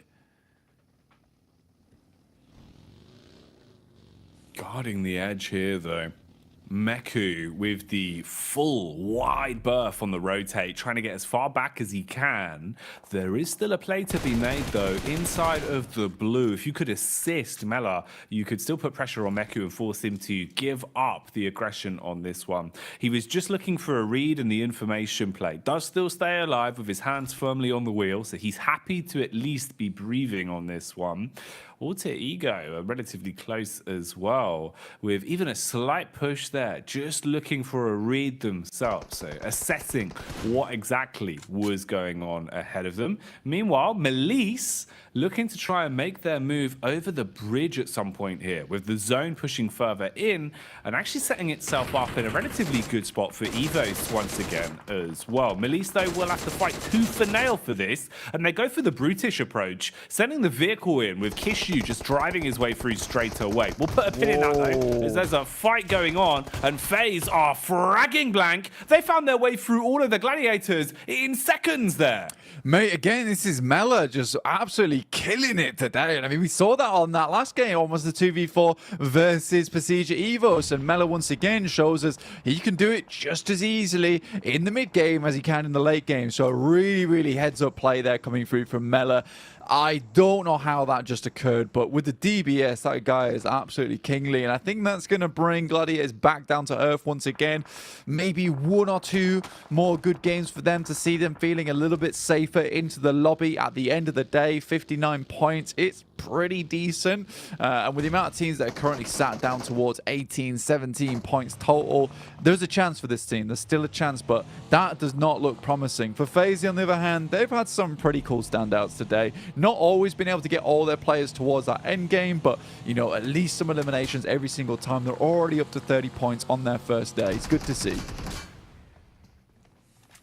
It is nice for them. Big game. Even if they go out now, you've still been able to achieve a lot in terms of the elims and the other chicken dinners they've taken. More to be done for FaZe as well, of course, as you know, this isn't the end of their run. They'll still have tomorrow to come back out swinging up against Group Yellow and see what they can do there. Fight continues on now, though, with Frozen being really close in terms of the positioning. You were thinking maybe there was chance for the fight there. We'll join that again, though, once things kick off. For now, you've got the rotate on screens, and Melise still trying to make their move. Trapped under the bridge here, as CEO later wants them to pay the toll. He is trying to defend this, it seems. DBS in the hands. Close quarters engagement up against the SMG, just peppered instantly. Overwhelmed there and crumbles because of it. So the remaining members of Melise are expired, and Inco could potentially third party from there. Had a read on the hill, but don't aggress down. Yeah, for Inco, it's a little bit of a difficult scenario for them, but they're able to hold on to it. Not bad at all. DXAV continue on. I think this has been one of the more consistent teams from our lobby so far. Inco moving over towards NASA, over towards Spec at the moment. A little bit of a difficult position to be playing in. Doesn't really have the support of his teammates, but a nice first initial spray down. Everyone's just trying to get the DBSs on the roof, but he doesn't care. The Vector will do the trick. Oh, Oh, he cuts his way through the first. Looking to re-aggress here as well. Bullets going down, detonations inside of the building. Xenox looking for the wide swing, close up through the window, spots another Inco man, but he's been punished from the side himself. Down on the floor now. Spec as well, eats the nade. Perfect bounce on that. Beautiful use of the angle as it ricochets off of the wall and takes the man down. Both of them playing medic, looking to get the reses in and reset on the fight. Doors wide open, head taken clean off as Squash, he goes out of the situation. Star comes sprinting in and this fight keeps on going. Mate, there's no point did it occur to Spec to just use the first aid kit in his inventory at all. Like, what was he doing jumping down with 10 HP? It didn't make any sense to me whatsoever. And with that, Nenebete might be able to finish up a lot of these players coming through from NASA. A total misplay, in my opinion, from what was an incredible opening fight there from Spec himself. Nenebete is able to clutch this out. It's basically all down to the fact that you just don't use the utility that's on side. There was more than enough time and chance to use it. Just the aggression there was a little bit silly, in my opinion. Reject still pushing onwards, currently up to 34 points, 37 if you add the eliminations on. And I think, you know what, they've had a decent day today. They've been really trying to hit those numbers where they can. They understand that time is wearing thin for them too. And the gap between DX is closing as well. Similar sort of story for Rejects, it seems, as they go for the swoop in and look to command respect here in the compound clash. Sarah, the bicep man, hits the first as Link goes down. Lufa again aggresses onto Misery, and one by one, Evos are becoming extinct as they are falling out of the server quite quickly. Luxy, though, wants to try and save face. Nade's thrown in. Nice tag on the first. Has the DBS as well. He could clean out the building here, Blank, if he can find his way in. Nice nade to at least defend. Smoke canisters go up as well. Blocks the pathing and the eye line, but could be exposed to Coops and Co from the back. So Rejects have taken command of the gas station for now. That was definitely a deluxe grenade if I've ever seen one. Nade over the top from Regiosio. Bounces, actually just airburst a bit too early there for him. Looks to send another one over the top. Has a general idea of where he is. Great nade from Regiosio. Will finish it off and Pazija Evos goes down. Now remember, this is the position where Pazija Evos won the game from last match. And I think for Reject, they understand that. They're like, look, we'll take it off your hands, no problem. Quick push in, picks up a lot of eliminations off the back of some really nice shots for the DBS. And that's confidence we wanted to see from Reject a lot earlier on. For Udo Alliance, it's starting to get a bit better for them each and every single game. You know, their averages aren't looking too bad at all. Currently 5 points per game. Yes, it's not championship level of averages, but for some other teams who really have not done that at all, I would say this is a promising start for Udo Alliance. They've not been looking too bad in some of the fights they've been able to find themselves in today. We've seen some smart decision making, even at least keeping games going when they're low in terms of stock, low in terms of manpower. So Udo Alliance, pretty good job of at least being a thorn in the side of some other teams. What can they get done here, though? In potentially a position where, you know, there is a chance you could chalk this one up as a W, as a chicken dinner, if you play your cards correctly. Frozen, still just trying to keep his attention drawn in the direction of Reject Tokyo. Rejects that are now getting themselves situated inside of the vehicles, driving seats at the ready, and start to set their focus on the new zone. Everyone's going to want to move their way further forward now. Udo Alliance with a good spread of it as well. They'll have nice control to work off of. Meanwhile, MBE, Sec on the snipe with a Mini 14, firing off the warning shots, makes his presence known, but no actual connection. And he has given an inkling across the Udo as well of his position now. Yeah, Cluck here off in the distance. Your Udo Alliance currently at those 5 eliminations found so far on this map. Could you go even a little bit further? You're talking about before Sec on that Mini 14, hitting some nice shots. Nenebete in the meantime takes his chances on the rotate while everyone is a little bit distracted. Will be able to get himself to fairly defensible position as well over on this side. MBE Sports off in the distance, very, very close to him. Udo Alliance is trying to take him down, but it is Olio to spot that one out. Once again, we see Udo Alliance in this situation where they potentially can take the chicken dinner on this game. They came second on that last match. So far, some very nice little averages on our angle. Reject will send in over towards Coops, last player remaining. Good initial grenade, but just overwhelming force here from Reject. They just swoop in like an aggressive seagull at the boardwalk, just wanting to steal away their set of chips. And they take that one down instantly. Udo Alliance have got a good spread for it, good setup in terms of the positioning to maybe get a few shots off here onto Reject Tokyo. And they're the ones that want to gun for the longevity on this. Both squads with 4 players alive. For Madballs, it is just Frozen. And keep in mind, Frozen's team, they were picked off by Rejects quite some time ago. He was hoping to get revenge, but he'll find nothing for his troubles as you do connect onto him and they dispatch the Bulls. Seeing red now as we fall to our final 3 squads. Hey, look at the damage being inflicted here as well, Blank. Softening them up now. Confidence is there. This could be where they start to rev their engines for the dive. Yeah, looking to move in towards it. And I like this spread coming through from Udo Alliance. So aggressive.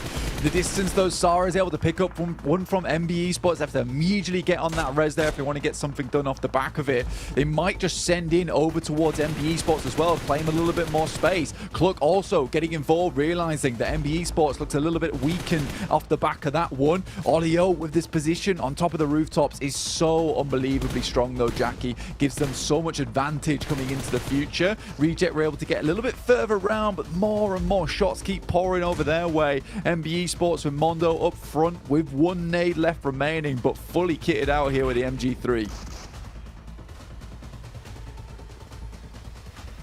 Quick looting, quick reset, shuffling. Everyone waiting for the right strike, the right moment to stick themselves into the action. The aggression works well for the first connection. Bullets downrange onto MBE, at least quelling their numbers for now, forcing one of the players into a knock and leaving them with a decision to make. No real quick move to get Modo back up, so you're probably going to have to give up the goose on him, fragmenting their numbers even more. And this setup from Udo is still looking so powerful. Every time there's a peak, they have the geometry to defend themselves while dealing damage. They've got setup, so if there is contact, someone else can help out as well. They could play for trades pretty efficiently from this, and all they've got to do is hold. Everyone else sitting on the edge of the rim as well, not wanting to push in yet. The zone will be the only part that could potentially throw a spanner in the works for them. But with how they're playing it at the minute, Blank, this is looking great for Alliance. Yeah, pretty much this was one of the circles that Reject likely was hoping for as well, because Olio on this spot had to be pushed out of it before stage 8. Realistically, this is a very early way to end a game in stage 7, having 3 teams at stage 6. Almost unheard of. This game was extremely quick in terms of play. For Reject, though, they know they need to get further into the circle. They need to regroup Regiosio as well as Sarah, but this circle does assist them. Getting Olio off from that rooftop gives them a much more even chance here, much more even footing. The fact that he's able to take pot shots downwards provides so much information all the time towards the rest of his teammates is causing so much problems. He's finally off it now, and Reject might be starting to think about when they want to move off towards the rest of their squad. Lufa hearing the sniper shots whizzing by him. Ooh, it looked like his days were numbered, but the team defends as they assist their mate. A few pot shots back over. That's Reginosio, who's just taking the peek from behind the tree, hoping that he can, if not deal damage, at least start to dent the confidence. So Udo Alliance can't peek into this so easily. They've still got such a good setup though, and this could be absolutely fantastic. They thought they had the lineup with a nade. No real response to it though. Not actually turning onto this one. They just leave themselves laying there in the open. Can't really retaliate too easily, and they're just being farmed, Blank. The nades go in again for the easy cleanup, and they're taken out of commission. Wiped off the face of the battleground there, leaving it into the final fight then.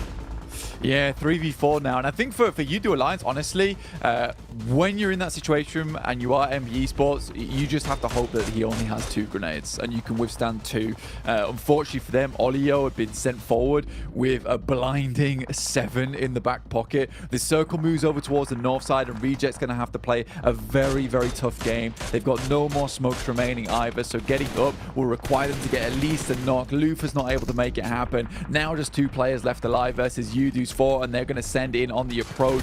Is this going to be their downfall, or will this be where they win? Olio continues to send in some massive nades. He's been so important this entire game. The nade goes off, Reject will go out, and UDO Alliance, despite only getting the second that last game, Olio not going in for the 1v1 definitely makes up for things here on this Erangel. You do take those wins, Blank, as they're pulling off another one. Coming out swinging here. You're going to be happy with that. You're going to be in a position now where things are looking a lot better already. They were a team that today looked like they were kind of nipping at heels and at least keeping themselves in a good position. Now it actually seems comparable to think, you know, if they could maintain this, Blank, for their day 2 tomorrow as well, alongside potentially the next 2 games we have coming up, then Alliance are actually in a much better position than it felt like potentially they were going to be coming into this. They're looking good in the survival stage right now, taking to it quite comfortably.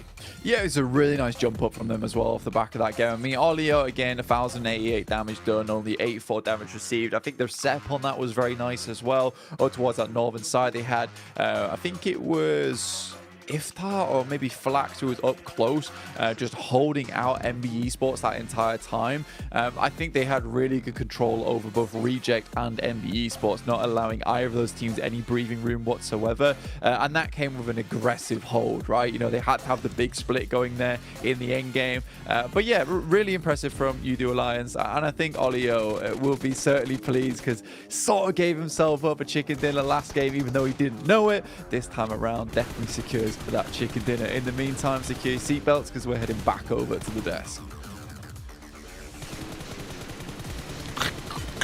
All right, seatbelts are secured here. I don't know what sound that was, but we are back with UDO Alliance. Get themselves a big victory, honestly, and a pretty needed victory.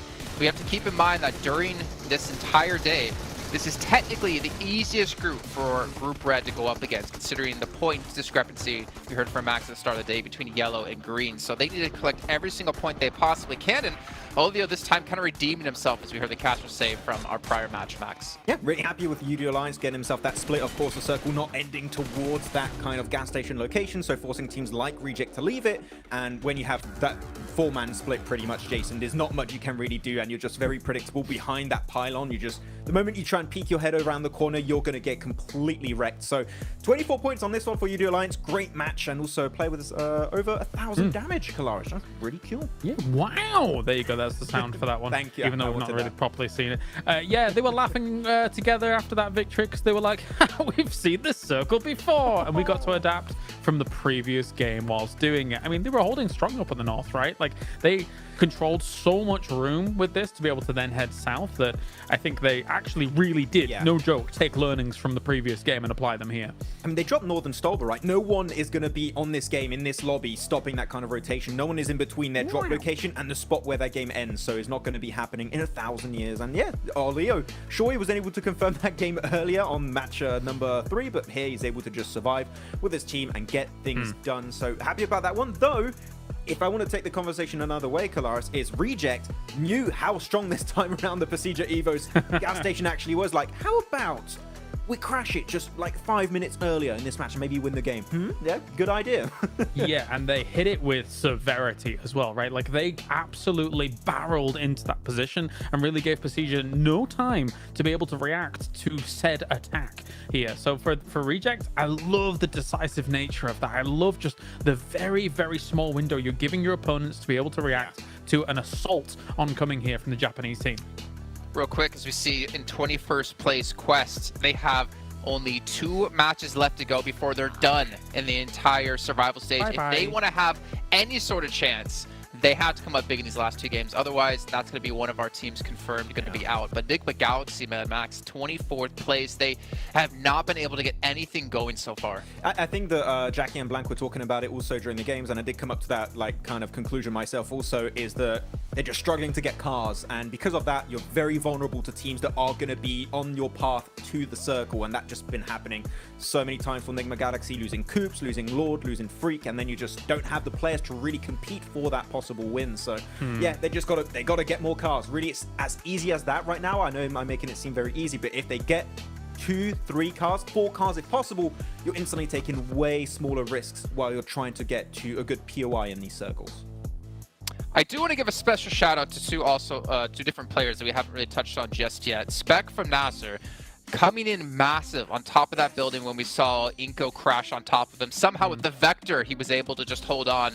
But then Nenebechi on the other side, able to close things out and save his team. Well, save himself at least, and get the wipe onto Nasser. That was just a really cool little battle between those 2 individual players. Yeah, some good knocks from Nenebechi to kind of finish things off. And again, cooking grenades to be able to just throw them at the exact right time to really cause a lot of problems for his opponents here as he's trying. Nenebechi was doing something that was very interesting, is he was faking nades also during this entire match. He was just like taking the pin out and actually just doing the audio cue, and that was kind of scaring the opposite side to go for the res, and because of that he was able to just make them linger as a solo and then win the fight. So it's very small details like that, but Nenebechi as an individual, we also saw it last year in PMGC, right, has the chops to be one of the best players in this lobby, I'd say.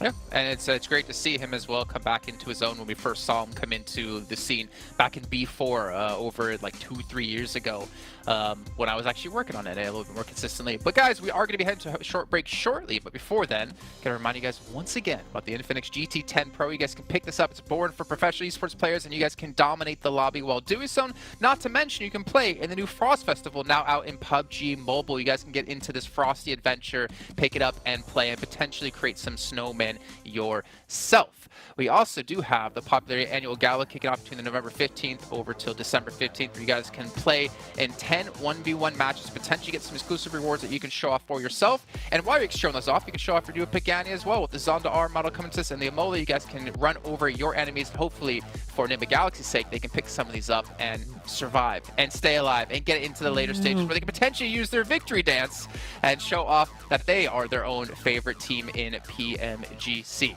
We're going to head to a short break while we get things ready to go for our first of 2 matches on Miramar, and we'll see you all in just a short few.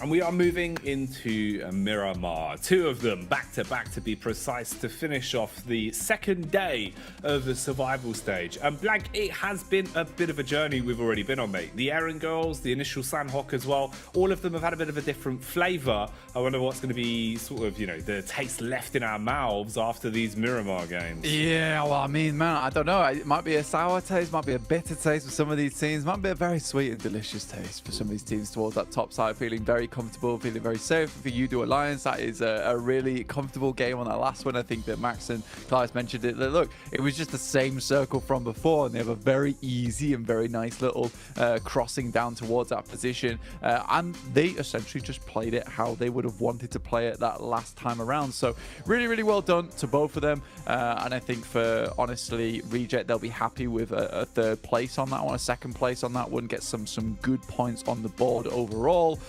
which they desperately needed, right? And I think that consistently today, Reject's been doing pretty well. And I think tomorrow we'll see some of those teams from Group Red try and hit some higher numbers as well on that chase. Again, today we will be setting that benchmark, at least for some of those teams with Group Green leaving us. And I think that's the most important thing for a lot of these squads to be taking a look at the end of the day, is where that 16th place lies. Currently, it is with Malice Esports at 25 points. Okay then. What are things going to be looking like in terms of the points after this first Miramar? What drastic changes are we going to be seeing? All big questions that will have a large influence on the overall standings, but we'll find out as we kick it off. The plane has taken off and we're flying over Miramar. If you take a look out of your left window, you'll see water treatment. If you take a look out of your right window, you'll see power grid. Please keep your arms and legs inside of the plane at all time. Now I'll pass you over to your captain, Blank. It is me, and also disregard that last comment about keeping your legs and arms in the plane at all times. At some point, we are going to be tossing you out because you're going to have to get into this match, gain yourself a couple of these points at the moment, because this is not a safe run from us. It's going to be quick, dirty, and it's going to be fierce going into this Miramar. This is our first of two before Group Green will end their run here in the survival stage and see just how many points that they have been able to put up and get in. Currently, Quest is one of the teams very much in danger at this point in time. Currently played 10 matches with a measly 17 points, currently in 21st place. It is going to take a gargantuan effort from them in these last two matches, and quite honestly, I just don't think it's possible, and this might be one of our first teams to be confirmed gone over in that bottom 8 of the lobby for the survival stage. They will not be making it through to last chance unless something absolutely insane can happen here on these last two Miramars, which I just don't think is going to happen. No, it would have to be miraculous.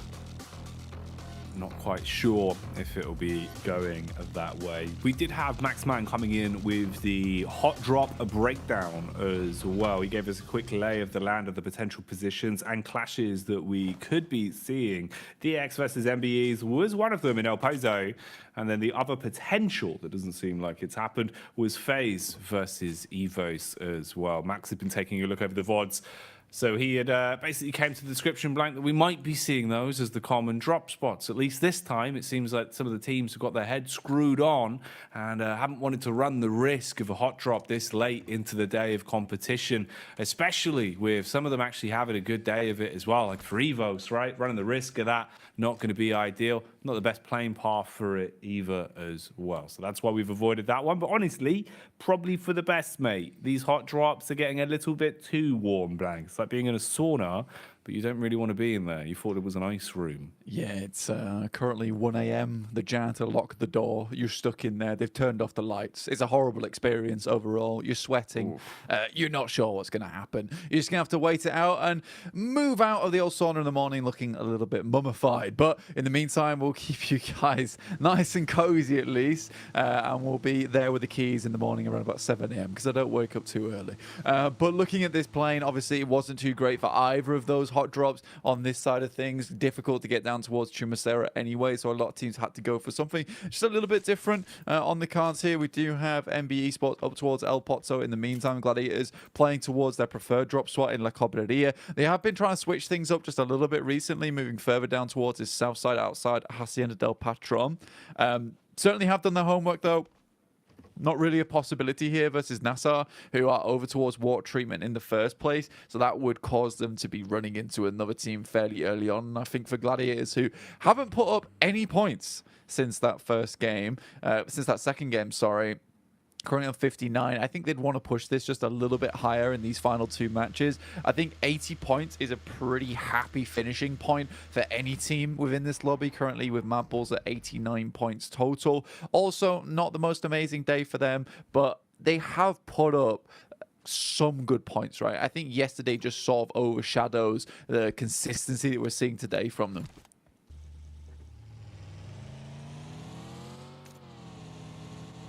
been an interesting day for it as well, man, because I think it's made it so hard to really, truly assess the situation. I don't even know by the end of today, Blank, if we'll have the best lay of the land of how things are going to look by the end of survival stage, because any sort of the theory we came into it with initially, with, you know, kind of the idea of Group Green being the real big group of death that it was, that had so many top teams in it, translating into survival stage, felt like it kind of wasn't an accurate depiction of day one.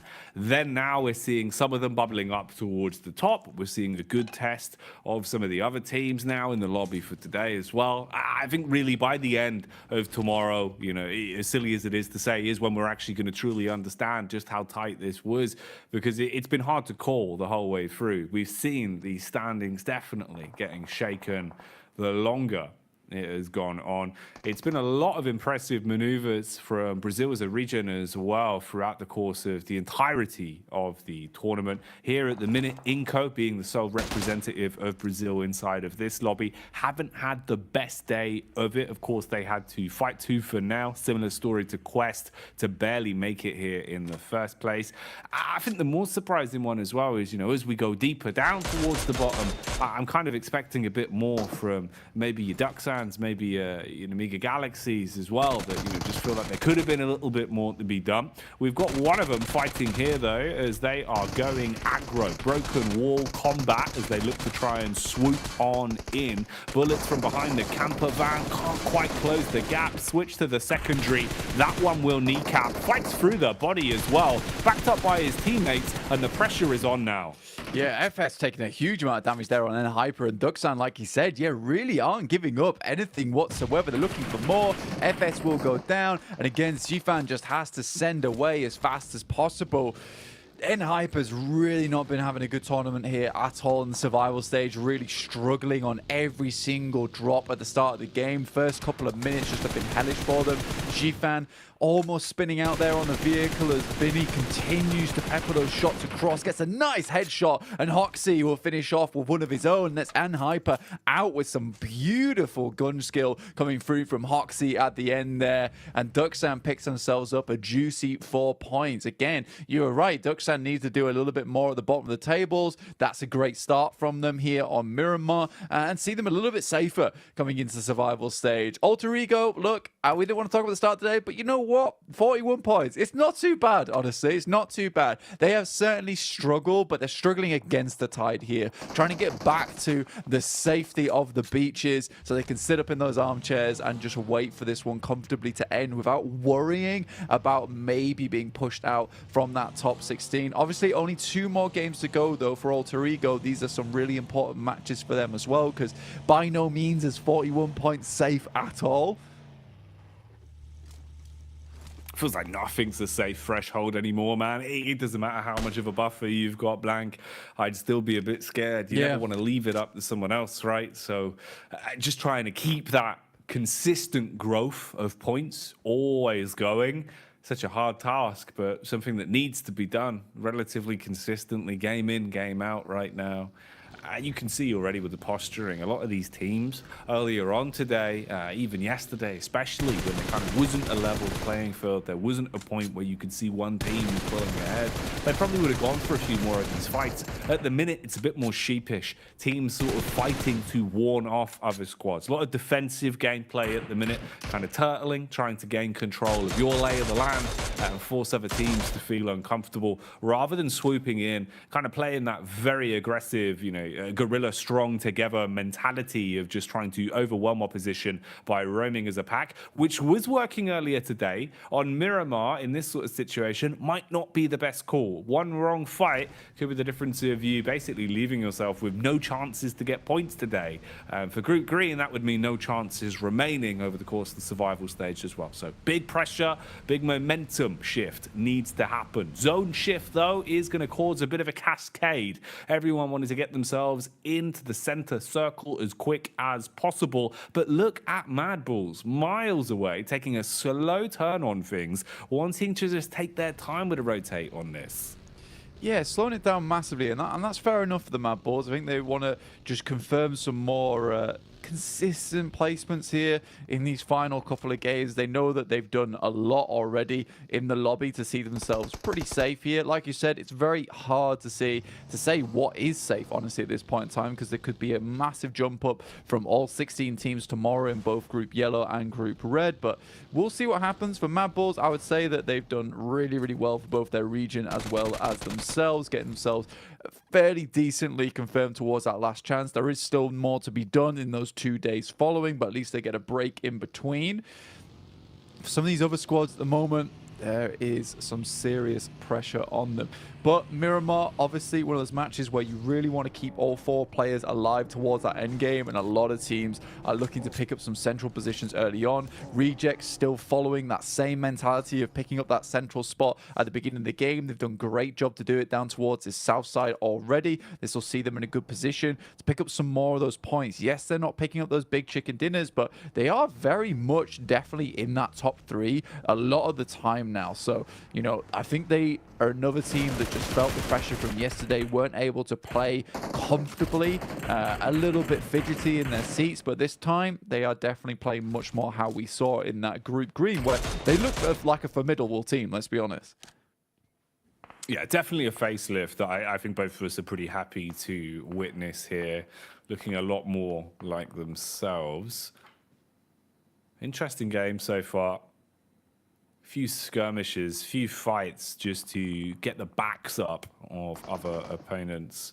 A lot of control of the map here being fought for. Peppered bullets being thrown in the direction of Gladiators now, though, as Tixie and co start to scout out, fan themselves around and look for the information on the rotate with the vehicles. Levi is really hoping for a heavy hit on this. He's got the bullets for it. Man's got 200 rounds in the back pocket, so he's willing to just fire off a few warning shots and keep looking for damage. Here's the overall lay of the land, though, the way things are looking with the map. It's Alter Ego that are barely coming up towards the entry point here as well. That would be Udo Alliance that have to fight through if they head into the zone. And they've got, again, another nice spread. Udo Alliance, I have enjoyed the way they've been playing, Blank, in terms of relying on each other as duos. Feels like they have a lot of faith in their setups where they'll play off each other's contacts. And they're probably going to be tested by Melise as well with this. So this actually might be an opportunity to see if their combat skill is looking as drilled as it has been over the course of the day. Yeah, for Udo Alliance, I think they've had some really, really strong edge play style where they'll play off one another, and I think that they're cautious enough to actually go for that play style as well, where they won't push out the boat too far a lot of times, which is something that's very rare to see in these edge style teams. I think sometimes it's all or nothing for some of these squads, but these esports certainly have been plagued by that curse a few times so far already. But it's been pleasing to see Udo Alliance being able to really show a masterclass of how to do this one in the survival stage. For some of these teams towards that northern side, moving through Monte Nuevo, a little bit open area down towards Chumacera at the moment. Also a bit of a horrid position to play. I think Nigma Galaxy quite happy over towards the north side of Chumacera right now with relative safety, being able to have a good outlook over towards some of these players that are down towards the northern edge on the low ground at the moment. Reject still just holding on to this central position though, and I think for them, again, it's just nice to see them play much more like usual. FaZe, I want to see another big game out of this team, actually. They're quite central as well, currently challenging Reject out for their spot, and I think Mela's really proven his worth on this squad, but I don't want to see as much scrappy, like we're going to get 7 eliminations on this match and go down in 7th place. I'd like to see a much higher placing with a much more confident finish here. Visualize that roadmap, that end goal early, have a good understanding of the way you want to play it, the way you want it to finish before you get there. Frozen throwing out bullets here down range. You've got great high ground, great understanding of where everyone is. Ooh, Frozen, he's been drawn into a fair few fights today that he's looked so confident in. And seeing Frozen playing with confidence is really fun to watch because you know he's a bit of a one-man army. You know that he can take these fights and single-handedly win them pretty confidently when he is playing his best. And the fact that he's instigating a lot of these, looking to just try and pick up elims where possible off the skin of his own back, and his team's giving him the extra range to do so, bodes well. It makes me think they're all feeling pretty confident individually. That might have been an air of overconfidence though. Gladiators on a scouting mission have been skewered. Duxan have engaged onto them, found the first knock. Matic has to get haphazard with the automatic because he sprays back some bullets. Yeah, tag sure, but not actually finding any frags out of it. Driving and healing, that's illegal, but he will pull it off and get himself back in the zone. So Hoxie being able to maintain good movement here as well and get ahead of Gladiators. This has worked out pretty well for them on the rotate unless they get mowed down. Meku on the hillside flank. They thought their bad days were over. They thought it was safe to go back into the water, but Meku is there. Yeah, Meku's been having some really good off angles this tournament so far, and being able to pick up some of these eliminations despite losing one player will be really, really nice for the points totals. They desperately need them on board at this point in time, so I think Meku will be fairly happy with this one. Finished off a couple more as well. Hoxie and Zipian go down, so 3 eliminations for their troubles losing Tixie. It's decent, but you can see DXavier off in the distance there, down towards their south side. They'll be continuing to cause them problems in towards the future, and it's Alter Ego take the fight to Mad Bulls, who just have had a bit of a struggle so far. How far is this struggle going to go, though? Will this be struggle street for them? Or is it just the struggle bus that potentially they can hop off at the next stop? They do go for the getaway mission. Seems like retreat is better right now. So they try and back away. Oh, look at this. Matic getting an understanding of where exactly Quest is situated. Quest in a vehicle graveyard at the minute. Just smoke and burn tires all around them. And now they're getting smoked a bit more literally as Levi's lurking on the hillside hits them with a big surprise. Kante's gone down. This is not looking good for Quest. They jump in the minivan, trying to go full Scooby-Doo and get out of there, see if they can find some clues about where they can stay alive, Blank. But their days are numbered, surely. Yeah, I think for Quest, they bit off a little bit more that they could chew in that situation. They took shots over towards Gladiators as well. They were able to finish off one of them at least, but it's opened them now up to this fire coming through from DX also. And looking at the lay of the land where they have to move uphill here, it's going to be really tough to deal with. Mad Bulls managed to get away with that one. Yes, they took a fair bit of damage. 2 players still left alive though down towards the south side of the map, but it's Reject once again able to pick themselves a nice central spot towards this circle, flanked by FaZe on the side, but definitely a good chance in this game. But it's nice to see Alter Ego as well actually taking it to task with currently the top squad in the lobby, which is Mad Bulls. Definitely seeing a shift in the power rankings here in terms of the way the teams are looking. Definitely feeling like there's a lot more confidence to fight, bringing down some of the walls that were put up on the back-to-back Erangals. Different stories here. Miramar always delivers something a little bit different. Grenade-based combat seems to be the play here. It's like a game of badminton, as those nades will go flying. Lamborghini wants to make this one look like a shuttlecock, sends it out as it will whiz on by and be miles off target. Wind must have caught that one. Yeah, I mean, you always got to blame the wind at the end of the day in that situation. Junie, though, can't really escape the bullets that come whizzing at him. I mean, those have got a pretty direct trajectory on those bad boys. Quest attempts to try and get involved to maybe open themselves up a little bit of an avenue of approach versus DX whilst they were slightly distracted by the final player coming through from Duxam. More shots coming through from Nigma Galaxy, though.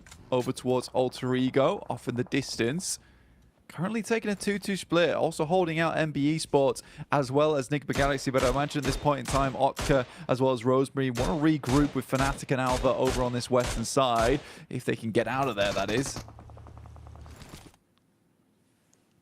And they even stay alive and keep themselves in a position to fight. Inko here, ooh, hefty connection with the nades. I mean, you're still standing, you're still alive and in the fight, barely. As Squash He must have taken a ton of damage from the shrapnel on that. Melisto, so heavily focused on the team in front of them, don't realize they're being backstabbed as UDO Alliance come in, swing the scythe, and take Melise out of the equation. Quick heal in the vehicle, quick reset, and then set their focus on getting out of here. They don't like the chances of the engagement versus Inco. They're happy with the points that they stole from that one, and instead focus on calming it down, going off to a better position and playing the longevity on this one. Love to see that from the UDO Alliance. Actually really starting to play some great PUBG Mobile over the course of the day, Blank. It's felt like the longer we've seen them going, the more they've looked confident, the more they've warmed up into the day, and it really feels like they're hitting a bit of a stride now. Yeah, I mean, it's a great read from UDO Alliance as well, because they sense that that fight is very, very clean. Yeah, they were able to pick up the eliminations off the back of it and steal some away, but they know that Inco is fully ready and up for a fight. So they decide, you know what, let's not even take it. We have a strong position down towards this southeast side, which we can continue to manage. So we'll just leave this alone. We'll pick up those steals and play off the back of this one. Iftar comes up against Enigma Galaxy. There is a switch out from the side, and he has to be quick on the trigger here to try and take him down. Does a huge amount of damage, but takes a lot himself.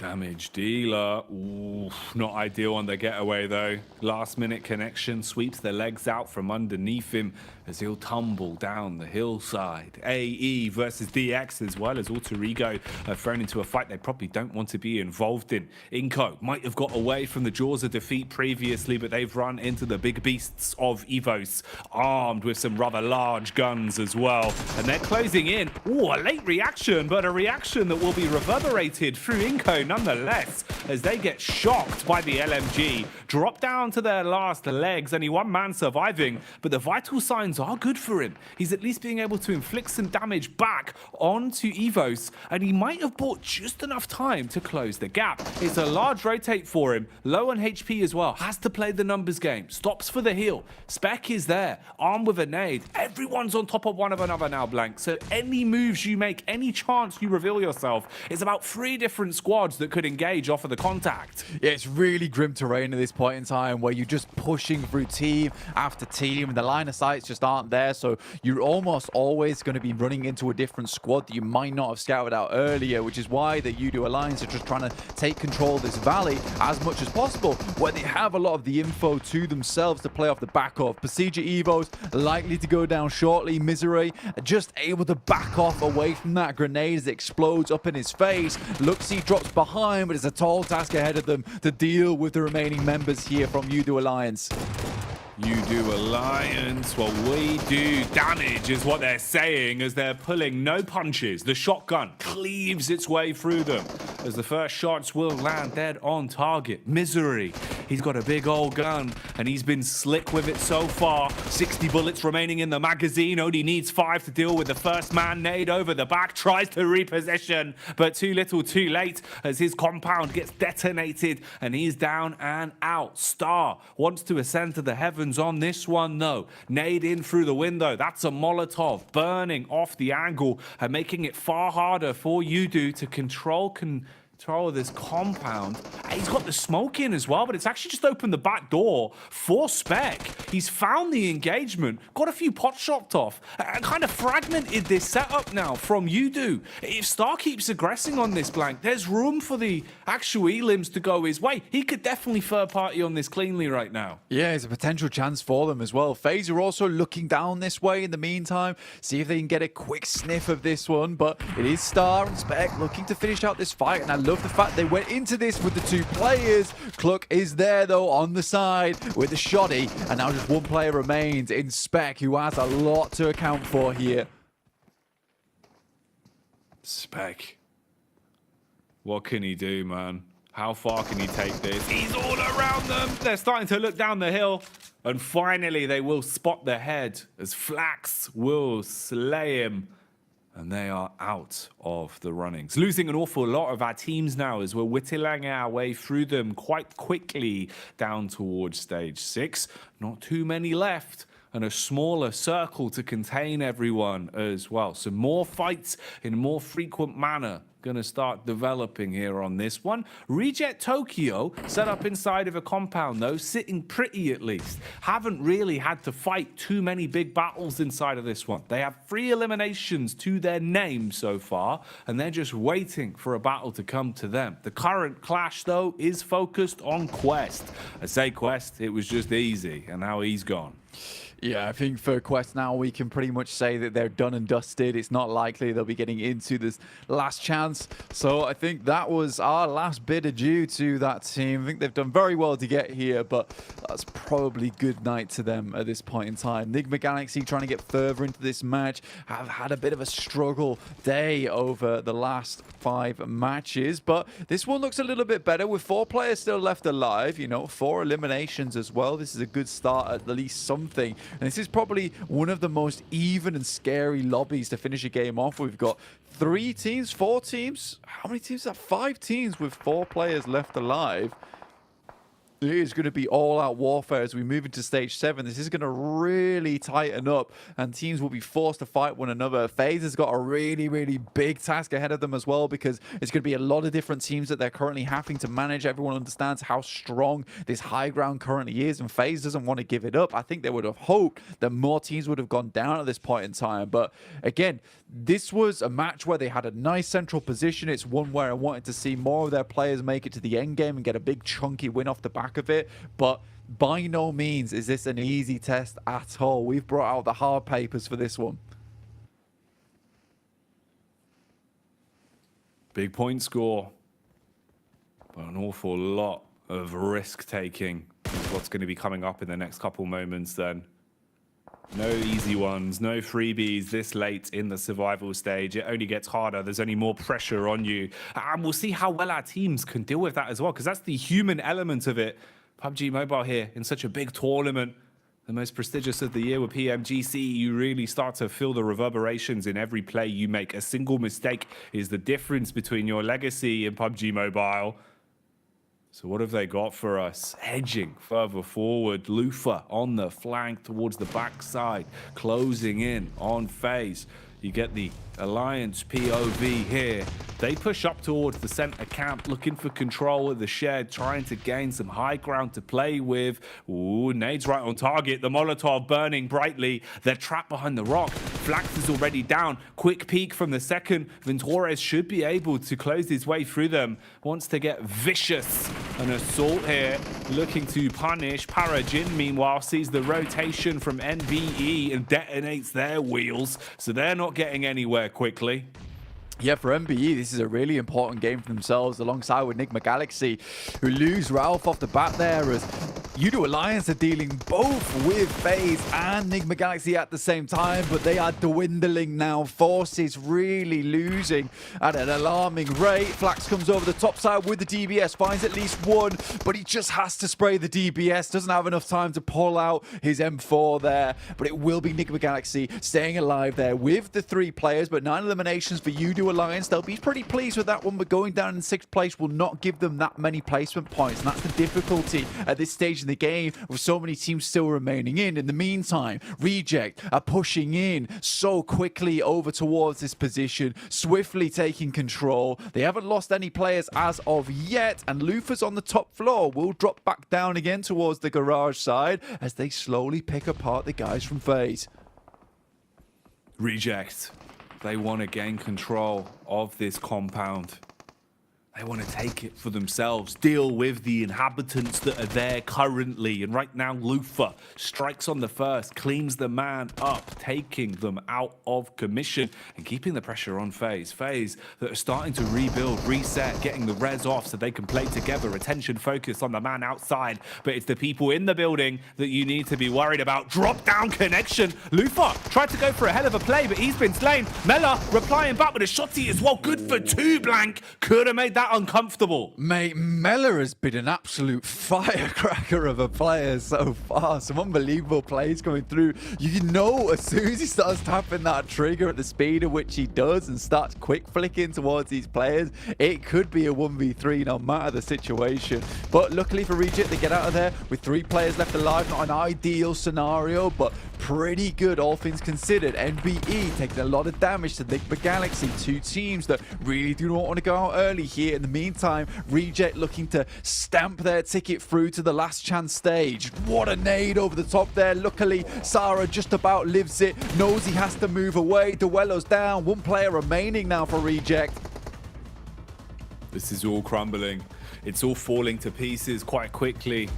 The dream for the Japanese side that they'd be able to revitalize themselves in the last 2 games of the day, be able to show up when it matters most, is quickly falling away from them. But maybe a window of opportunity, timing and attention taking off of them as you've got DX roaming in, putting the pressure on the aggravating squad that has been fighting from the top of the hill, giving Rejects at least a moment to breathe. But it's just Sarah. It's just one man with a big set of guns inside and outside of the lobby as he starts to scuttle his way around the shelf, looking for a peek up onto DX. Meanwhile, Freak aggresses downhill, puts the shots into MBEs and keeps the pressure on them, Blank. Sek as well taking damage. MBEs are going to expire quite quickly if this keeps up, and we're getting closer and closer to deciding who takes the chicken dinner here on Miramar. Huge chicken dinner required here for Enigma Galaxy to keep themselves in the running going forward. And Freak finds the last player coming through from MBE and Akaze. Coops looks down towards Sarah, drops a Molotov, will reposition him, and Lamborghini would have spotted him if it wasn't for Lord, who makes it up towards 12 eliminations. DX, the only thing standing between them and a 25-point game now.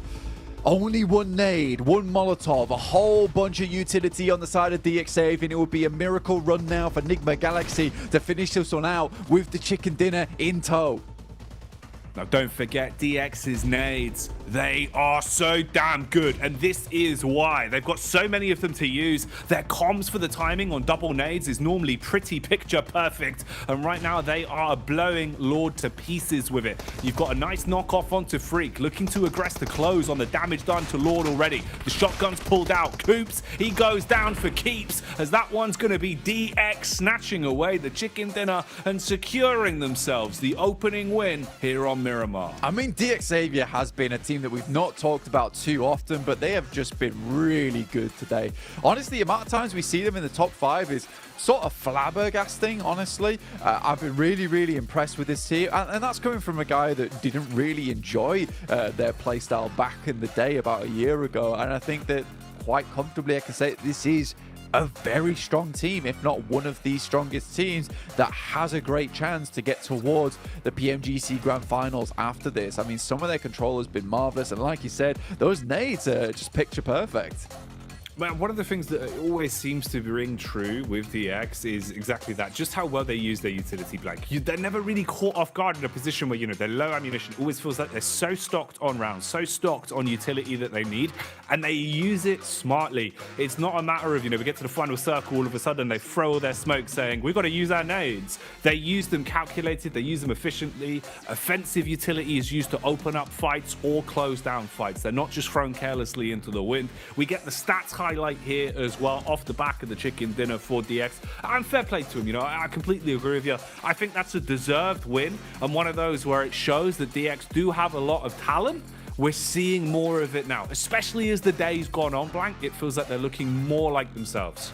Yeah, it's a strong like 3.6k damage game on that one, and everyone's doing fairly similar damage across the board from DX Xavier, so no one's really slacking, no one's really dragging their feet either. I think for DX Xavier, it's just been wonderful to watch them during this entire tournament. Yeah, I completely agree, man. It's been fun to see the level of lethality that they have been pulling out. That was an explosive game of Miramar, though. So whilst me and Blank clean up the dust with our little dustpans, let's head back over to a nice clean desk with Jason Kaplan. Well, you have to get that dustpan from me because I've been using it here on the desk to keep it squeaky clean, as DX Xavier keeping that match squeaky clean themselves, getting themselves even further up in the leaderboards. And obviously we can talk a lot about DX Xavier here. But the fact is, they're a team that's already now solidified into the last chance qualifier kicking off in just 2 days of time. I think our focus is maybe more towards a team like Enigma Galaxy, Maximum. Yeah, exactly. I mean, they needed to get himself a big game here, Jason, if they wanted to push themselves up into a top 16 position, which this game is exactly what they did.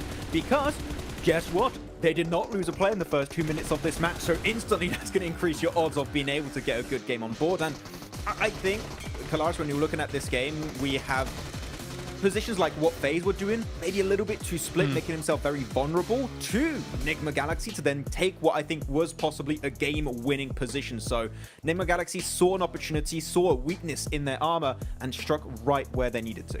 Yeah, FaZe really was not warm in this game at all. You might have had the circle come your way, you might have had a decent position, but you needed to regroup earlier. You needed to be taking decisions a bit more speedy with that regrouping, and that never occurred. So other teams around it exploited them, like as you said, Enigma Galaxy. But Xavier shows in this lobby that you don't always have to be playing center. They could play edge, they can be able to sweep it. I don't think they've been the most flashy team across these 2 days of gameplay, but they've certainly secured themselves a spot in that last chance qualifier. And as Blank says, they have a great shot at getting to the finals. Yeah, Xavier clearly are a team that now look at that first place. They just overtook Mad Bulls and Influence Rage throughout today. So really strong performance from these guys. And one thing that stands out to me for Xavier is they are really good at reading the circle, in my opinion. They know how teams drop. They know how teams rotate and respond to specific circles, specific scenarios. And off the back of that, they can get the path of least resistance in every one of these situations where they can reach the late game. And if they have a good situation later on down the line,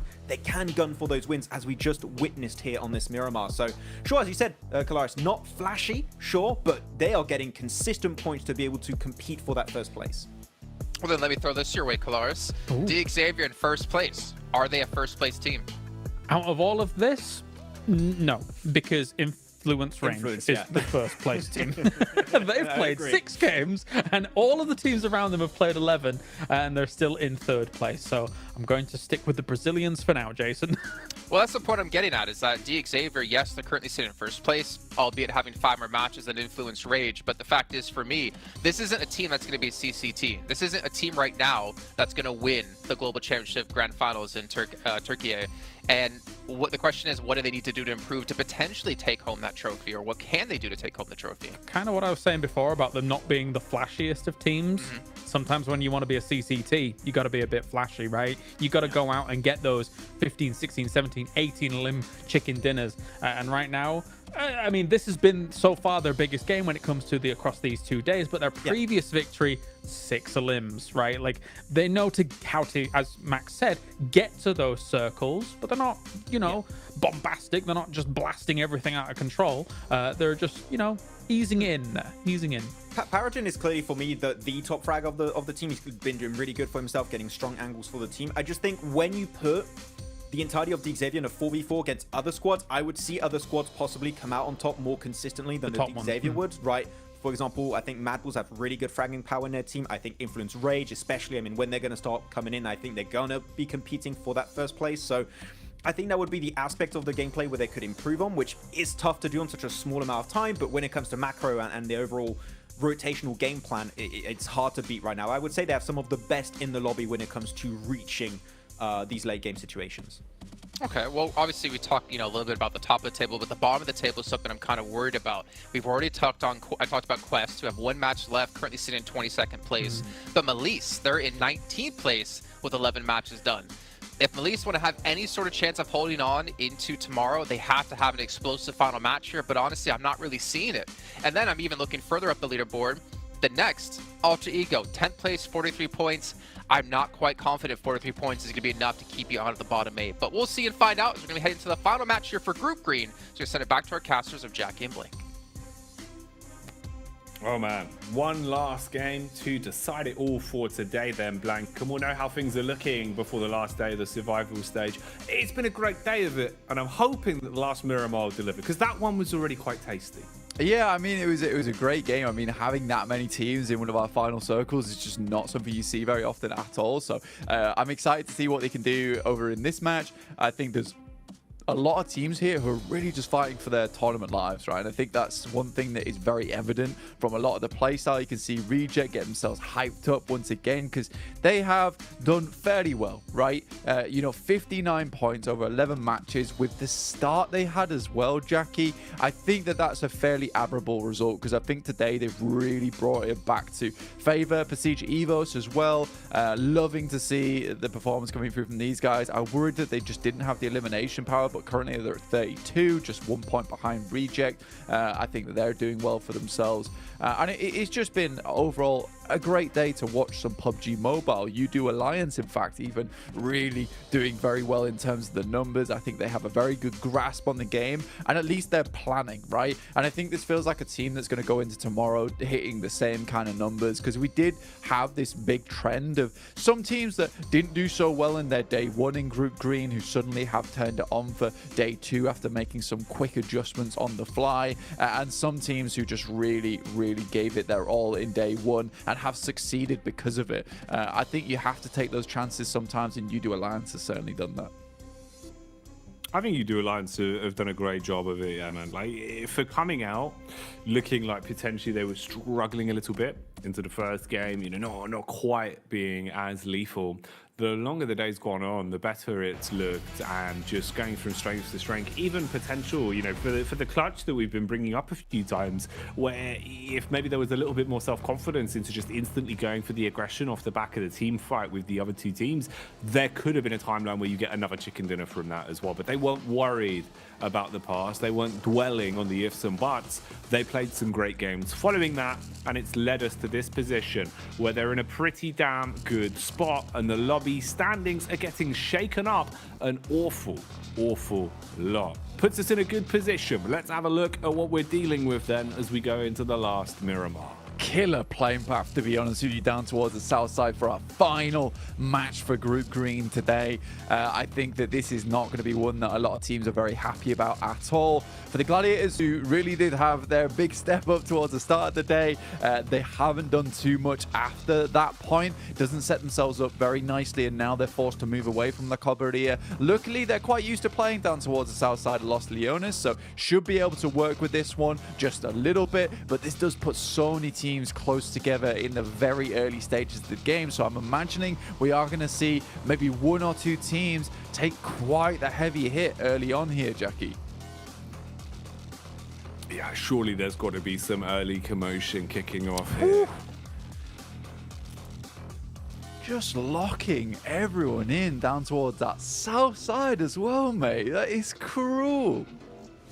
Yeah, this is ooh, I don't know, man. This is not the sort of circle you'd be too happy with if you'd whipped your protractor out for that one. Okay, so yeah, I think the point being there, definitely a lot of room for carnage on this one. Quite a different game already in terms of the opening moments, at least, with the way that it's shaping up. The posturing from the teams is going to result in, like you're saying, people being on top of each other quite early. So a lot of room for infighting, a lot of room for teams to lose out in a battle of attrition quite early on this one. Yeah, N-Hyper desperately need to get some points on the board as well, because they keep coming into contact with teams early on in the game. A spray down from Star could be bad, but we've got the Rocky Rage Roaders over here who managed to get that party bus as high as I've ever seen it in the air. That's some serious airtime they got on that bad boy. Very cool cinematic moment to start off our game of the day.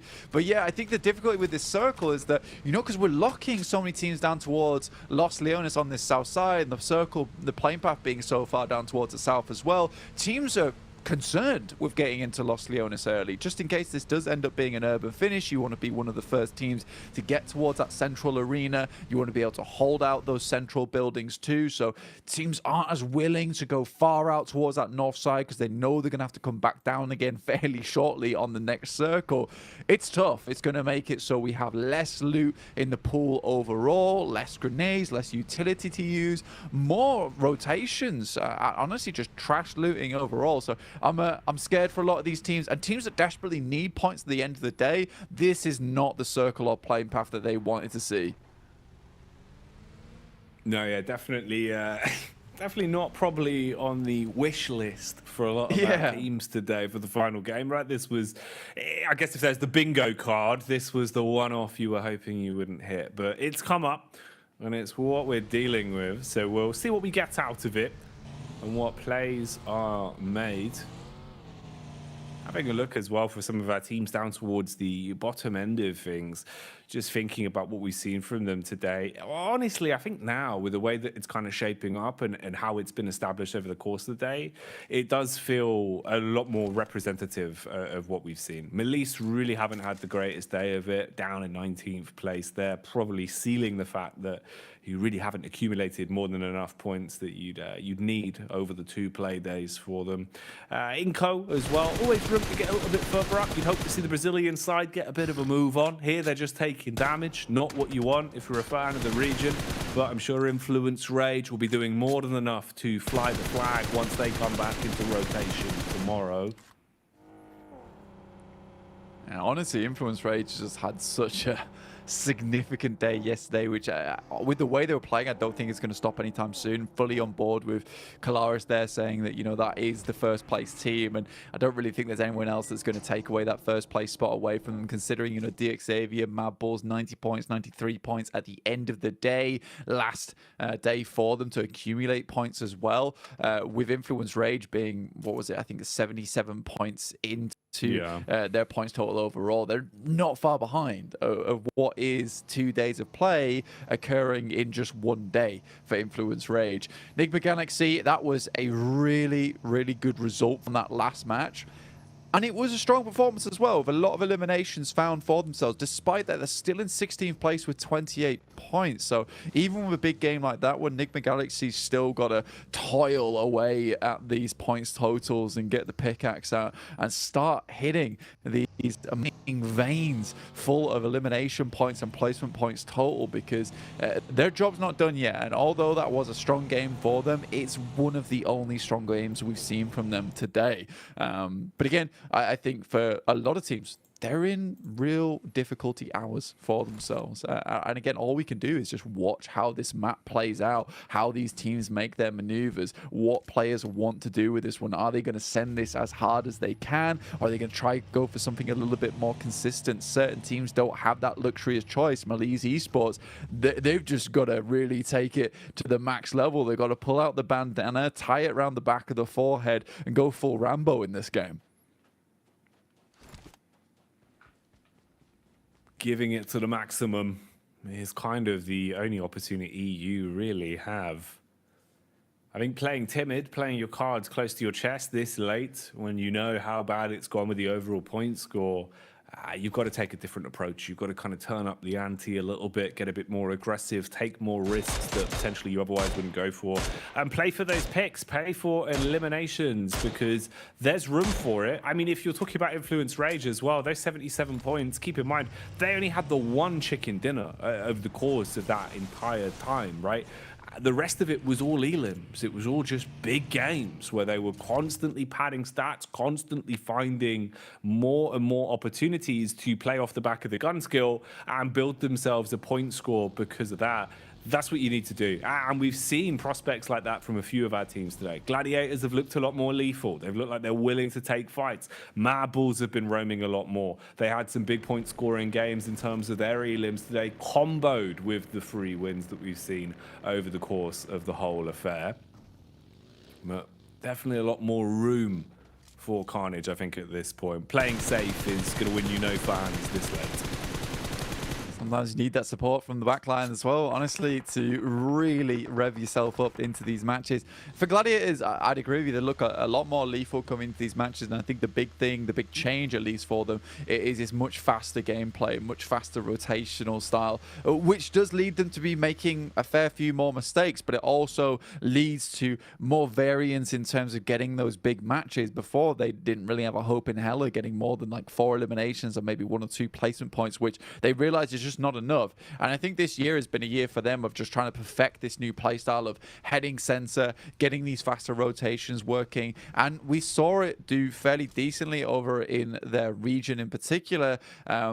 But they admitted themselves that it's a new playstyle for them. It's one that they're not super comfortable with just yet. Next year, likely it's going to have a much bigger benefit for them. But they know they need to bring that playstyle out here in the final day of their group green in the survival stage to ensure they're able to get as many points as possible. They realize that they don't want to leave this up to chance like they did last year and just get pushed out in those final moments. Circle does move over towards that eastern side. Mad Bull's fairly happy with this one as they're holding over towards Puerto Paraíso. Quest moved up towards that northwest side in Los Leones as opposed to holding on that eastern coast. You can kind of respect the decision, but it has sort of shunted them out of play.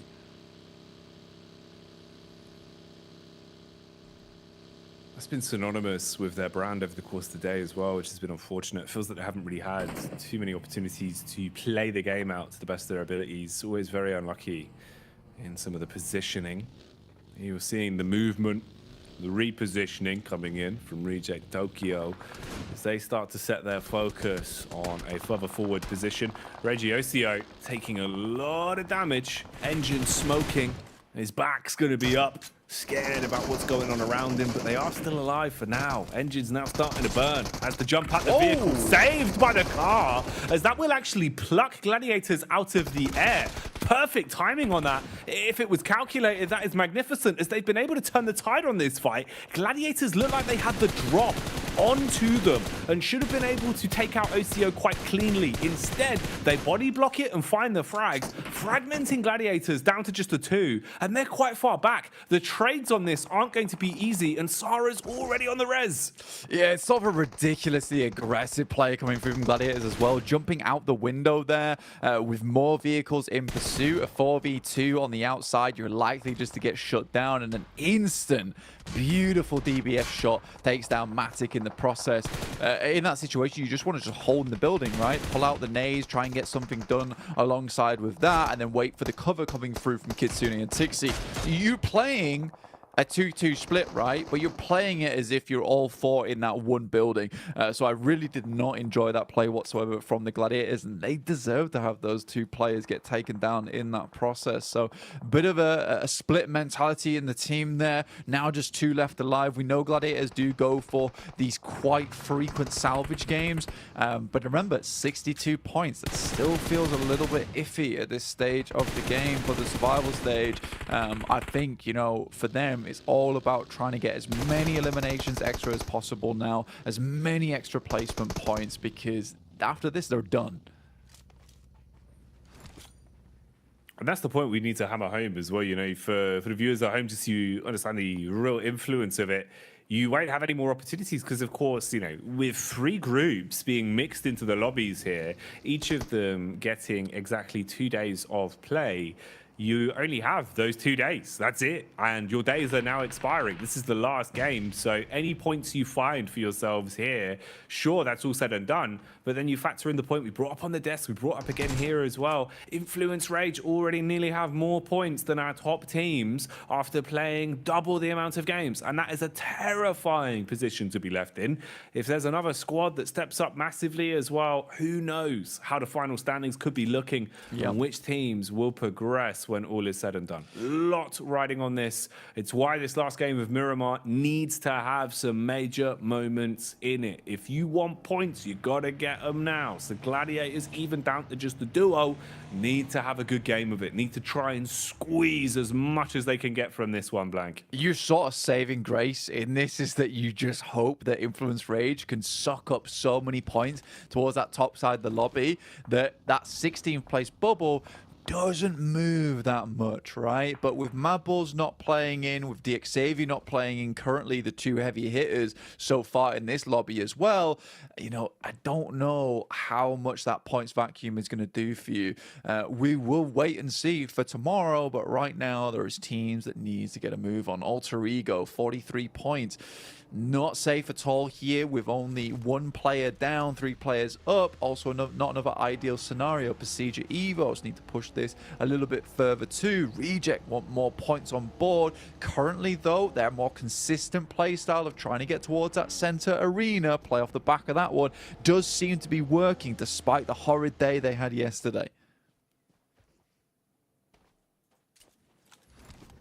And resilience there being the key part being able to have that mental fortitude of bouncing back and keeping your focus on, even if you are a little bit upset with what went down or what you left up to history. It always shows just how far you can go in these sort of events. MBE's here towards the ridge side, a little bit paranoid. You can see turning all around them, suspicious about where the fight is going to be coming from. It's DX down towards the coastline with support in the trees as well. Levi's from the side strikes, and that's perfect. They had baited the attention of the first man. Oh, with all their focus down the ridge on Lamborghini, Levi's just ruins them. 2 back-to-back 6 shots, and he's just chock-a-block full of confidence now. They want to go in blank. Parajin's hot behind the wheel as well, so he's going to be coming in to assist. They're swooping in. This should be a clean-up on them. They outnumber them 2-1. Yeah, I mean, this is just a great play from DX overall, and you can see the quick flick decision in the sense of Levi sees that he's got 2 eliminations. I'm making the call now to push, but I'm going immediately. The rest of the team instantaneously responds, and this is just the communication you can tell going through from DX Xavier. Very difficult to talk about communication a lot of times, but easy to see in this situation with the quick response coming through from the rest of the team of DX Xavier, and exactly why we consider them to be one of the best teams in this survival stage so far. Parajin luckily hits that first aid kit just after the nade pops. We'll bring him back up towards 70%, and although they did get those first 2 initial knocks here, DX Xavier's not sure whether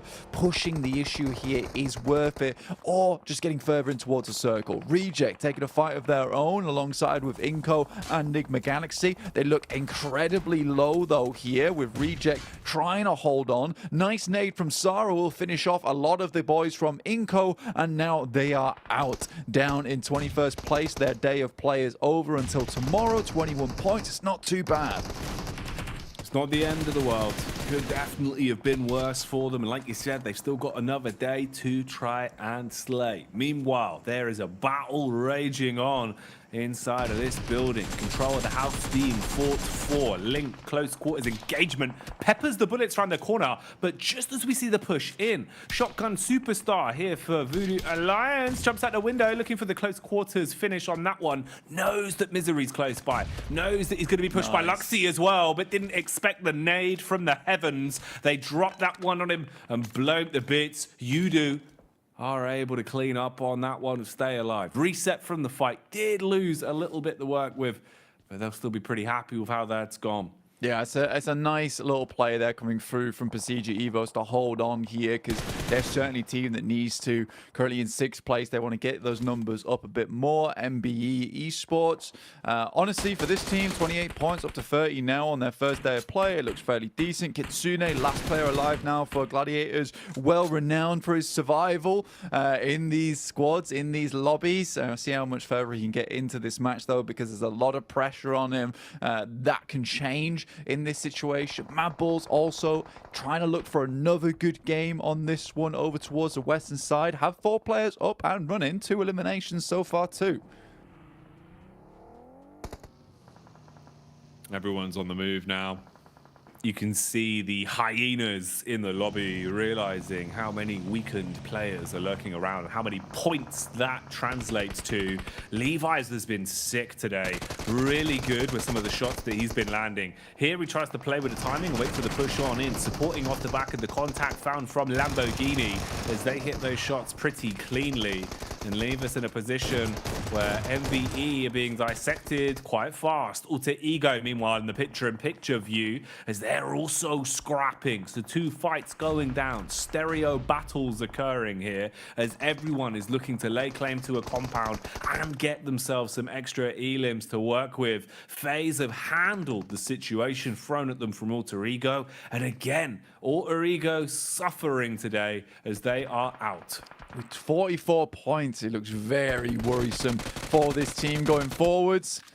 So for Alter Ego, they just got to cross their fingers now and hope to God that no one comes ahead of them tomorrow. Parajin drops out. It's fist by from top side, getting a good spray out, but not quite enough as DXavier handles them. And you can tell just the skill level from DXavier off the back of this fight. They get the 2 limbs, they move up. They have the wherewithal as well to be like, look, this fight's not worth taking. Let's go grab that high ground in front of them. Whilst we've delayed them a lot here, the blue's going to push them in. They're going to have to move up towards us in this spot, and we can take them out later. So there's plans upon plans upon plans here for DXavier, and it's just nice checkpoint gameplay for them. Always having a good idea of what's going to come next and how to set themselves up best for it. So for DXavier, strong control on the south side, pretty much cleared out most of the deadly teams. It's just Nigma Galaxy as well as Reject ahead of them, who are both hurting in a big way. Nigma Galaxy down to 2, as are Reject.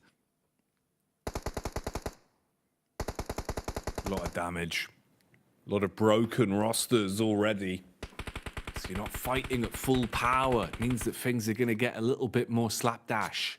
Some of the plays might be a bit more haphazard than we were potentially expecting. DX again, just looking for damage onto FaZe, firing bullets up. They've got nice cover here from the ridge side positions. They're going to be happy with that, playing around it. Now Haji zoomed in, looking for feet from a substantial distance, and fair play. Al Haji, good read.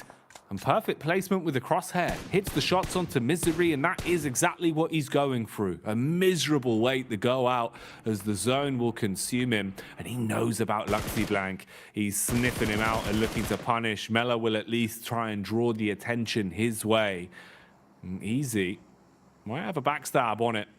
For now, though, this is looking pretty good for Quest. The high ground you've got to play with here is going to be nice for them. Makes a change for once. Yeah, for Quest, realistically, it's now or never. They kind of need a chicken dinner on this match and a fair few eliminations off the back of it if they want to try and at least have some kind of chance to get in towards that last chance. I just don't really see it happening. Again, it was very last game for Quest over in the group stage. It could be the very last game for them here in the survival stage as well, but with so many big squads still up and kicking, with DX down towards that south side, Mad Bulls off towards the western edge, there is that scariness to it. A little bit terrifying to pull through here for Quest.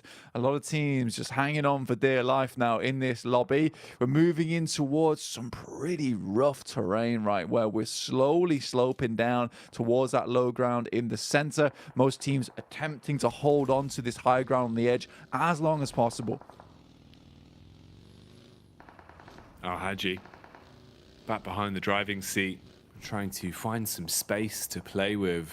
There's not much room, though. A lot of names all close by. A lot of room for a fight to kick off the back of the first domino falling. Melise will suffer from success early. It seems here they've taken a bit of damage that will slow them down. They are spreading out and going for the revive on Poser. They have to control the roadside. Supply drop in between them as well. Kishu goes for the advancement on that. Everyone else getting closer and closer as well. Duxan have started to rotate around, and that's up towards where we're seeing Quest play from. Quest that now engaged down on the road. Quick crash on NASA. Didn't expect to see this one as they go in for it. Full frontal assault in the building. Kante swinging Katana as he'll chop his way through the first with the shotty. Trade back by Star and Quest. It's slowing down for him, Blank. It needs to be a quick change of pace here. Al Haji, he's used all his bullets. Has to quick switch to the secondary. Hits the shot on the drive-by and snatches it away. 5 elims at least on this game so far, up to 24 points total, but with 3 players, he looks a little bit hopeless at this point in time, but there is a chance off the back of that. There is teams all around them. They'll have to fend off against. FaZe currently trying to push in towards Mad Bulls, trying to pick up some more points at the end of their day of play. Frozen will pick up on Zenz as he spots some more players coming in, and there is a jump out the window there as Frozen gets knocked himself, but Mormon is down. This is back and forth here. Mad Bulls versus FaZe, 2 teams that are incredibly well versed in terms of gun skill. Finally it'll be finished off, and of course it's Tulika to make it happen. Big plays there, finally shutting down FaZe that have actually had a pretty sick day of it. They've had a lot of room to expand and take points. Even taking chicken dinners here today, so being able to stop them now and stop it expanding further into the last game of these two groups clashing will do wonders for you if you don't have another game to be played going into tomorrow. Evos, or at least just Luxy, the lurker, he's been making a wide rotate on this. Slowly but surely, he's starting to stutter step his way up the back and does assault. Hits the first, looking for a follow-up as well, it seems, as he's putting the pressure on the back of Quest. Ooh, my man's in the compound. For Luxy as well, he knows that any elimination point going forward is going to be so good for him. Drops one off towards the right side of the building. More Molotovs been sent through now. Able to pick himself up that flush towards Fahidan. Duxan is now out. 25 points on the day. But for Luxy, it's an important fight. Anywhere he can get further into this game is good for him, but there's walls in front of them. It's going to be very difficult to play off the back of. He opts just to send away here, but he'll be sending into very treacherous waters going forward, Jackie. Oh yeah, you're going to need the Wellington boots, mate, as you are going to be knee-high in the murk. Oh, easy firing off shot after shot. Luxy tries to find safe haven behind the tractor. Oh, how's he alive? He's done, yeah. Even if the bullet didn't hit him, the vehicle would have exploded and taken him out. But still, 4 eliminations. That 1 point he was able to accrue over towards Fahidan, and then a single placement point as well. That might be the difference between him going out in 16th, him as his team, as well as just getting a more secure position towards that last chance. So Luxy has done an absolute phenomenal job for Procedure Evos. I think all fans of Luxy should be really proud of him going forward. In the meantime, Malise Esports, we were talking about them. They needed a big game. They're in towards one of the final circles. There's 7 teams still left alive, and it's Mad Balls going against DX Xavier. 2 of the big dogs in the lobby, currently biting at one another here. That was a loud bark though, supersonic, as it would detonate the player in front of him. So Levi is now crawling away from the fight he's been thrown into. Zerich bombarding bullets, down to 60 in his reserve as well. So using a lot of that ammunition to just try and suppress and keep them locked in position. Nade cascades across. Zal Haji will be able to blow Flique away. Al Haji, does he want to go for this one? He's trying to push further up the hill. 40 had an opportunity to swoop in blank, but FS from so far away shuts down Quest and ends Al Haji before any more madness can continue. So DX are now the next on the chopping block, and Chulika is the chef. Comes in and hatchets his way through him with a DBS. Big news there for Mad Balls. That almost certainly secures it for them. I mean, 99 points. Even less than that, I think, for Europe. They've been such a good standout for us, as well as Major Pride making it through in the first place. Frozen tries to step his way through, won't make it, but Reject be happy about this. More points on the board for them. Up to 5 eliminations on this match. Just Sarah and Luther remaining. 2 really cool players from the team. Sarah has been giving it his all this entire tournament. See how much further they can get here, but with N-Hyper finding Luther on the frag, it's a little bit scary. Sarah can't quite go for the res just yet. Needs to find himself an elimination of his own, or at least a knock over towards Nigma Galaxy as another nade is primed in hand. Freak throws out the nade. The smoke's blocking the pathway. Ooh, a bit of damage from that one. Nice way to instigate. Meanwhile, Melissa are also getting stuck into it. Know that this is their dying chance. This is their last game to make some big plays. And they're fairly fragmented. 2-1 setup in the way that they've gone for this. You've got a lot of map control. You can attack from either side. Lewis, he takes the close range engagement onto FS. Free peeks up from the back. 40 had the drop on Lufa. Oh, the shots are going out. The buckshot not connecting. And in the fight of the shotties, he will lose out. Good for 1, but not enough. Almost had it there as well, and Coops does that with the pump shotty as well versus the DBS. Not an easy scenario to be in. Malise Esports looking for that big win, but Tulika, Zerich not done yet. The dynamic duo themselves coming through for the Mad Bulls. The 2 horns on the bull itself, looking to finish out this game here. But Malise Esports, they know how much this game means to them. It might be the difference between a 16th place and a 17th place for Malise Esports, and they get a few more eliminations on side. Up to 7 right now, and there's an opportunity to get at least 4 more here.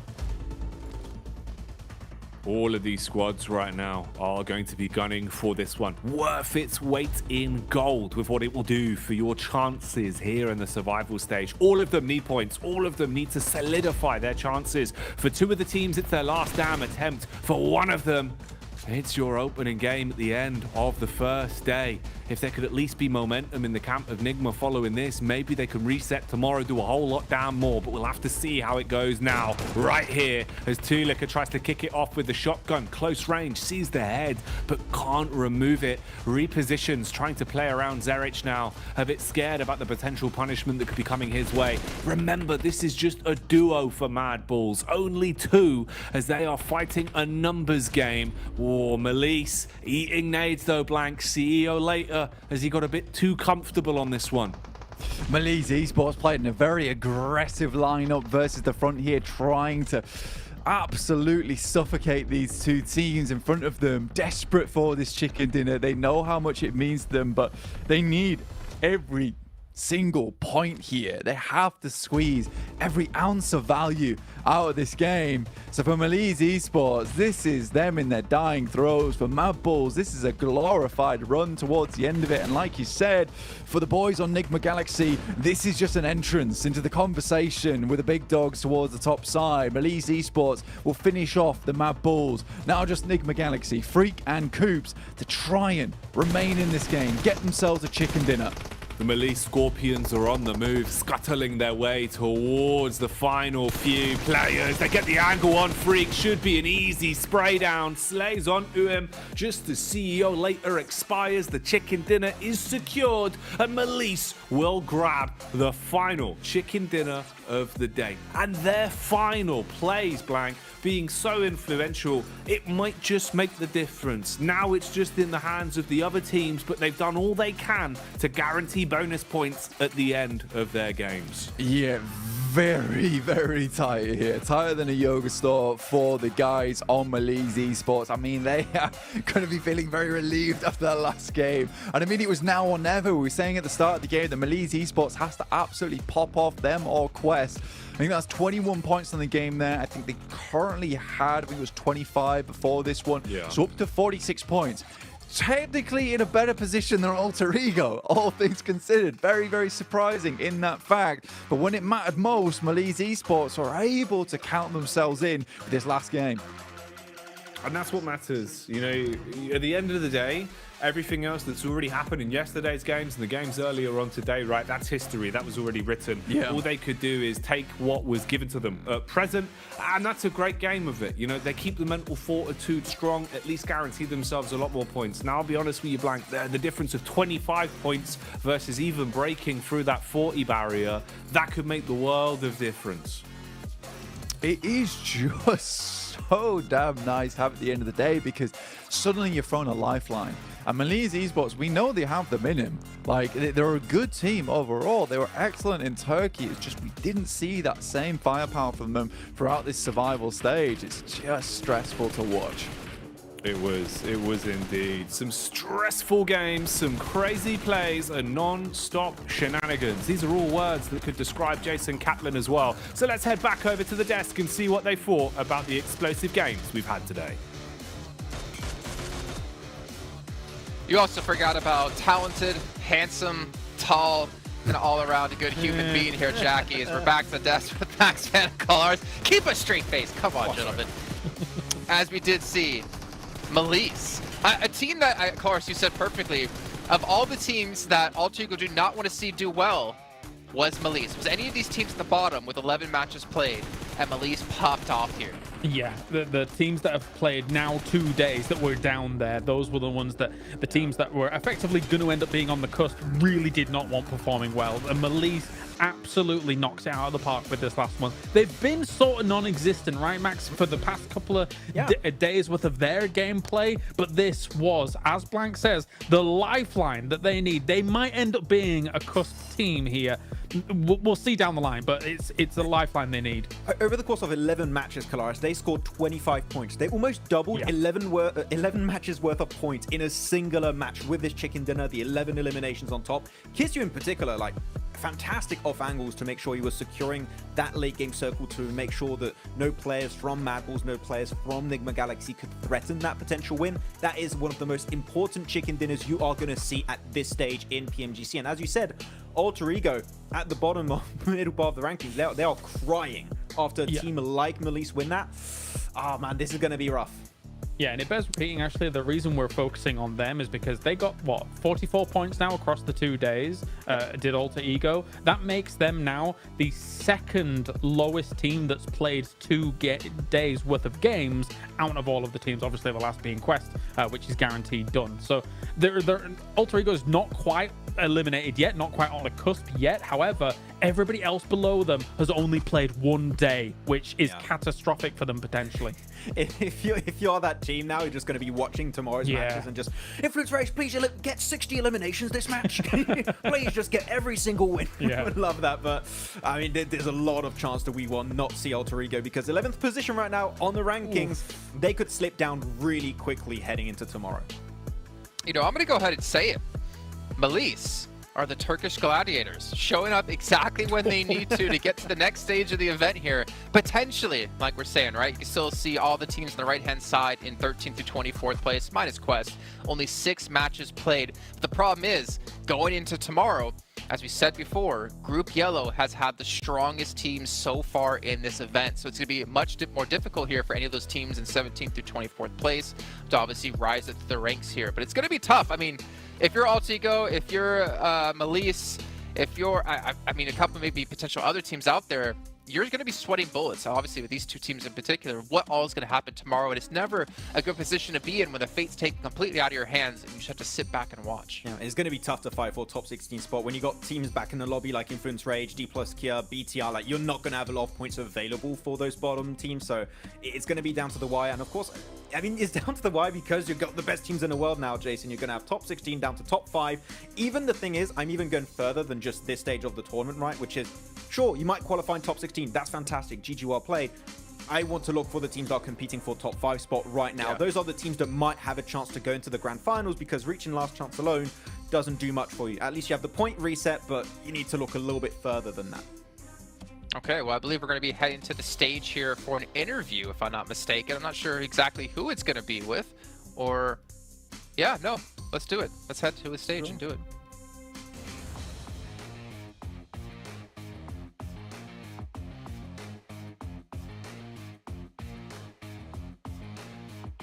And we are back on the live stage at the Malaysia Battle Arena, Petaling Jaya. And with me, we do have, I'm the host, by the way, Choo Choo. We have the legendary Nate God. I call him the Nate God myself, which is going to be coming up from FaZe Clan Mela with us joining in. And one of the best Red Group's performance here today, other than Uni Alliance, FaZe is also getting the second highest score so far. Now, I have a lot of questions for this team right now. Thai teams used to be one of the greatest team in the world, arguably one of the best in the world, but now you are the only one remaining, which is going to be FaZe Clan in the PMGC stage. Now, can you share with us why is it very challenging for the Thai teams when it comes to this PMGC? ก็คือว่าตอนนี้ไทยทีมเคยเป็นหนึ่งในทีมที่ดีที่สุดในโลกแต่ณตอนนี้ทีม FaZe Clan เหลืออยู่ทีมเดียวในการแข่งขัน PMGC ช่วยแชร์ให้เราฟังได้ไหมคะว่าทำไมการแข่งขันครั้งนี้ถึงมีความท้าทายกับทีมไทยเป็นอย่างมากก็ด้วยความที่สไตล์การเล่นที่เปลี่ยนไปจากรอบ C หรือว่ารอบภายในประเทศของเราครับก็ทำให้ทีมอื่นแบบไม่รู้รายการมูฟหรือว่าเล่นจากผิดจากที่เราคิดไปมากทำให้เราไม่สามารถปรับตัวได้ทันแต่ก็ต้องยอมรับว่าโซนลีกอื่นปรับตัวได้ดีกว่าเราครับBella says because of our internal in our country they're changing their play their style so once they come here they cannot adapt it like other teams That's why it's make like challenging in this PMGC. Also, it's more towards regional change that actually make a different sort of play in PMGC. They cost them quite a bit here. But with the only team coming up from Thai region, which is only FaZe Clan right now, do you feel pressured to represent the entire Thai region? And how do you yourself cope with it? And how does the team take it in? คือตอนนี้เหลือทีมเราอยู่ทีมเดียวในการแข่งขัน PMGC แล้วเราก็เป็นตัวแทนของประเทศไทยเรามีความรู้สึกกดดันไหมคะในการเล่นครั้งนี้แล้วเรามีการรับมือกับมันยังไง ก็รู้สึกกดดันบ้างครับก็เพราะว่าเราเป็นทีมไทยที่เหลืออยู่ทีมเดียวด้วยครับก็ต้องแบกความหวังจากทุกคนที่เชียร์ที่เป็นคนไทยครับก็จะทำให้เต็มที่ครับ So for him, he feel a little bit pressure because as one of the Thai team remaining here, then all of everyone like maybe like expecting the team to get in. Don't cry. Don't cry, brother. You can do this. Come on. Okay. Also, when it comes to your play style, right? You mentioned about how you changed internally before, and now, if you compare with the group stage, it's such a drastic change between the group stage and the survival stage now for the side of FaZe Clan. What has changed within those days that make it such a good performance now for FaZe Clan? มันเหมือนกับว่าตอนนี้การเล่นของเราเปลี่ยนแปลงไปอย่างมากจากรอบการแบ่งกลุ่มและรอบsurvival อะไรคือการเปลี่ยนแปลงนั้นที่ทำให้เรามีการพัฒนาการเล่นของเราดีขึ้นมากค่ะก็ด้วยความที่ทั้งทีมปรับความเข้าใจกันแล้วก็คุยถึงวิธีการเล่นหลายๆอย่างนะครับแล้วก็ด้วยที่ศึกษาแผนด้วยกันครับพอนั่งดูย้อนหลังดูสไตล์การเล่นของแต่ละทีมที่ผ่านเข้ารอบไปแล้วก็มาปรับใช้ให้เข้ากับทีมตัวเองครับbecause of all the team, they communicating in the team and they change, they adapting how to play, how to what they miss and they improve it. Hopefully they can keep it going because I do understand there's so much pressure, but you know what? Just do it. And also speaking of which, there's gonna be a lot of your supporters out there. Now the supporters screaming as if you guys can hear this noise. But speaking of which, what do you have to say for all your hardcore fans, including me, for all the fans for Mela and FaZe Clan out there? ตอนนี้ก็มีแฟนๆที่คอยเชียร์เราอยู่เป็นจำนวนมากอยากจะพูดอะไรถึงแฟนๆไหมคะก็ฝากตามเชียร์พวกเราทีมFaZe Clanในวันพรุ่งนี้แล้วก็รอบๆต่อๆไปด้วยนะครับก็ฝากตามเป็นกำลังใจเชียร์ด้วยนะครับขอบคุณมากครับ Please continue to cheer him and supporting him for tomorrow and the next day for this PMWGC. Just 2 days, not until Grand Final, no? After this also. After this also. Not just within these days, okay? But you know, things get a bit rowdy here. I think it's a day for us. We're going to wrap things up here on the live stage. We're going to toss it back to the Carters, read out the stats and data. Have fun, guys, and see you guys tomorrow. Bye-bye.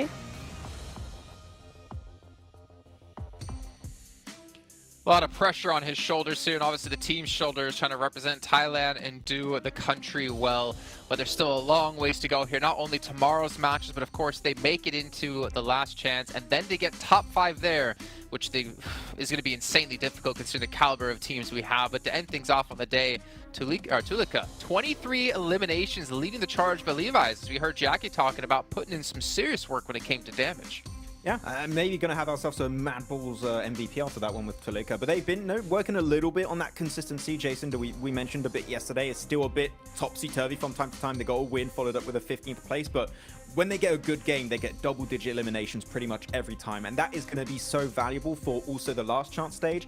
I think that they might just make in top 5 here. But no, it's not Mad Bulls play, actually. It's a play from UD Alliance. Oh, okay.